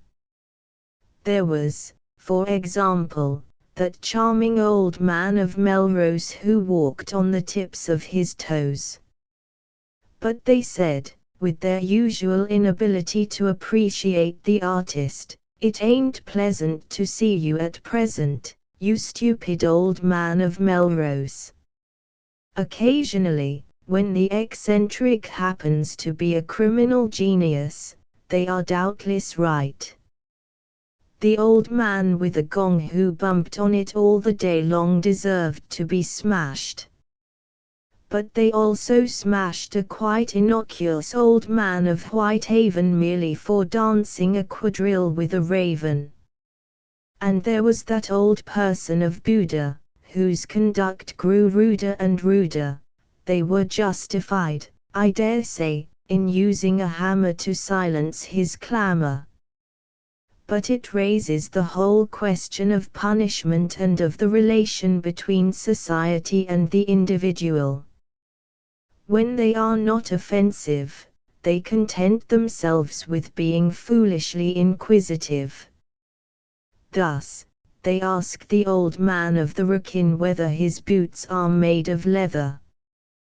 They pester the old man in a tree with imbecile questions about the bee which so horribly bored him. In these encounters the geniuses and the eccentrics often get the better of the gross and heavy-witted public. The old person of Ware who rode on the back of a bear certainly scored off them. For when they asked, "Does it trot?" he replied, "It does not. The picture shows it galloping ventre a terre. It's a mopsychon flopsychon bear." Sometimes, too, the eccentric actually leads them on to their discomfiture. One thinks of that old man in a garden, who always begged everyone's pardon. When they asked him, "What for?" he replied, "You're a bore, and I trust you'll go out of my garden." But they probably ended up by smashing him. Occasionally the men of genius adopt a malign policy. They flee from the gross besetting crowd. L'archer ist triste, Hellas, it jre lutus les levers. Fui, la base, fui. It was surely with these words on his lips that the old person of Basing, whose presence of mind, for all that he was a symbolist, was amazing, went out to purchase the steed which he rode at full speed and escaped from the people of Basing. He chose the better part, for it is almost impossible to please the mob. The old person of Ealing was thought by his suburban neighbours to be almost devoid of good feeling, because, if you please, he drove a small gig with 3 owls and a pig. And there was that pathetic old man of Thermopylae, for whom I have a peculiar sympathy, since he reminds me so poignantly of myself, who never did anything properly. They said, "If you choose to boil eggs in your shoes, you shall never remain in Thermopylae." The sort of people they like do the stupidest things, have the vulgarest accomplishments. Of the old person of Filey his acquaintance was wont to speak highly because he danced perfectly well to the sound of a bell. And the people of Shoreham adored that fellow citizen of theirs whose habits were marked by decorum and who bought an umbrella and sate in the cellar. Naturally, it was only to be expected. XXV. Sir Christopher Wren that an Englishman should be a very great plastic artist is always rather surprising. Perhaps it is a matter of mere chance, perhaps it has something to do with our national character, if such a thing really exists. But, whatever may be the cause, the fact remains that England has produced very few artists of first-class importance. The Renaissance, as it spread, like some marvelous infectious disease of the spirit, across the face of Europe, manifested itself in different countries by different symptoms. In Italy, the country of its origin, the Renaissance was, more than anything, an outburst of painting, architecture and sculpture. Scholarship and religious reformation were, in Germany, the typical manifestations of the disease. But when this gorgeous spiritual measles crossed the English Channel, its symptoms were almost exclusively literary. The first premonitory touch of the infection from Italy brought out Chaucer. With the next bout of the disease, England produced the Elizabethans. But among all these poets there was not a single plastic artist whose name we so much as remember. And then, suddenly, the 17th century gave birth to two English artists of genius. It produced Inigo Jones and, a little later, Wren. Wren died, at the age of more than 90, in the spring of 1723. We are celebrating today his bicentenary, celebrating it not merely by antiquarian talk and scholarly appreciations of his style, but also, the signs are not wanting, in a more concrete and living way, by taking a renewed interest in the art of which he was so great a master, and by reverting in our practice to that fine tradition which he, with his predecessor, Inigo, inaugurated. An anniversary celebration is an act of what Wordsworth would have called natural piety, an act by which past is linked with present, and of the vague, interminable series of the days a single comprehensible and logical unity is created in our minds. At the coming of the centenaries we like to remember the great men of the past, not so much by way of historical exercise, but that we may see precisely where, in relation to their achievement, we stand at the present time, that we may appraise the life still left in their spirit and apply to ourselves the moral of their example. I have no intention in this article of giving a biography of Wren, a list of his works, or a technical account of his style and methods. I propose to do no more than describe, in the most general terms, the nature of his achievement and its significance to ourselves. Wren was a good architect. But since it is important to know precisely what we are talking about, let us begin by asking ourselves what good architecture is. Descending with majesty from his private Sinai, Mr. Ruskin dictated to a whole generation of Englishmen the aesthetic law. On monolithic tables that were the stones of Venice he wrote the great truths that had been revealed to him.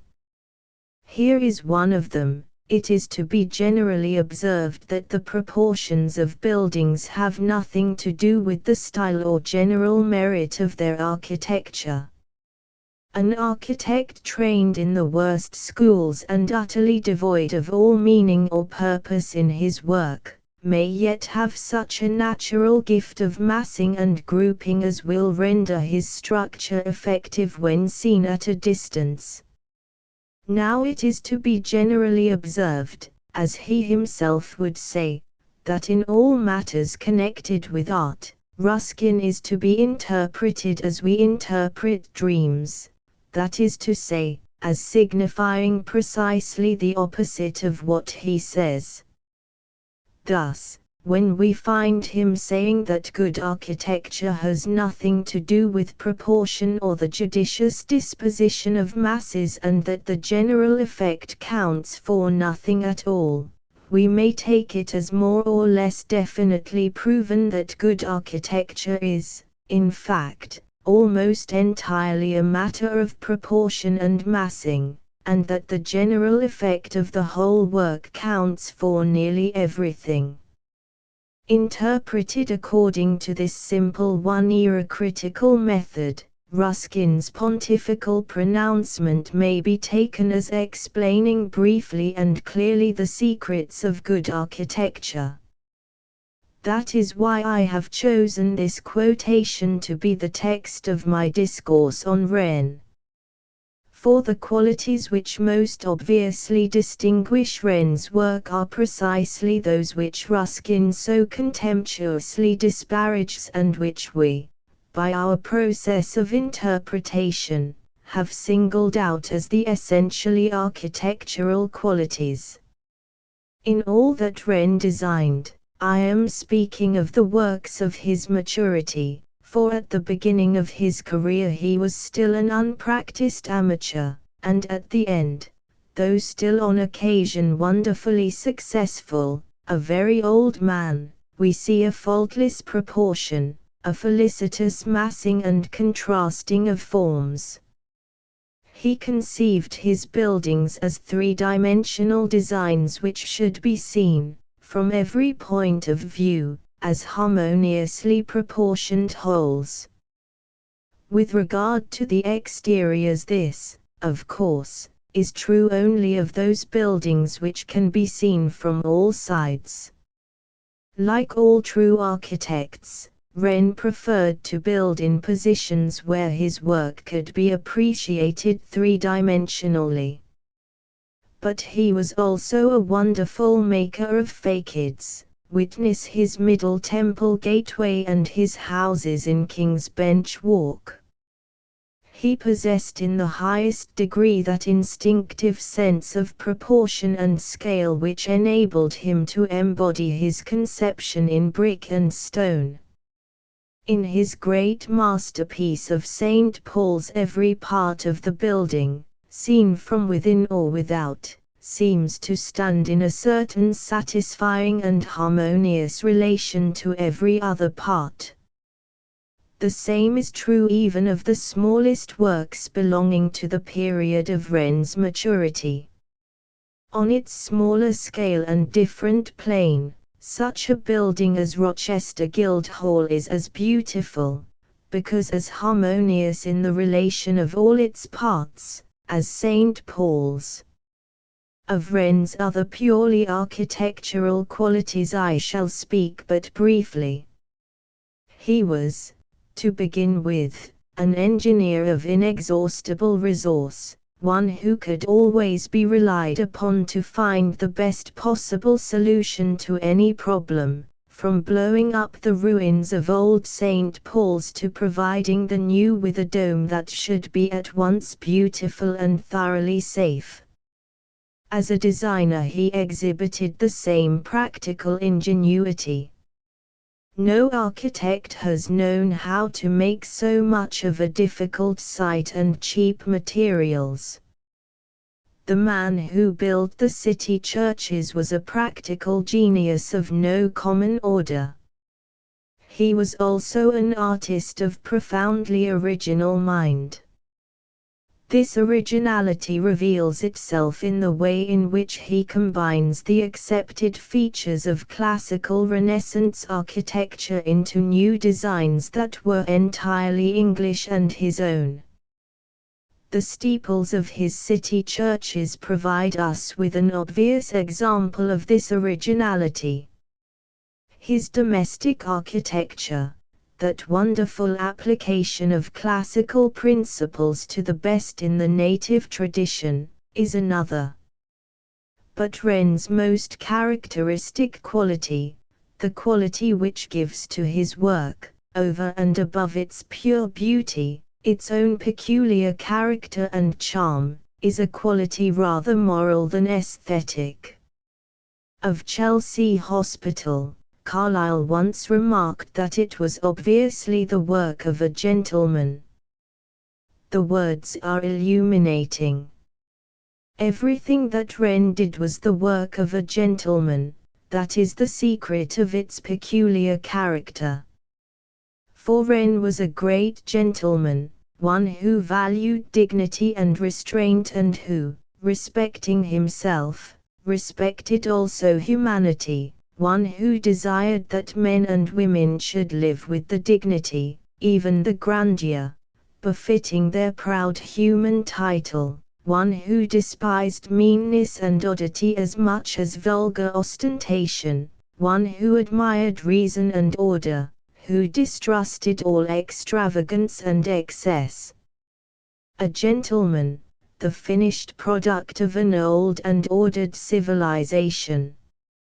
Wren, the restrained and dignified gentleman, stands out most clearly when we compare him with his Italian contemporaries. The Baroque artists of the 17th century were interested above everything in the new, the startling, the astonishing. They strained after impossible grandeurs, unheard of violences. The architectural ideals of which they dreamed were more suitable for embodiment in theatrical cardboard than in stone. And indeed, the late 17th and early 18th century was the golden age of scene painting in Italy.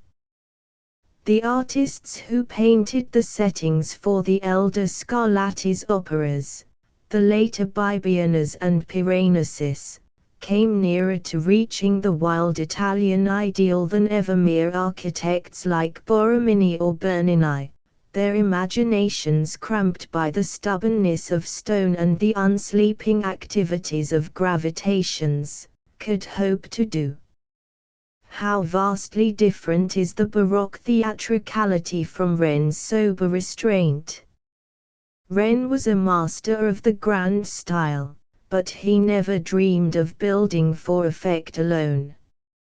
He was never theatrical or showy, never pretentious or vulgar. St. Paul's is a monument of temperance and chastity. His great palace at Hampton Court is no gaudy stage setting for the farce of absolute monarchy. It is a country gentleman's house, more spacious, of course, and with statelier rooms and more impressive vistas, but still a house meant to be lived in by someone who was a man as well as a king. But if his palaces might have housed, without the least incongruity, a well-bred gentleman, conversely his common houses were always dignified enough, however small, to be palaces in miniature and the homes of kings. In the course of the 200 years which have elapsed since his death, Wren's successors have often departed, with melancholy results, from the tradition of which he was the founder. They have forgotten, in their architecture, the art of being gentlemen. Infected by a touch of the Baroque folie de grandeur, the architects of the 18th century built houses in imitation of Versailles and Cassata, huge stage houses, all for show and magnificence and all but impossible to live in. The architects of the 19th century sinned in a diametrically opposite way, towards meanness and a negation of art. Senselessly preoccupied with details, they created the nightmare architecture of features. The sham Gothic of early Victorian times yielded at the end of the century to the nauseous affectation of sham peasantry. Big houses were built with all the irregularity and more than the quaintness of cottages. Suburban villas took the form of machine-made imitations of the Tudor peasant's hut. To all intents and purposes architecture ceased to exist. Ruskin had triumphed. Today, however, there are signs that architecture is coming back to that sane and dignified tradition of which Wren was the great exponent. Architects are building houses for gentlemen to live in. Let us hope that they will continue to do so. There may be sublimer types of men than the gentleman. There are saints, for example, and the great enthusiasts whose thoughts and actions move the world. But for practical purposes and in a civilized, orderly society, the gentleman remains, after all, the ideal man. The most profound religious emotions have been expressed in Gothic architecture. Human ambitions and aspirations have been most colossally reflected by the Romans and the Italians of the Baroque. But it is in England that the golden mean of reasonableness and decency, the practical philosophy of the civilized man, has received its most elegant and dignified expression. The old gentleman who died 200 years ago preached on the subject of civilization a number of sermons in stone. St. Paul's and Greenwich, Trinity Library and Hampton Court, Chelsea, Kilmainham, Blackheath and Rochester, St. Stephen's, Walbrook and St. Mary Abbey Church, Kensington Orangery and Middle Temple Gateway. These are the titles of a few of them. They have much, if we will but study them, to teach us. XXVI, Ben Jonson, 3. It comes as something of a surprise to find that the niche reserved for Ben Jonson in the English Men of Letters series has only now been filled. One expected somehow that he would have been among the first of the great ones to be enshrined, but no, he has had a long time to wait, and Adam Smith, and Sidney Smith, and Hazlitt, and Fanny Burney have gone before him into the Temple of Fame. Now, however, his monument has at last been made, with Professor Gregory Smith's qualified version of O Rare Ben Jonson, duly and definitively carved upon it. What is it that makes us, almost as a matter of course, number Ben Jonson among the great? Why should we expect him to be an early candidate for immortality, or why, indeed, should he be admitted to the English Men of Letters series at all? These are difficult questions to answer, for when we come to consider the matter we find ourselves unable to give any very glowing account of Ben or his greatness. It is hard to say that one likes his work. One cannot honestly call him a good poet or a supreme dramatist. And yet, unsympathetic as he is, uninteresting as he often can be, we still go on respecting and admiring him, because, in spite of everything, we are conscious, obscurely but certainly, that he was a great man. He had little influence on his successors. The comedy of humours died without any but an abortive issue. Shadwell, the mountain-bellied oak, from a treason tavern rolling home is not a disciple that any man would have much pride in claiming. No raking up of literary history will make Ben Jonson great as a founder of a school or an inspirer of others. His greatness is a greatness of character. There is something almost alarming in the spectacle of this formidable figure advancing with tank-like irresistibility towards the goal he had set himself to attain.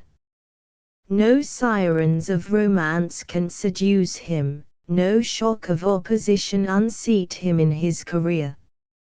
He proceeds along the course theoretically mapped out at the inception of his literary life, never deviating from this narrow way till the very end, till the time when, in his old age, he wrote that exquisite pastoral, The Sad Shepherd, which is so complete and absolute a denial of all his lifelong principles. But the Sad Shepherd is a weakness, albeit a triumphant weakness.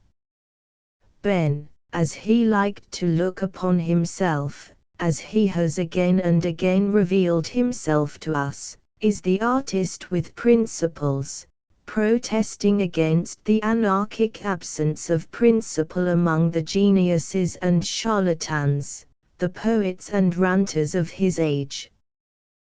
The true artificer will not run away from nature as he were afraid of her, or depart from life and the likeness of truth, but speak to the capacity of his hearers.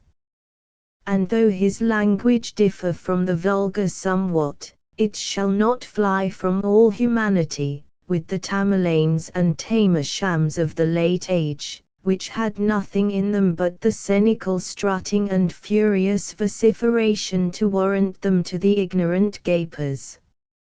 He knows it is his only art, so to carry it as none but artificers perceive it. In the meantime, perhaps, he is called barren, dull, lean, a poor writer, or by what contumelious word can come in their cheeks, by these men who without labor, judgment, knowledge, or almost sense, are received or preferred before him. In these sentences from Discoveries Ben Jonson paints his own picture, portrait of the artist as a true artificer, setting forth, in its most general form, and with no distracting details of the humors or the moral purpose of art, his own theory of the artist's true function and nature. Jonson's theory was no idle speculation, no mere thing of words and air, but a creed, a principle, a categorical imperative, conditioning and informing his whole work.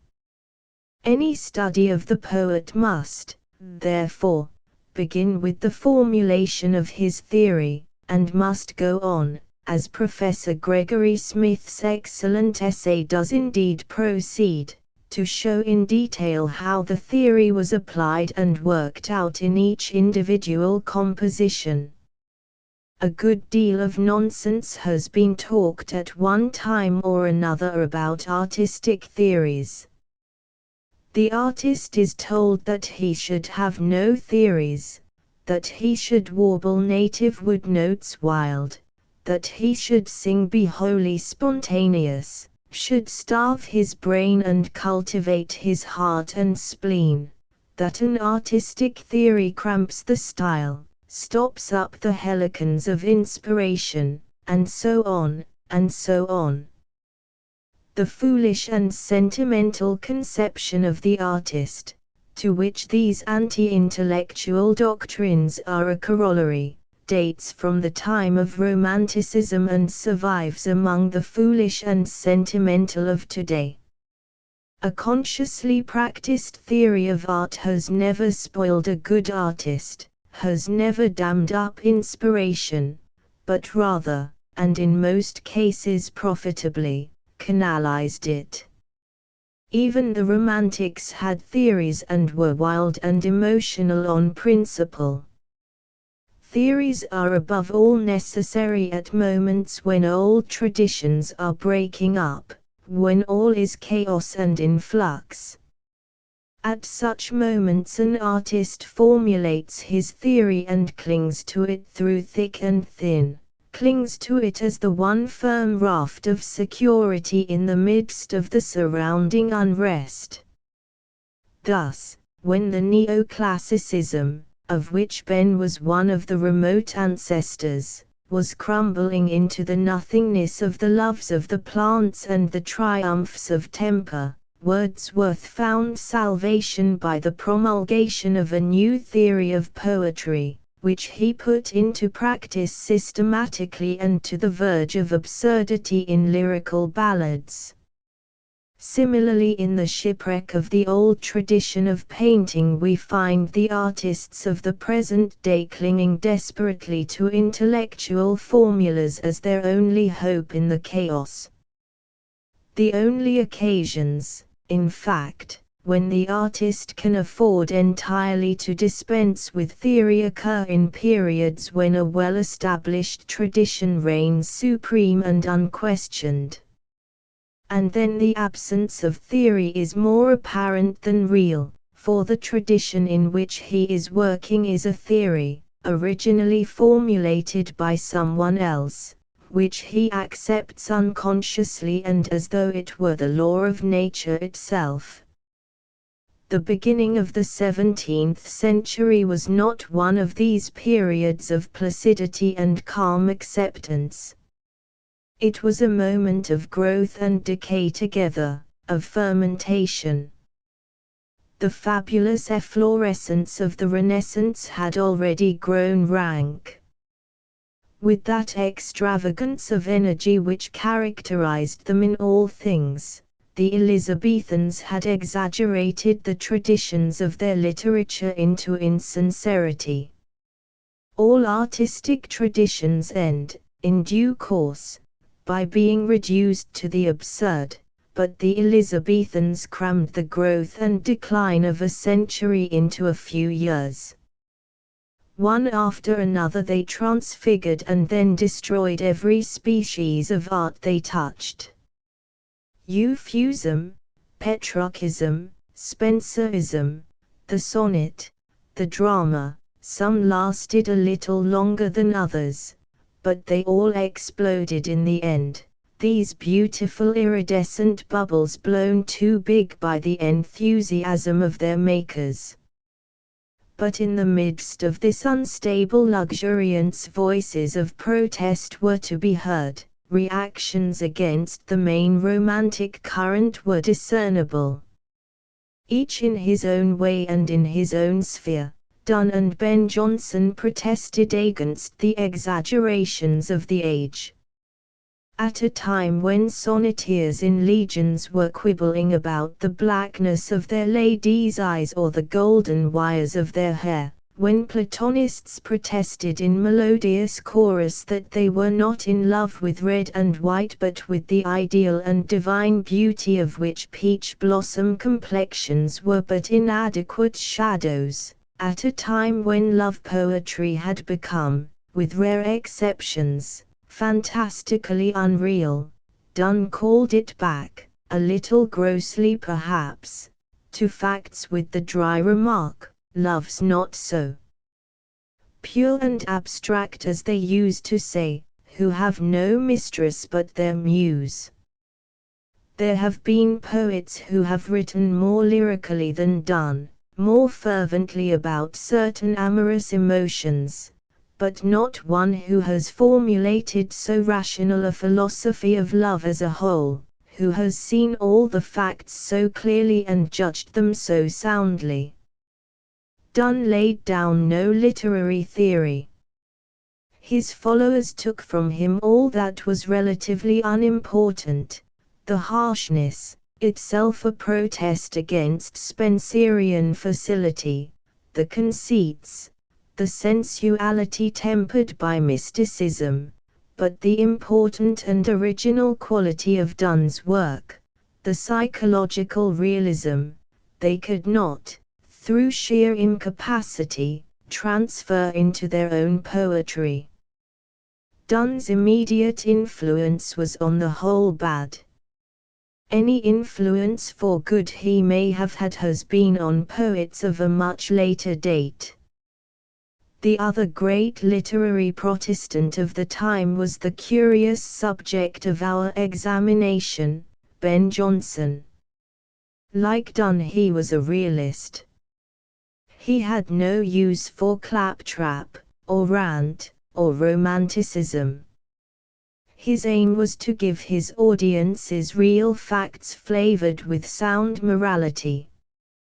He failed to be a great realist, partly because he lacked the imaginative insight to perceive more than the most obvious and superficial reality, and partly because he was so much preoccupied with the sound morality that he was prepared to sacrifice truth to satire, so that in place of characters he gives us humors, not minds, but personified moral qualities. Ben hated romanticism, for, whatever may have been his bodily habits, however infinite his capacity for drinking sack, he belonged intellectually to the party of sobriety. In all ages the drunks and the sobers have confronted one another, each party loud in derision and condemnation of the defects which it observes in the other. The Tamerlanes and Tamershams of the late age accuse the sober Ben of being barren, dull, lean, a poor writer. Ben retorts that they have nothing in them but the cynical strutting and furious vociferation to warrant them to the ignorant gapers. At another period it is the Hunanis and the Rollers who reproach that paragon of dryness, the almost fiendishly sober Stendhal, with his grocer's style. Stendhal in his turn remarks, en paraissant, vers 1803, le génie de Chateaubriand me semble ridicule. And today, we have our sobers and our drunks, our Hardy and our Belloc, our Santayana and our Chesterton. The distinction is eternally valid.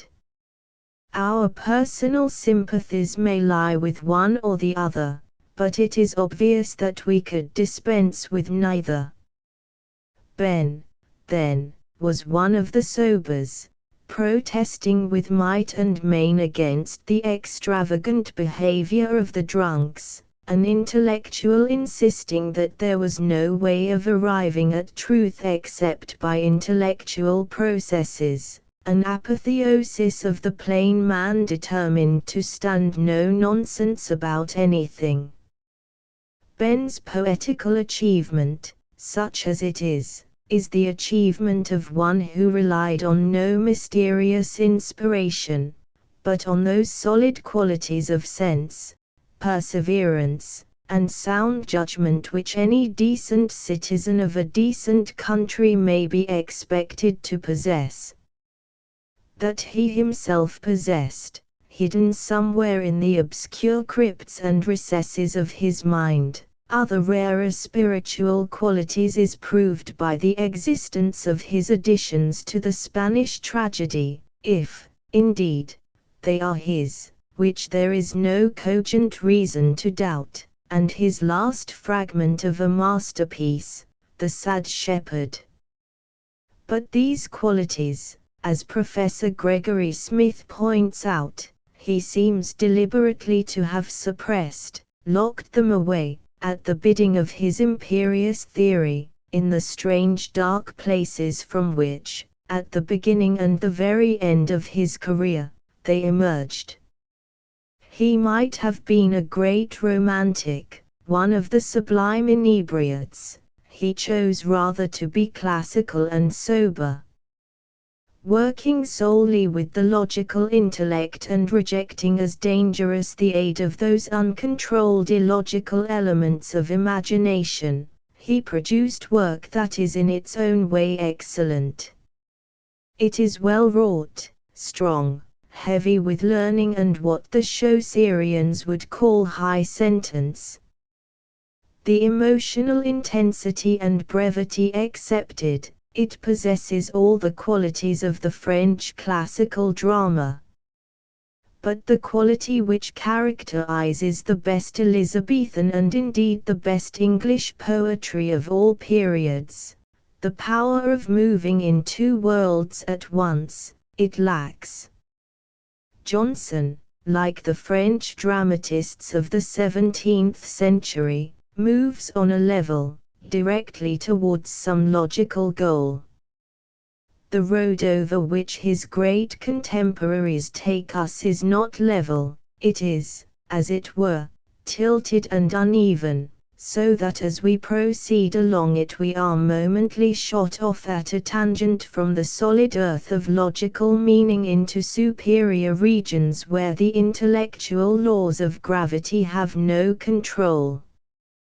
The mistake of Jonson and the classicists in general consists in supposing that nothing is of value that is not susceptible of logical analysis, whereas the truth is that the greatest triumphs of art take place in a world that is not wholly of the intellect, but lies somewhere between it and the inenarrable, but, to those who have penetrated it, supremely real world of the mystic.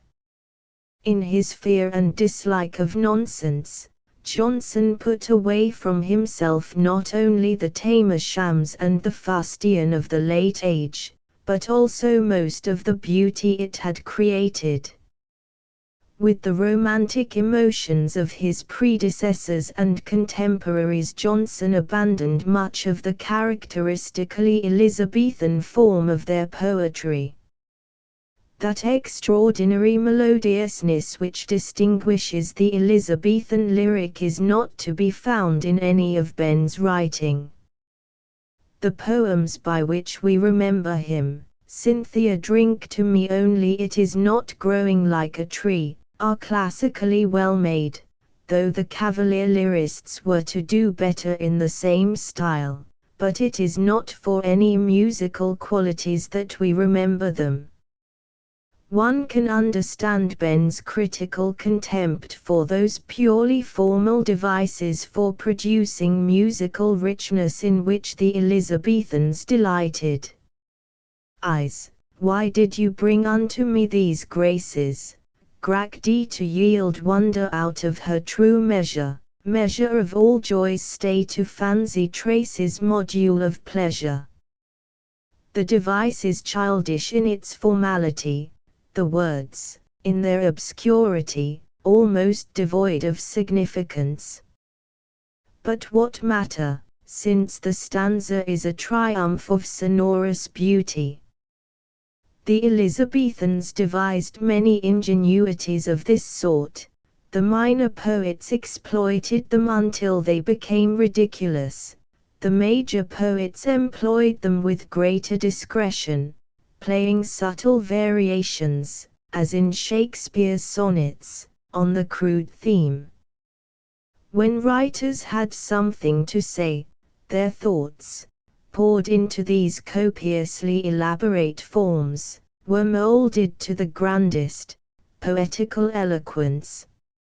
A minor poet, like Lord Brooke, from whose works we have just quoted a specimen of pure formalism, could produce, in his moments of inspiration, such magnificent lines as, "The mind of man is this world's true dimension, and knowledge is the measure of the mind," or these, "Of the nethermost hell, a place there is upon no centre placed, deep under depths, as far as is the sky above the earth, dark, infinitely spaced, Pluto the kingdom, misery." Even into comic poetry the Elizabethans imported the grand manner. The anonymous author of Tee Hee.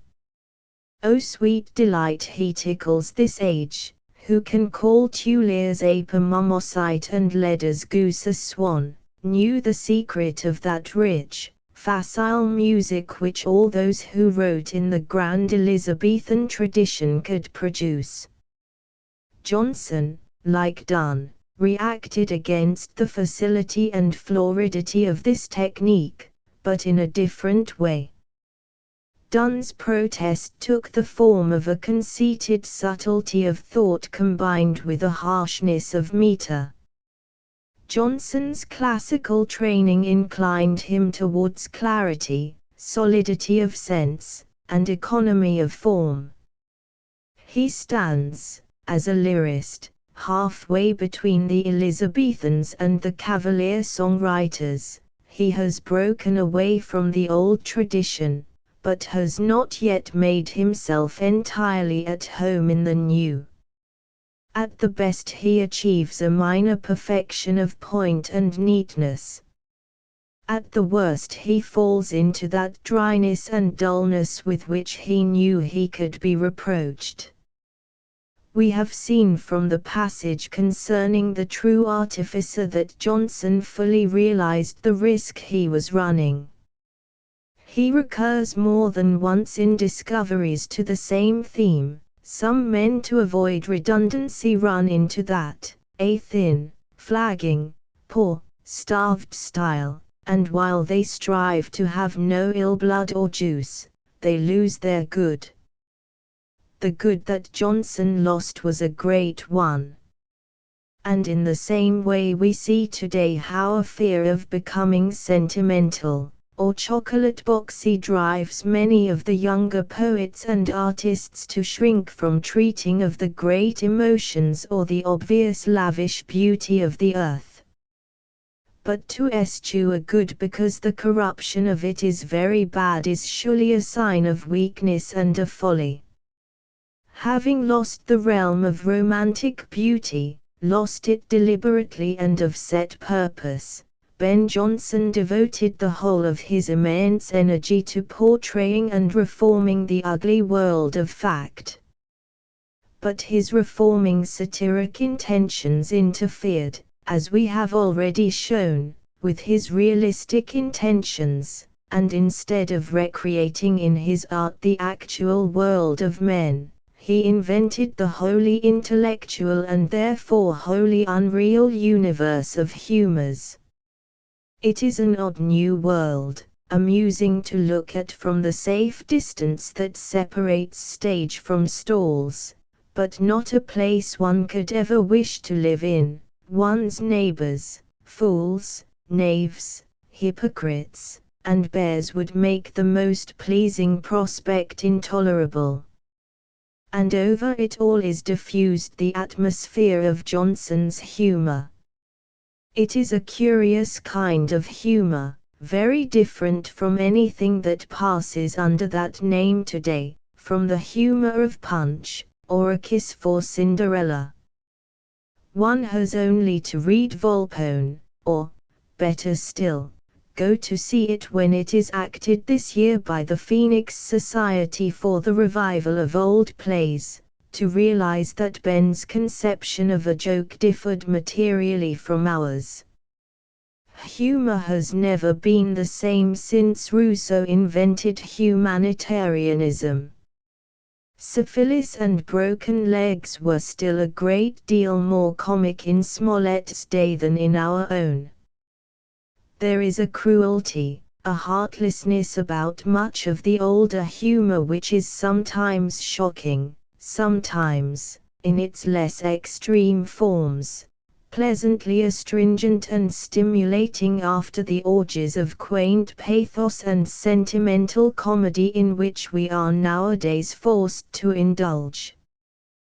There is not a pathetic line in Volpone, all the characters are profoundly unpleasant, and the fun is almost as grim as fun can be.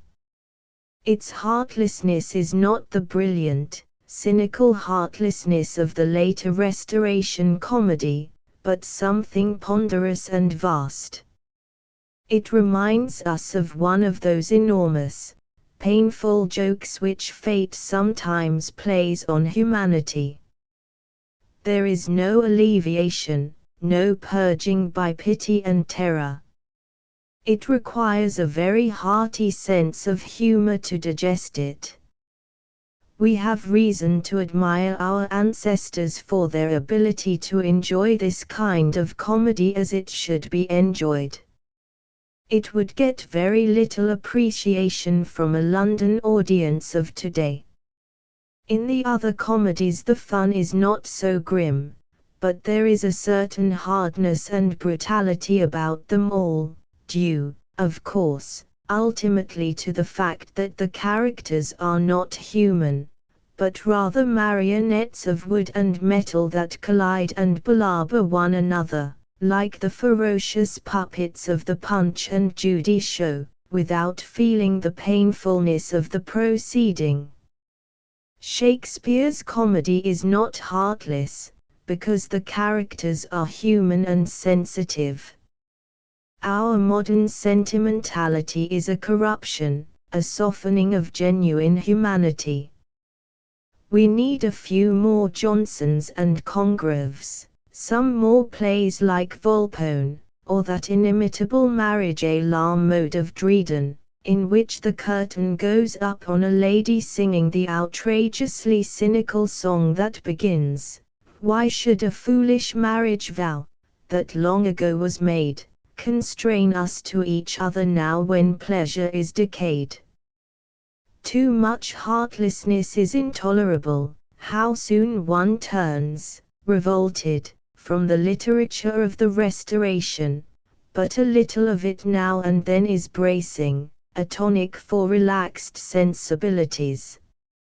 A little ruthless laughter clears the air as nothing else can do. It is good for us, every now and then, to see our ideals laughed at, our conception of nobility caricatured. It is good for solemnity's nose to be tweaked. It is good for human pomposity to be made to look mean and ridiculous.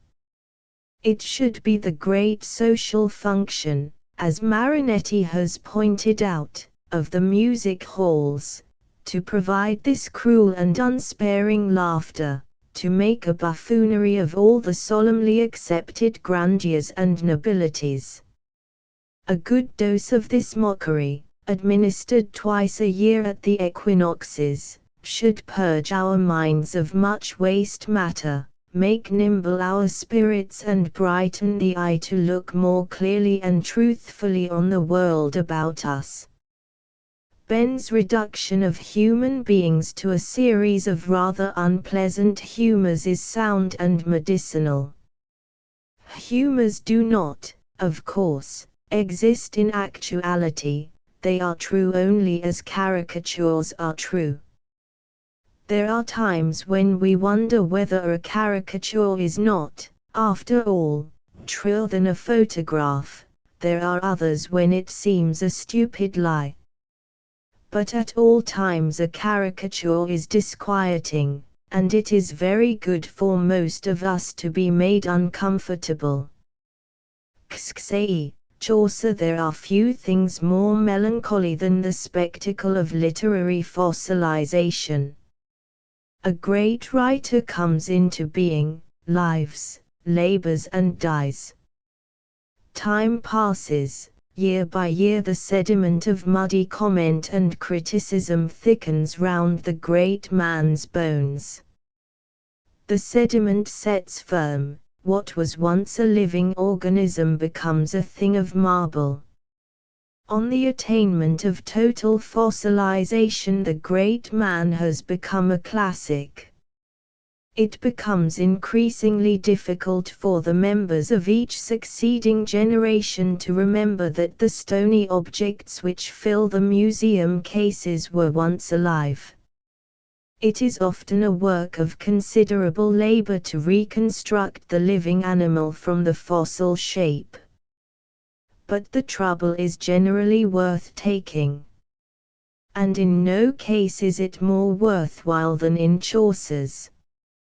With Chaucer the ordinary fossilizing process, to which every classical author is subject, has been complicated by the petrifaction of his language. 500 years have almost sufficed to turn the most living of poets into a substitute on the modern sides of schools for the mental gymnastic of Latin and Greek.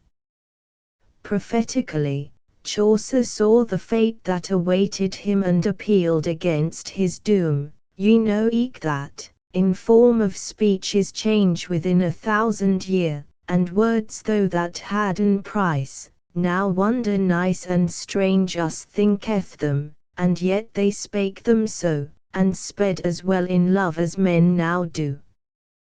The body of his poetry may have grown old, but its spirit is still young and immortal. To know that spirit, and not to know it, is to ignore something that is of unique importance in the history of our literature. It is necessary to make the effort of becoming familiar with the body it informs and gives life to. The antique language and versification, so wonder nice and strange to our ears, are obstacles in the path of most of those who read for pleasure's sake. Not that any reader worthy of the name ever reads for anything else but pleasure. To the pedants they are an end in themselves. Theirs is the carcass, but not the soul. between those who are daunted by his superficial difficulties and those who take too much delight in them, Chaucer finds but few sympathetic readers. I hope in these pages to be able to give a few of the reasons that make Chaucer so well worth reading. Chaucer's art is, by its very largeness and objectiveness, extremely difficult to subject to critical analysis. Confronted by it, Dryden could only exclaim, "Here is God's plenty." And the exclamation proves, when all is said, to be the most adequate and satisfying of all criticisms. All that the critic can hope to do is to expand and to illustrate Dryden's exemplary brevity. God's plenty. The phrase is a peculiarly happy one. It calls up a vision of the prodigal earth, of harvest fields, of innumerable beasts and birds, of teeming life. And it is in the heart of this living and material world of nature that Chaucer lives. He is the poet of earth, supremely content to walk, desiring no wings. Many English poets have loved the earth for the Sake of something, a dream, a reality, call it which you will, that lies behind it. But there have been few, and, except for Chaucer, no poets of greatness, who have been in love with earth for its own sake, with nature in the sense of something inevitably material, something that is the opposite of the supernatural. Supreme over everything in this world he sees the natural order, the law of kind as he calls it. The teachings of most of the great prophets and poets are simply protests against the law of kind. Chaucer does not protest, he accepts. It is precisely this acceptance that makes him unique among English poets. He does not go to nature as the symbol of some further spiritual reality. Hills, flowers, sea, and clouds are not, for him, transparencies through which the workings of a great soul are visible. No, they are opaque. He likes them for what they are, things pleasant and beautiful, and not the less delicious because they are definitely of the earthy. Human beings, in the same way, he takes as he finds, noble and beastish, but, on the whole, wonderfully decent. He has none of that strong ethical bias which is usually to be found in the English mind. He is not horrified by the behavior of his fellow beings, and he has no desire to reform them. Their characters, their motives interest him, and he stands looking on at them, a happy spectator. This serenity of detachment, this placid acceptance of things and people as they are, is emphasized if we compare the poetry of Chaucer with that of his contemporary, Langland, or whoever it was that wrote Piers Plowman. The historians tell us that the later years of the 14th century were among the most disagreeable periods of our national history. English prosperity was at a very low ebb. The Black Death had exterminated nearly a third of the working population of the islands, a fact which, aggravated by the frenzied legislation of the government, had led to the unprecedented labor troubles that culminated in the Peasants' Revolt. Clerical corruption and lawlessness were rife. All things considered, even our own age is preferable to that in which Chaucer lived. Langland does not spare denunciation. He is appalled by the wickedness about him, scandalized at the openly confessed vices that have almost ceased to pay to virtue the tribute of hypocrisy. Indignation is the inspiration of Piers Plowman, the righteous indignation of the prophet. But to read Chaucer one would imagine that there was nothing in 14th century England to be indignant about. It is true that the pardoner, the friar, the shipman, the miller, and, in fact, most of the Canterbury pilgrims are rogues and scoundrels, but, then, they are such merry harlots too. It is true that the monk prefers hunting to praying, that, in these latter days when fairies are no more, there is none other incubus but the friar, that Perse is the archdeacon's hell and the summoner a villain of the first magnitude, but Chaucer can only regard these things as primarily humorous. The fact of people not practicing what they preach is an unfailing source of amusement to him. Where Langland cries aloud in anger, threatening the world with hellfire, Chaucer looks on and smiles. To the great political crisis of his time he makes but one reference, and that a comic one, so hideous was the noise, our benedicite. Certes he Jack Straw, and his mane, any madden scouts never half so shrill, one that they wold any Fleming kill, as thilke day was mad upon the fox. Peasants may revolt, priests break their vows, lawyers lie and cheat, and the world in general indulge its sensual appetites. Why try and prevent them? Why protest? After all, they are all simply being natural, they are all following the law of kind. A reasonable man, like himself, flees fro the press and dwells with soothfastness. But reasonable men are few, and it is the nature of human beings to be the unreasonable sport of instinct and passion, just as it is the nature of the daisy to open its eye to the sun and of the goldfinch to be a sprightly and gaillard creature. The law of kind has always and in everything dominated, there is no rubbing nature against the hair. For God it wot, there may no man embrace as to distrain a thing, the which nature hath naturally set in a creature.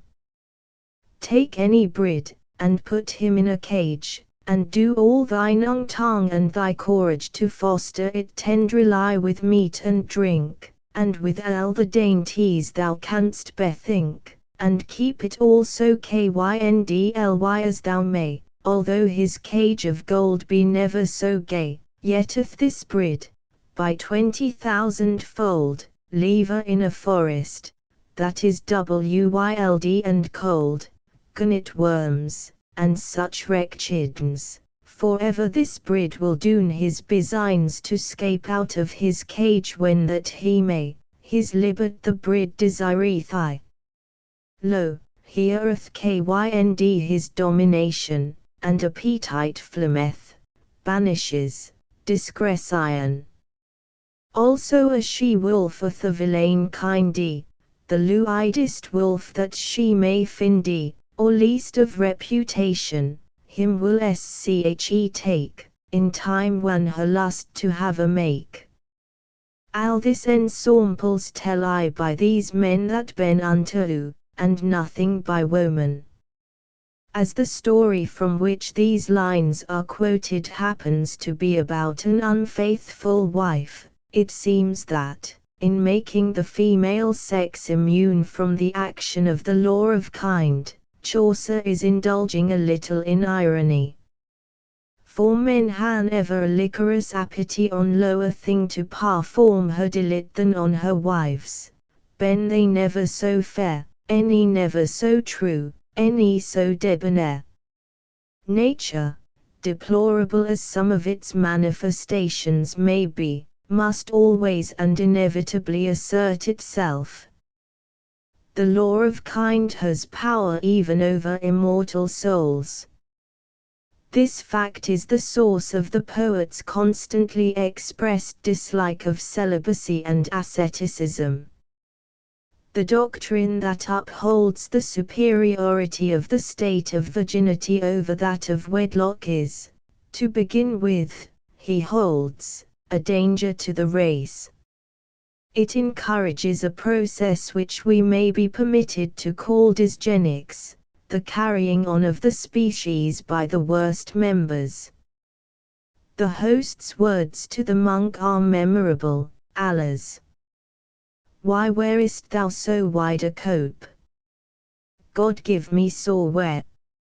And I were a pope not only thou, but every mighty man, though he were sure broad upon his pan head, should han a wife, for all this world is lorn, religioneth take up all the corn of tridding, and we bural, humble, men ben shrimpies, of feeble trees there cometh wretched imps. This maketh that our heirs ben so slender and feeble, that they may not well engendre.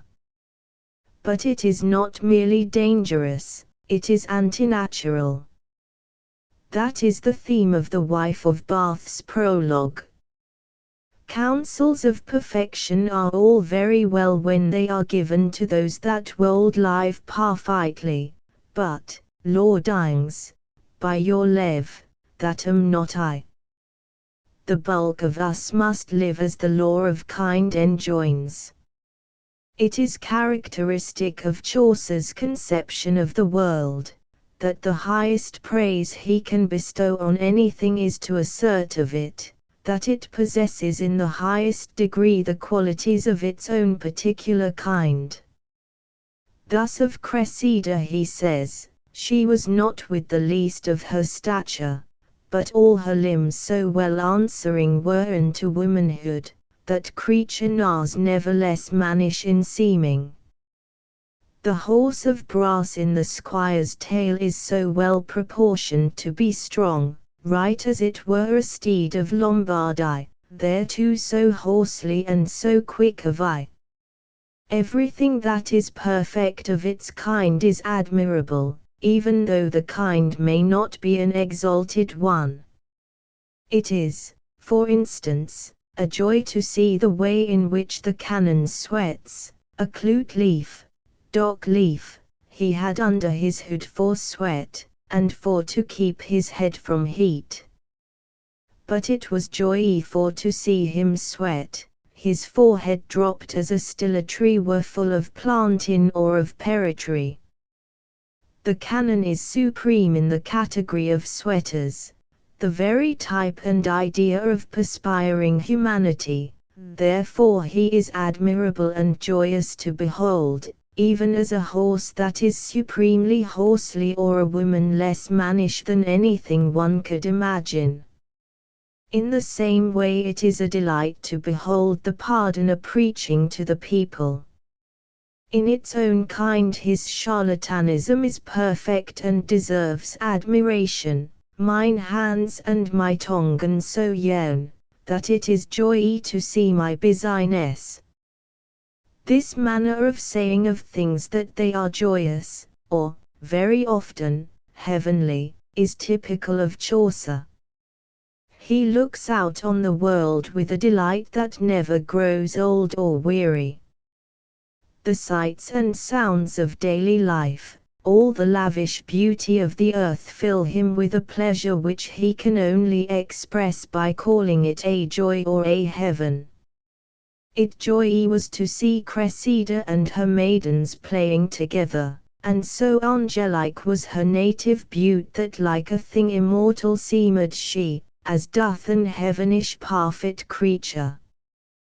The peacock has angel's feathers, a girl's voice is heavenly to hear. Antigone the shan on a Trojan song to St. John clear, that it in heaven was her voice to hear. One could go on indefinitely multiplying quotations that testify to Chaucer's exquisite sensibility to sensuous beauty and his immediate, almost exclamatory response to it. Above all, he is moved by the beauty of young, fresh folks, he and she, by the grace and swiftness of living things, birds and animals, by flowers and placid, luminous, park-like landscapes. It is interesting to note how frequently Chaucer speaks of animals.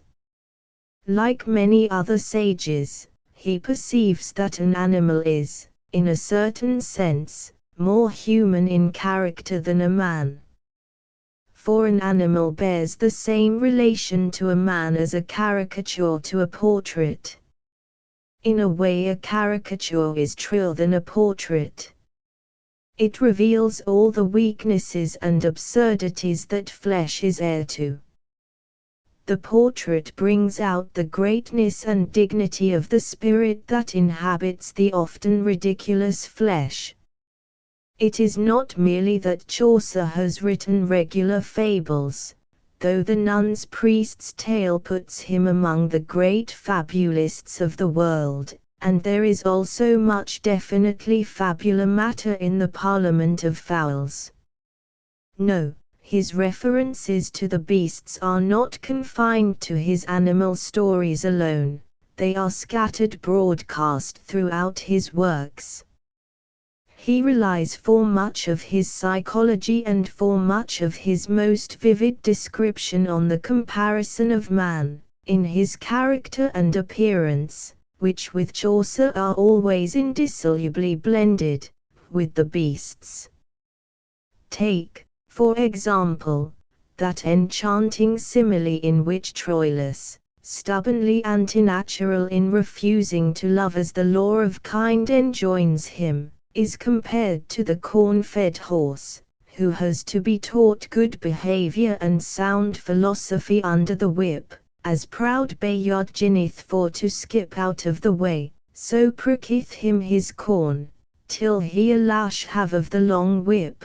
Then thinketh he, though I prance all beforen, first in the trace, full fat and new shorn, yet am I but an horse, and horse's law I must endure and with my fears draw. Or, again, women with too pronounced a taste for fine apparel are likened to the cat, and if the cat's skin be sleek and gay, she will not dwell in house half a day, but forth she will, ere any day be doe to show her skin and gonna cateror it. In his descriptions of the personal appearance of his characters, Chaucer makes constant use of animal characteristics. Human beings, both beautiful and hideous, are largely described in terms of animals. It is interesting to see how often in that exquisite description of Alisoun, the carpenter's wife, Chaucer produces his clearest and sharpest effects by a reference to some beast or bird. Fair was this young wife, and therewithal as any weasel her body gent and small. But of her song it was as loud and yern as is the swallow chittering on a barn. Thereto she cold skip and make a game as any kid or calf following his dame. Her mouth was sweet as bragart is or meath, or hoard of apples, laid in hay or heath. Wincing she was, as is a jolly colt, long as a mast and upright as a bolt. Again and again in Chaucer's poems do we find such similitudes, and the result is always a picture of extraordinary precision and liveliness. Here, for example, are a few. Gaillard he was as goldfinch in the shore, or, such glaring eyeing had he as an hare, or, as piled, bald, as an ape was his skull. The self-indulgent friars are like Jovinian, fat as a whale, and walken as a swan. The pardoner describes his own preaching in these words: Then pain I me to stretch forth my neck and east and west upon the people I beck, as doth a dove, sitting on a barn. Very often, too, Chaucer derives his happiest metaphors from birds and beasts. Of Troy in its misfortune and decline he says, "Fortune gan pull away the feathers bright of Troy from day to day."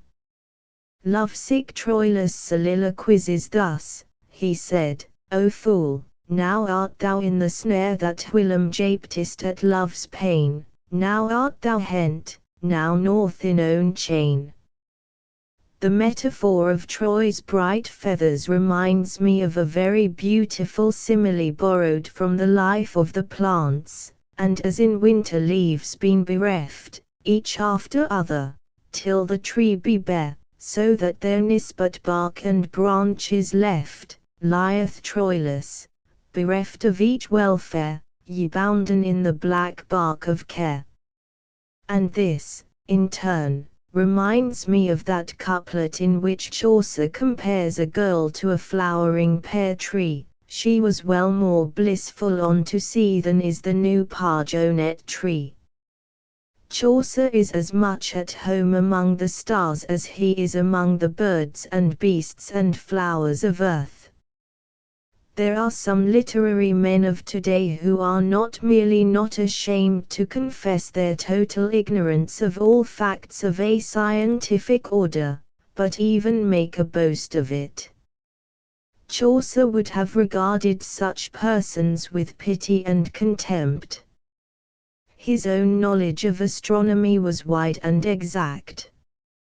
Those whose education has been as horribly imperfect as my own will always find some difficulty in following him as he moves with easy assurance through the heavens. Still, it is possible without knowing any mathematics to appreciate Chaucer's descriptions of the great pageant of the sun and stars as they march in triumph from mansion to mansion through the year. He does not always trouble to take out his astrolabe and measure the progress of Phoebus. With his rosy cart, he can record the gods' movements in more general terms than may be understood even by the literary man of 1923. Here, for example, is a description of the cold frosty sisoun of December in which matters celestial and earthly are mingled to make a picture of extraordinary richness. Phoebus wookes old and hued like Laytown, that in his hot declination shone as the burned gold, with streams bright, but now in Capricorn adown he light, whereas he shone full pale, I dare well say in the bitter frosts with the sleet and rain destroyeth the green in every yard. Janus sit by the fire with double beard, and drinketh of his bugle horn the wine, before on him stunt the brawn of tusked swine, and Noel crieth every lusty man. In astrology he does not seem to have believed. The magnificent passage in the Man of Law's Tale, where it is said that in the stars, clearer than is glass, is written, God wot, whoso can it read, the death of every man without end dread, is balanced by the categorical statement found in the scientific and educational treatise on the astrolabe, that judicial astrology is mere deceit. His skepticism with regard to astrology is not surprising. Highly as he prizes authority, he prefers the evidence of experience, and where that evidence is lacking he is content to profess a quiet agnosticism. His respect for the law of kind is accompanied by a complementary mistrust of all that does not appear to belong to the natural order of things. There are moments when he doubts even the fundamental beliefs of the Church. 1,000 scythes have I heard men tell that there is joy in heaven and pain in hell, and I accord well that it be so.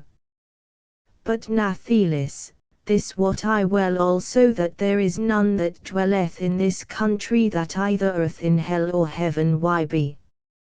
Of the fate of the spirit after death he speaks in much the same style. His spirit changed was, and went there as I came never, I cannot tellen where, therefore I stint, I nam no divinistra, of souls findi I not in this registra, any me list not th opinions to tell of him, though that they witten where they dwell. He has no patience with superstitions. Belief in dreams, in auguries, fear of the ravens quam or shriekinge of these owls are all unbefitting to a self-respecting man. To trowen on it both false and foul is, alas, alas, so noble a creature as is a man shall dreaden such ordure. By an absurd pun he turns all Calchasar's magic arts of prophecy to ridicule, so when this Calchas knew by calculinge, and eke by answer of this Apollo that Greeks shoulden such a people bringe, through which that Troy must ben fordo, he cast anon out of the town to go.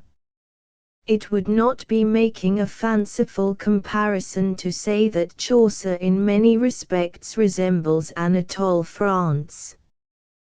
Both men possess a profound love of this world for its own sake, coupled with a profound and gentle skepticism about all that lies beyond this world. To both of them the lavish beauty of nature is a never-failing and all-sufficient source of happiness. Neither of them are ascetics. In pain and privation they see nothing but evil. To both of them the notion that self-denial and self-mortification are necessarily righteous and productive of good is wholly alien. Both of them are apostles of sweetness and light, of humanity and reasonableness. Unbounded tolerance of human weakness and a pity, not the less sincere for being a little ironical, characterize them both. Deep knowledge of the evils and horrors of this unintelligible world makes them all the more attached to its kindly beauty.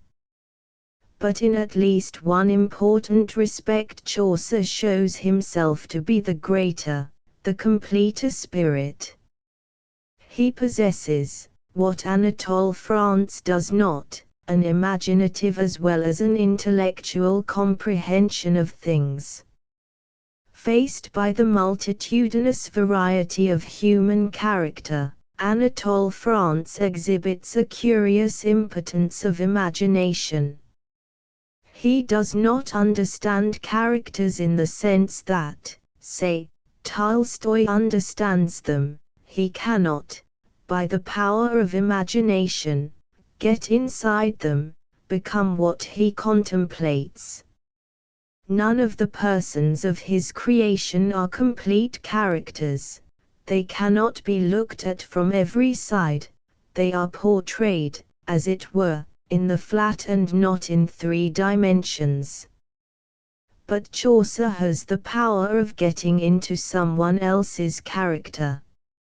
His understanding of the men and women of whom he writes is complete. His slightest character sketches are always solid and 3-dimensional. The prologue to the Canterbury Tales, in which the effects are almost entirely produced by the description of external physical features, furnishes us with the most obvious example of his 3-dimensional drawing. Or, again, take that description in The Merchant's Tale of Old January and his young wife May after their wedding night. It is wholly a description of external details, yet the result is not a superficial picture. We are given a glimpse of the characters in their entirety, thus laboureth he till that the day gan daw. And then he taketh a sop in fine clare, and upright in his bed then sitteth he. and after that he sang full loud and clear, and kissed his wife and made wanton cheer. He was all coltish, full of ragery, and full of jargon as a flecked pie. The slack skin about his neck shaketh, while that he sang, so chanteth he and croaketh. But God wot what that May thought in her heart, when she him saw up sitting in his shirt, in his nightcap and with his neck lean, she praiseth not his playing worth a bean. But these are all slight sketches. For full-length portraits of character we must turn to Troilus and Cressida, a work which, though it was written before the fullest maturity of Chaucer's powers, is in many ways his most remarkable achievement, and one, moreover, which has never been rivaled for beauty and insight in the whole field of English narrative poetry. When one sees with what certainty and precision Chaucer describes every movement of Cressida's spirit from the first movement she hears of Troilus' love for her to the moment when she is unfaithful to him, one can only wonder why the novel of character should have been so slow to make its appearance. It was not until the 18th century that narrative artists, using prose as their medium instead of verse, began to rediscover the secrets that were familiar to Chaucer in the 14th.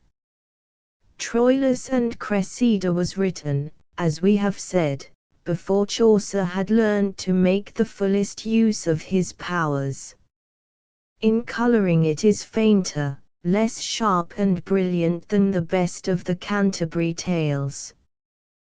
The character studies are there, carefully and accurately worked out, but we miss the bright vividness of presentation with which Chaucer was to endow his later art. The characters are all alive and completely seen and understood. But they move, as it were, behind a veil, the veil of that poetic convention which had, in the earliest poems, almost completely shrouded Chaucer's genius, and which, as he grew up, as he adventured and discovered, grew thinner and thinner, and finally vanished like gauzy mist in the sunlight.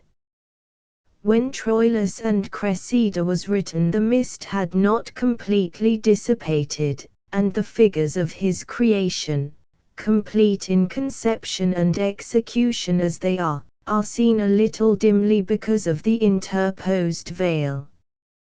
The only moment in the poem when Chaucer's insight seems to fail him is at the very end. He has to account for Cressida's unfaithfulness, and he is at a loss to know how he shall do it.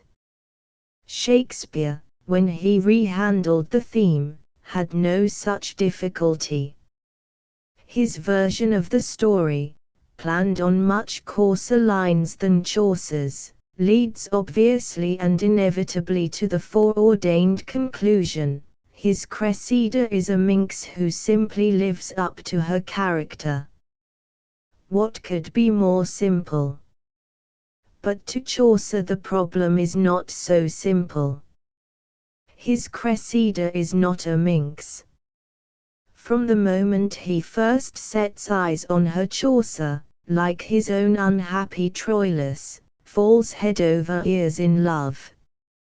Beautiful, gentle, gay, possessing, it is true, somewhat tender wits, but making up for her lack of skill in ratiocination by the sudden avicements of intuition, vain, but not disagreeably so, of her good looks and of her power over so great and noble a knight as Troilus, slow to feel love, but once she has yielded, rendering back to Troilus passion for passion, in a word, the least mannish of all possible creatures, she is to Chaucer the ideal of gracious and courtly womanhood. But, alas, the old story tells us that Cressida jilted her Troilus for that gross prize fighter of a man, Diomed. The woman whom Chaucer has made his ideal proves to be no better than she should be. There is a flaw in the crystal. Chaucer is infinitely reluctant to admit the fact.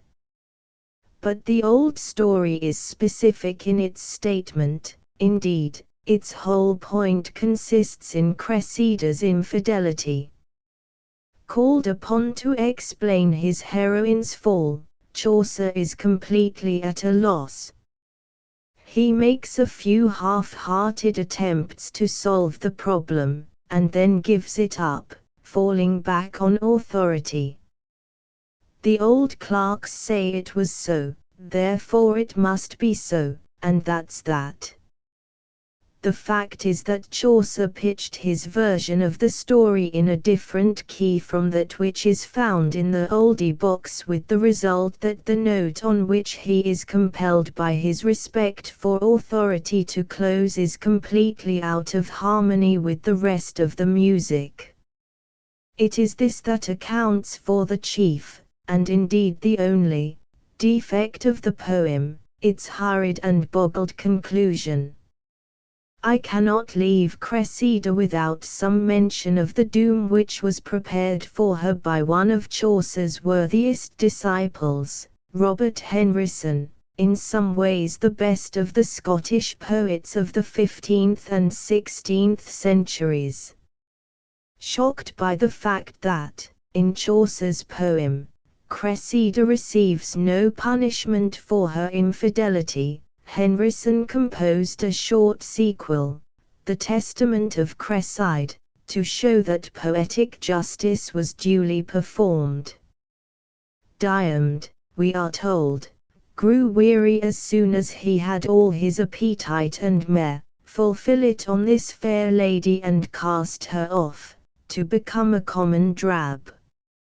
O fair Cresside, the flower and a poesy of Troy and Greece, how wast thou fortunate to change in filth all thy femininity and be with fleshly lusts immaculate, and go among the Greekies, ere and late so Gilot-like.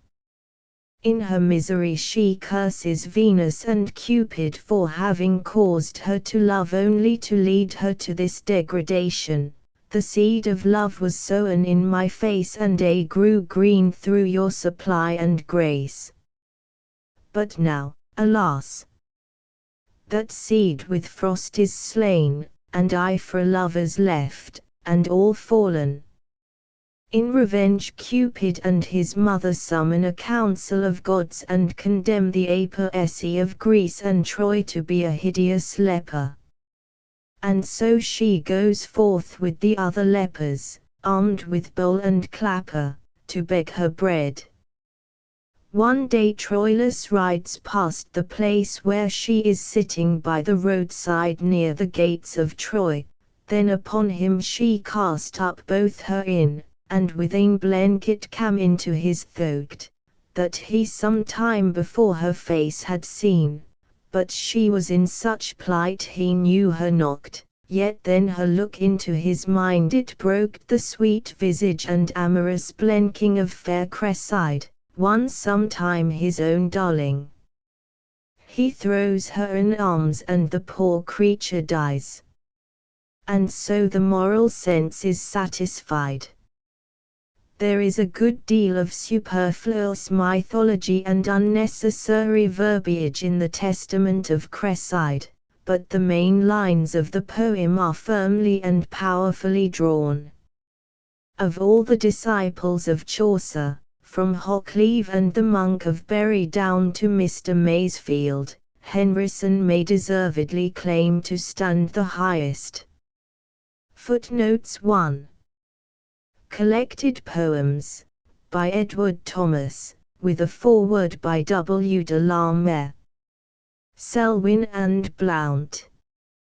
2 Wordsworth, an anthology, edited, with a preface, by T. J. Cobden Sanderson. R. Cobden Sanderson.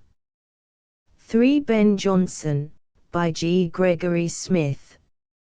English Men of Letters Series. Macmillan, 1919. Transcriber's notes: the following minor changes have been made. The word poety was changed to poetry on page 42. A comma was added after C on page 63. Accents were added to numerates on page 63 and OU on page 157.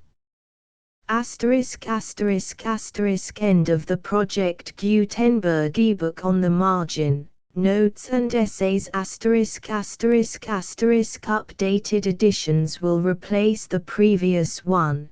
The old editions will be renamed.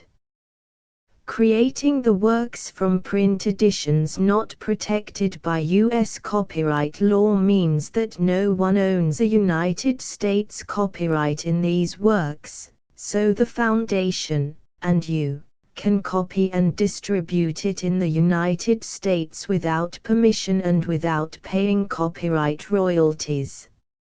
Special rules, set forth in the general terms of use part of this license, apply to copying and distributing Project Gutenberg trademark symbol electronic works to protect the Project Gutenberg trademark symbol concept and trademark. Project Gutenberg is a registered trademark, and may not be used if you charge for an ebook, except by following the terms of the trademark license, including paying royalties for use of the Project Gutenberg trademark. If you do not charge anything for copies of this ebook, complying with the trademark license is very easy. You may use this ebook for nearly any purpose, such as creation of derivative works, reports, performances and research.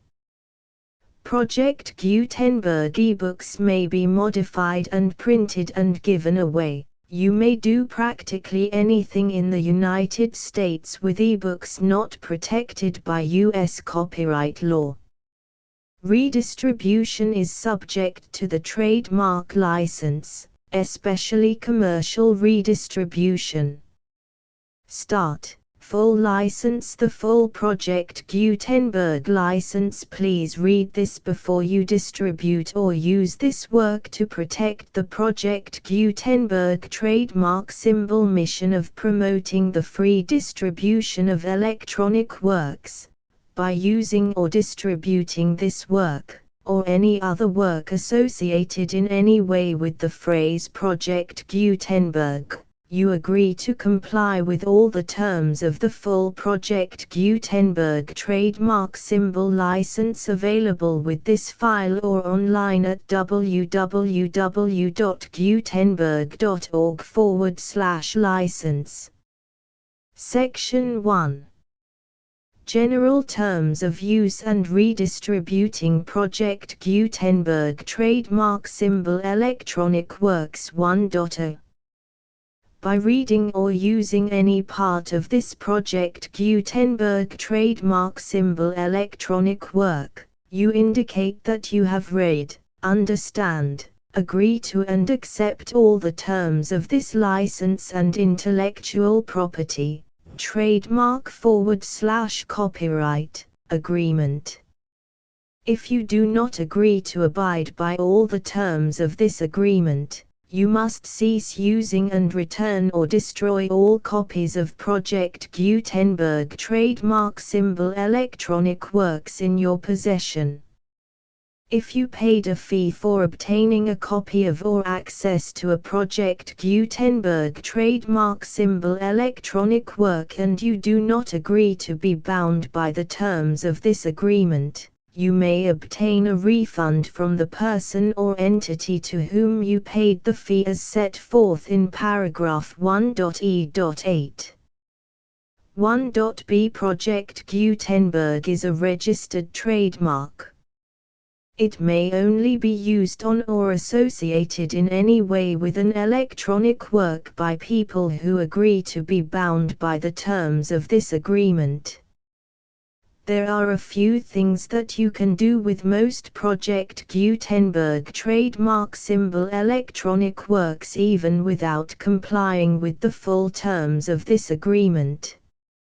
See paragraph 1.c below. There are a lot of things you can do with Project Gutenberg trademark symbol electronic works if you follow the terms of this agreement and help preserve free future access to Project Gutenberg trademark symbol electronic works. See paragraph 1.e below. 1.c. The Project Gutenberg Literary Archive Foundation, the Foundation or PGLAF, owns a compilation copyright in the collection of Project Gutenberg trademark symbol electronic works. Nearly all the individual works in the collection are in the public domain in the United States. If an individual work is unprotected by copyright law in the United States and you are located in the United States, we do not claim a right to prevent you from copying, distributing, performing, displaying or creating derivative works based on the work as long as all references to Project Gutenberg are removed. Of course, we hope that you will support the Project Gutenberg trademark symbol mission of promoting free access to electronic works by freely sharing Project Gutenberg trademark symbol works in compliance with the terms of this agreement for keeping the Project Gutenberg trademark symbol name associated with the work. You can easily comply with the terms of this agreement by keeping this work in the same format with its attached full Project Gutenberg trademark symbol license when you share it without charge with others. 1.d. The copyright laws of the place where you are located also govern what you can do with this work. Copyright laws in most countries are in a constant state of change. If you are outside the United States, check the laws of your country in addition to the terms of this agreement before downloading, copying, displaying, performing, distributing or creating derivative works based on this work or any other Project Gutenberg trademark symbol work.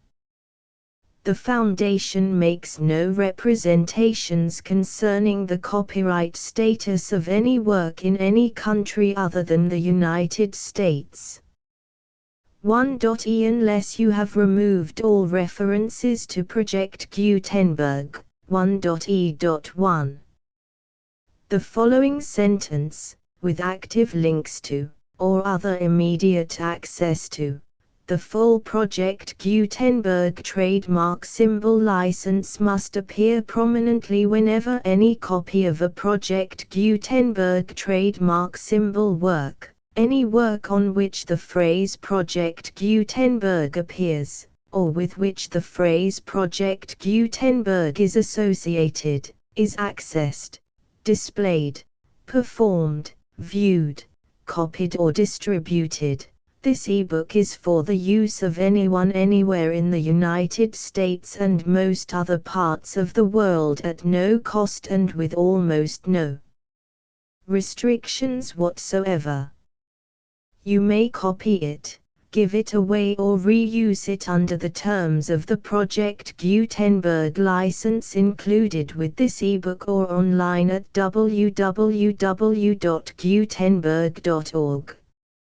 If you are not located in the United States, you will have to check the laws of the country where you are located before using this ebook.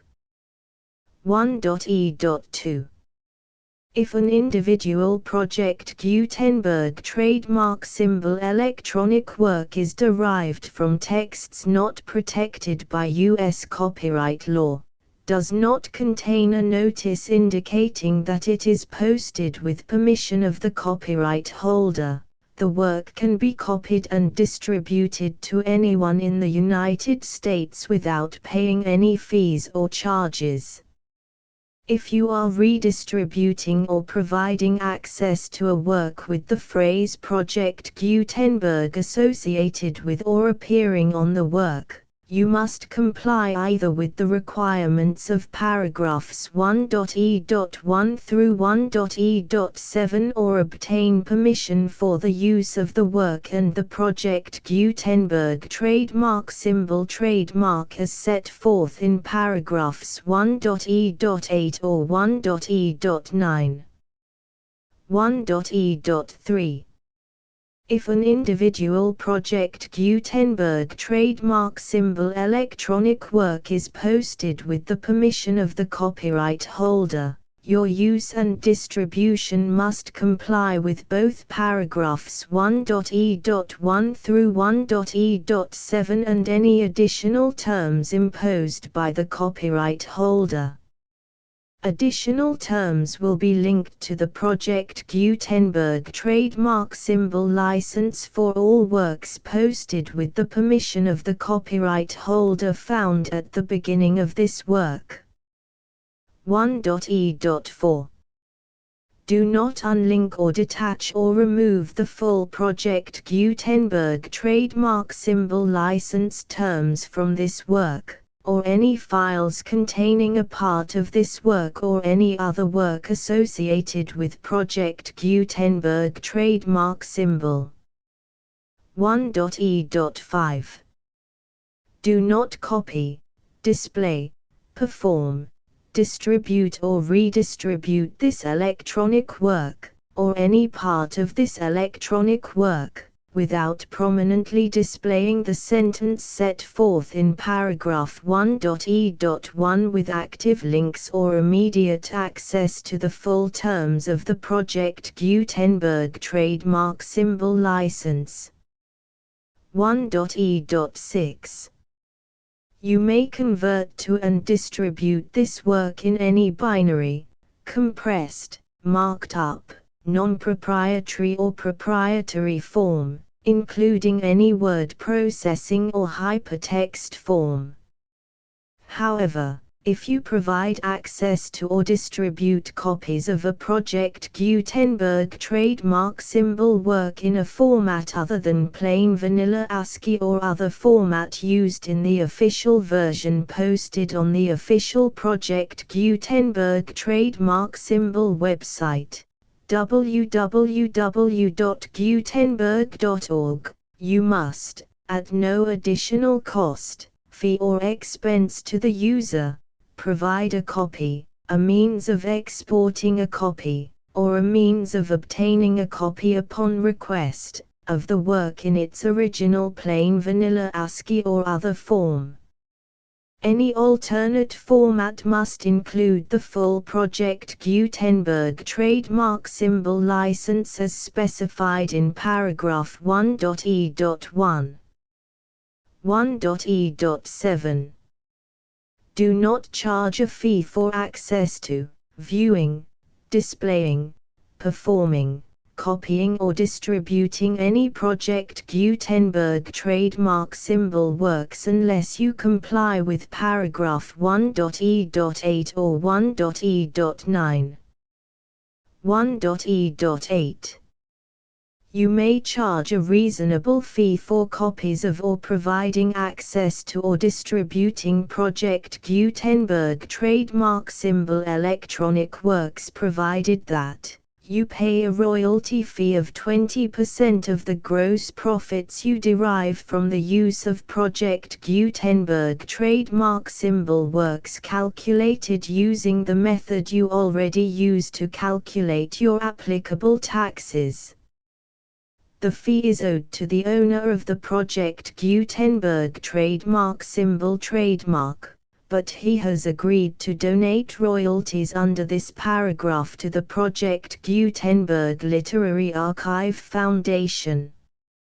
Royalty payments must be paid within 60 days following each date on which you prepare, or are legally required to prepare, your periodic tax returns.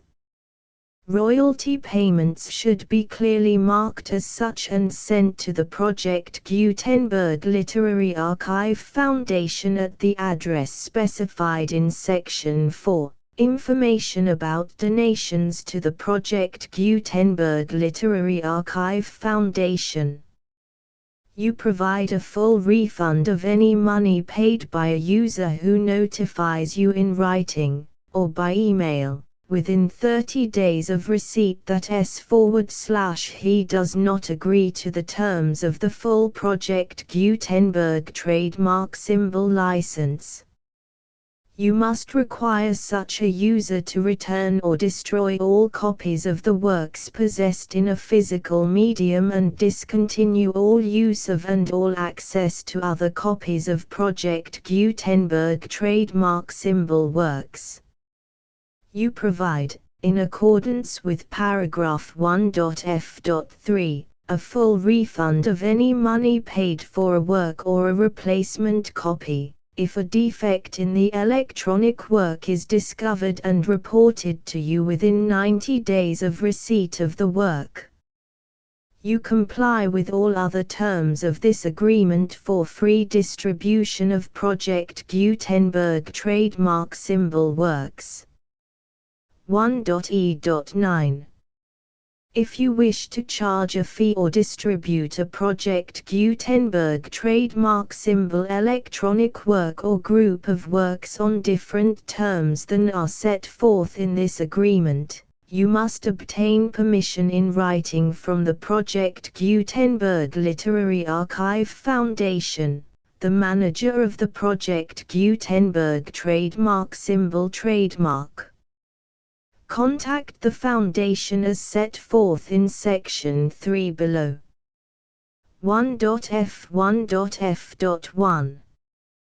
Project Gutenberg volunteers and employees expend considerable effort to identify, do copyright research on, transcribe and proofread works not protected by U.S. copyright law in creating the Project Gutenberg trademark symbol collection.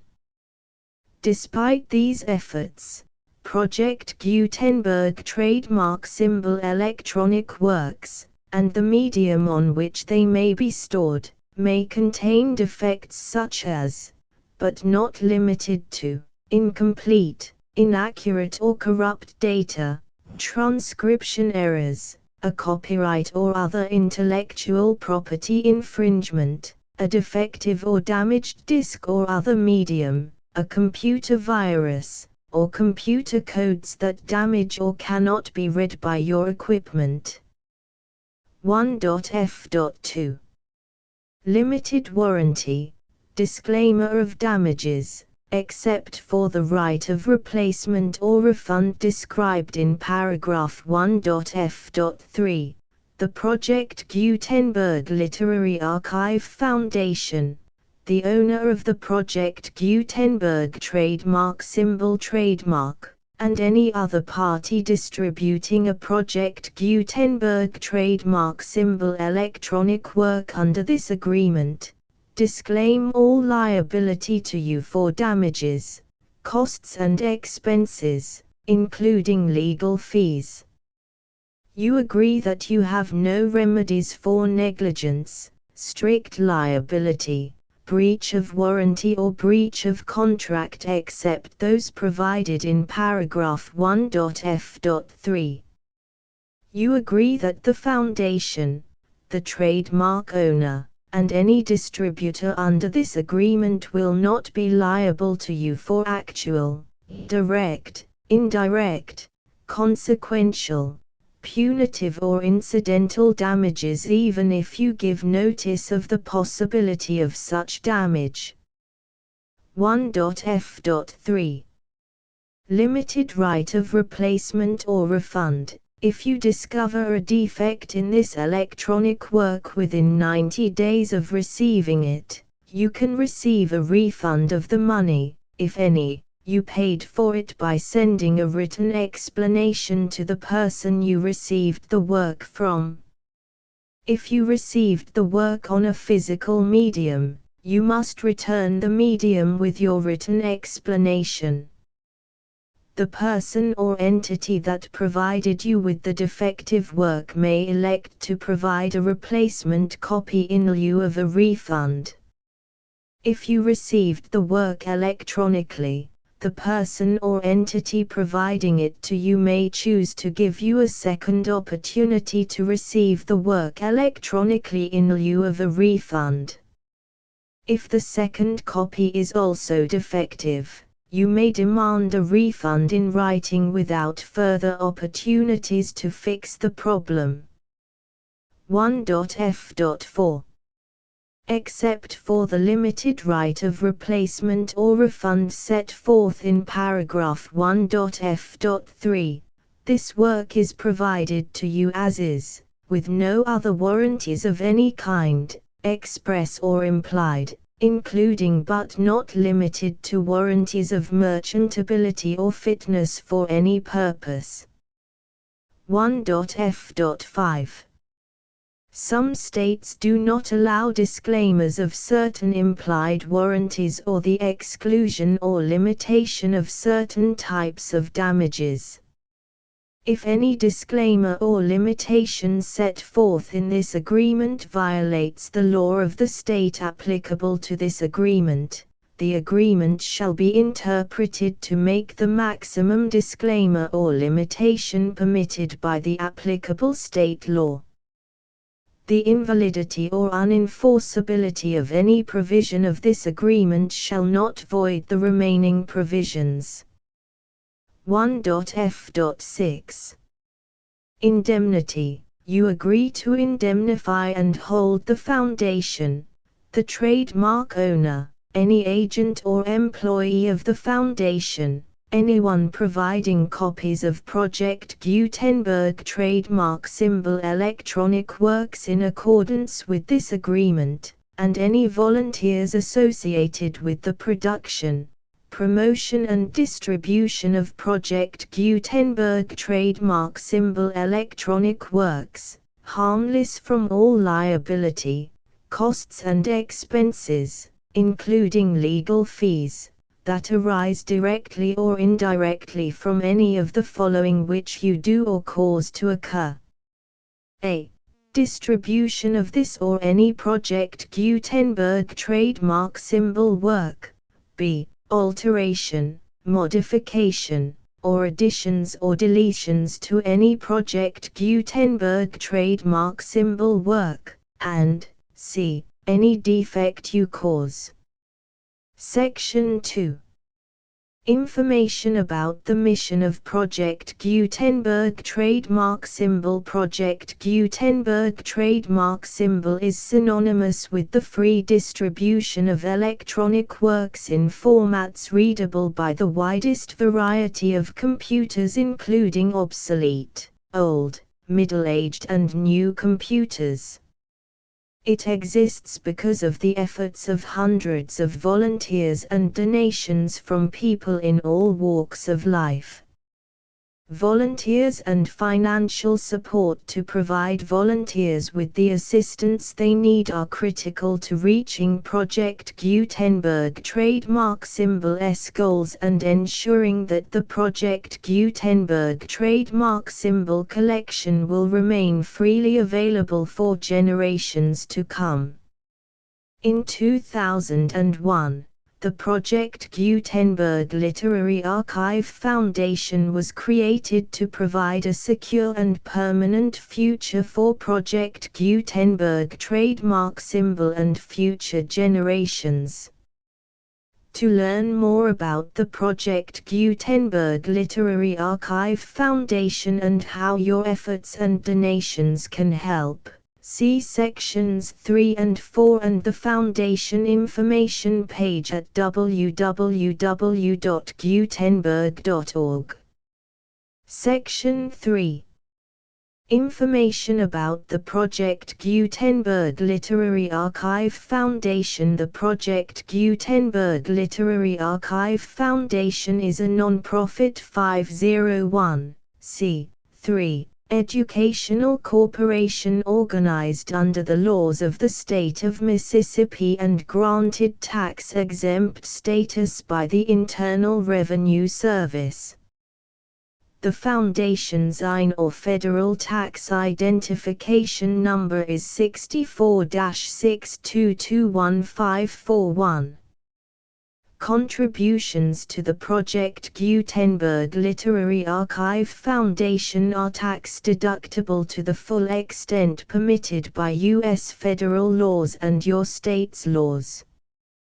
The Foundation's business office is located at 809 North 1500 West, Salt Lake City, UT 84116, 801-596-1887.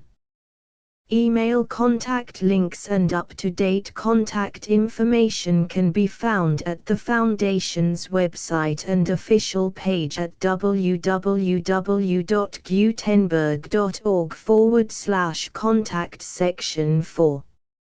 Information about donations to the Project Gutenberg Literary Archive Foundation. Project Gutenberg trademark symbol depends upon and cannot survive without widespread public support and donations to carry out its mission of increasing the number of public domain and licensed works that can be freely distributed in machine-readable form accessible by the widest array of equipment including outdated equipment. Many small donations, $1 to $5,000, are particularly important to maintaining tax-exempt status with the IRS. The Foundation is committed to complying with the laws regulating charities and charitable donations in all 50 states of the United States. Compliance requirements are not uniform and it takes a considerable effort, much paperwork and many fees to meet and keep up with these requirements. We do not solicit donations in locations where we have not received written confirmation of compliance. To send donations or determine the status of compliance for any particular state, visit www.gutenberg.org/donate. While we cannot and do not solicit contributions from states where we have not met the solicitation requirements, we know of no prohibition against accepting unsolicited donations from donors in such states who approach us with offers to donate.